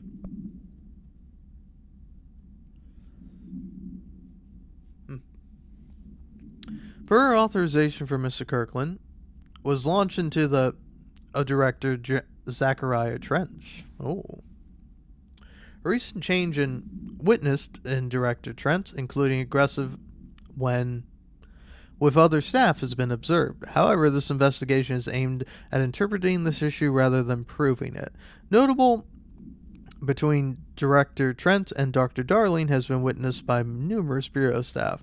Although both declined to meet for an interview on the matter, witness accounts suggest that their arguments center around the Dimensional Research Ring and the kept inside. However, no evidence exists to confirm Director Trent's as anything more than interpersonal disagreements. The investigation concluded that Director Trent's behavior is not indicative of any, and that his fitness to lead is not in question. Ocean View Motel Observation Report. Excursion into the Ocean View Motel and Casino discovered a previously unseen door in the lobby hallway. The door featured a spiral-shaped marking, designation door. Similar to the other doors, it is locked and cannot be forced open. Alice Wake, a person of interest in the Bright Falls AWE, refer to AWE 35 for details, and the former wife of missing author Alan Wake, a suspected para-utilitarian, and contacted agents Shea and Dempsey of the investigation sector using the phone number given to her in 2010 in accordance with civilian outreach protocols. A call resulted in Mrs. Wake being brought into the oldest house for an in-person interview. For a full transcript referred to on 2017. The excursion into the Ocean View Motel occurred later that same day. Determining whether this was a basic synchronicity event, if Alice Wake is responsible for its appearance, or if the door relates to AWE 35 is paramount. She should be returned to the oldest house, possibly even taken to the motel itself to confirm if any other changes occur. Ethics investigation. Per authorization from Mr. Kirkland, internal investigation P1429 was launched into the legality of the Prime Candidate Program by the Federal Bureau of Control. Since all known subjects relevant to the investigation used executive privilege to decline interviews, very little first-hand information was gathered. However, anonymous sources and documentation declassified by Mr. Kirkland both paint an alarmingly clear picture of systemic and were brought into the oldest house and placed under examination and testing with the aim of appointing one as a director upon maturity. The program has produced no successful cases and only resulted in the traumatic, paranaturally inclined. Not only is this in breach of the Ash Act, but it flies in the face of basic human. This investigation team unequivocally the Prime Candidate Program and recommends that it be. Yeah, it is interesting where it's like this investigation team unequivocally condemns the Prime Candidate Program and recommends that it be terminated immediately. This program has produced no successful cases, only resulted in the traumatic.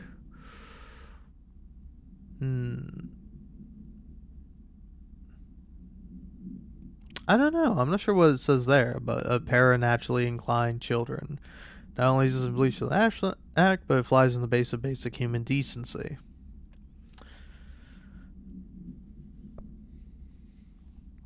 Alright. Hartman and Meal. Victim names. Wake, Alan, Anderson, Tor, Anderson, Odin, Lane, Rudolph, DeSole, Wendy, Emerson, Thomas. Ugh.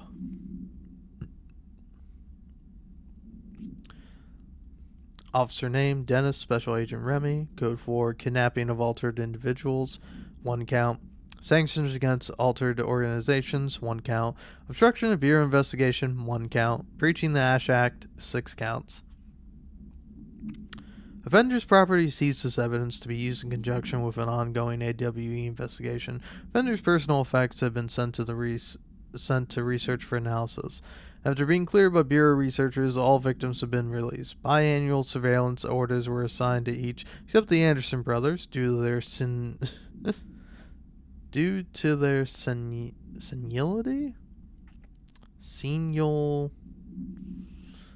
Senility. And Wake, possibly deceased. Dr. Emil Hartman is an academic psychotherapist that owned and operated a recovery center in Washington, Bright Falls, focused on the treatment of artists struggling with creative blocks and other mental disorders. Publicly, Dr. Hartman's treatment center seemed unremarkable in its methods and purpose.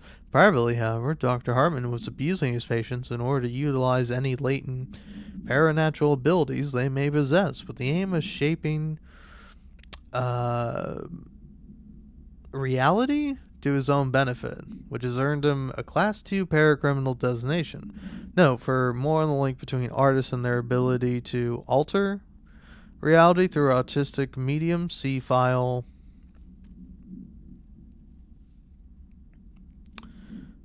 investigation has proven that Dr. Hartman's illegal endeavors were conducted alone. After being approached by the Bureau during the Alan Wake investigation, he displayed no remorse or intention to cease his actions. Dr. Hartman was taken into custody, evaluated, and released months later, having been deemed a negligible threat. His medical license has been permanently revoked.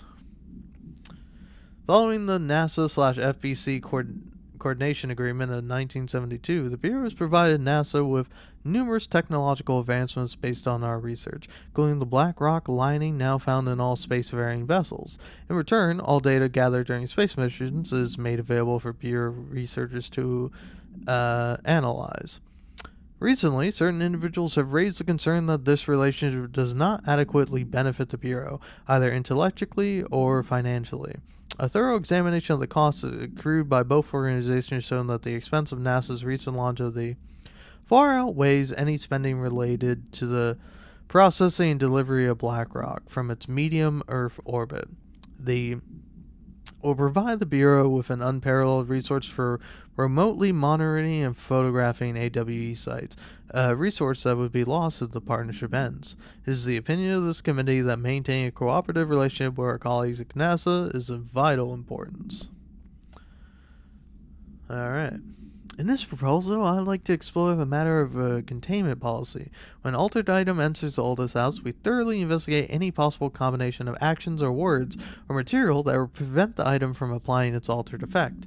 However, I work with these entities every day, and have good reason to believe that a less convoluted form of containment is possible. The items crave if we initiate a series of praising the items, or perhaps incorporating their images into pieces of that could be visited throughout the Bureau, I believe the altered items would behave without needing to resort to, or which only led to the item feeling mistreated. If we treat them like criminals, we can't be surprised when they try to escape. An alert from the Bright Falls, Washington monitoring station indicate minor AWE activity occurring in the area. Agent Estevez was dispatched to investigate. Inside the Lake House Lodge, she discovered the facility's former owner, Dr. Emil Hartman. He had been converted into a shaded individual, per definitions found in the file 634-1923, and displayed violent behavior characteristic of its type. Agent Estevez alerted on site research team of the specimen's presence, and with some difficulty, it was successfully contained in a black rock cell. The cell and its inhabitant were transported safely back to HQ, where the specimen remains detained in the sector as part of the AWE investigation. Once the investigation is closed, research teams have petitioned to relocate the specimen to their sector for study. Purpose of internal investigation X0397 is to examine the containment failures of specimen SI1 that resulted in the deaths of agents. An inspection report of the containment equipment 3 days earlier showed no faults. Investigators suspect human error to be the cause, yet no department has provided any evidence to support this. Technicians were never able to recover the researchers' notes on the specimen from the internal network. On the of a specimen began displaying a sharp increase in aggressiveness. Cross-referencing that date fucking hell, man, I'm so tired. It's really hard, but I'm almost done. Cross-referencing that date with various logs found only two events inconsistent with the sector's daily routine. The air filters were changed, and two, an hour prior to the incident, a civilian named Alice Wake entered the sector regarding an unrelated investigation. Given the connection to the same AWE case, it is most likely that Mrs. Wake's presence is relevant to the specimen's escape and to the investigation is ongoing. Alright, here we go. Summary. Dr. Rhea Underhill is a professor at the University of Woodrow in the United Kingdom, where she teaches biology with a focus on botany. Dr. Underhill once worked with the Bureau as a parabotanist, stationed in the research sector of the oldest house. She served with no incidents or demerits, and is praised by those who formerly worked with her, including Dr. Darling. Dr. Underhill has no known connections to paracriminal organizations or any record of breaching her NDA since leaving the Bureau. Her civilian behavior has been ideal, with the exception of an ongoing personal relationship with Dr. Darling that appears to have begun during their time as co-workers in the research sector, and revisited intermittently ever since. Depending on the duration of her work in the oldest house, it may be required to have both parties sign a relationship clearance form. The investigation has found no compelling reason to deny Dr. Darling's request to offer Dr. Underhill an interim position with the aim of finding solutions to the mold threshold issue. Wow. I kind of forgot that her and Dr. Darling had a thing. But yeah, wow, what a thing to end on, man. I fucking did it. I read it all. That was hard as fuck. Oh, I'm tired as all get out. But hey, now I get to go to bed. Have myself a lovely little time.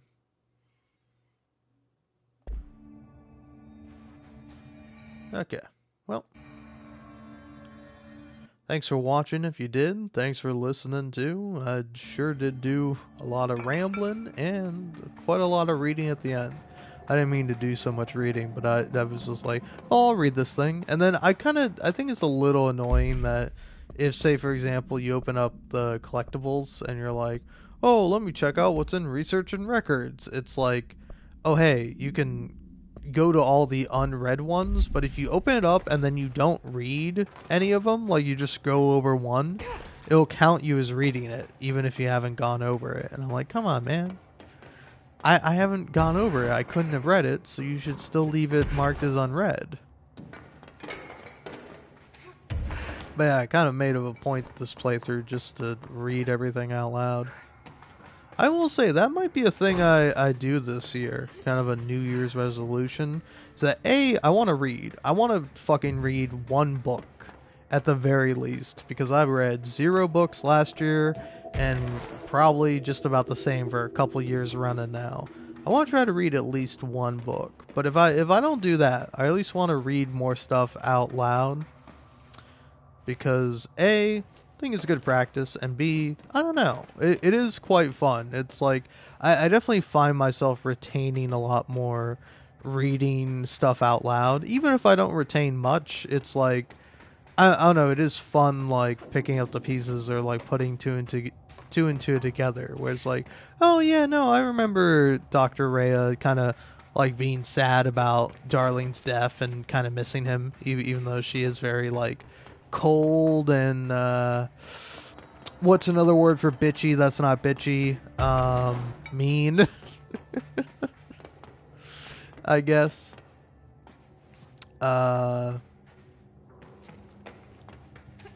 But yeah, I don't know. Whole lot of fun. Sorry, I was just kind of vamping for 2 minutes so that way this live stream could be 5 hours long. Why? It's just a good even number. Anyway, I'm 25 now. It's fucking crazy. Have yourself a beautiful night.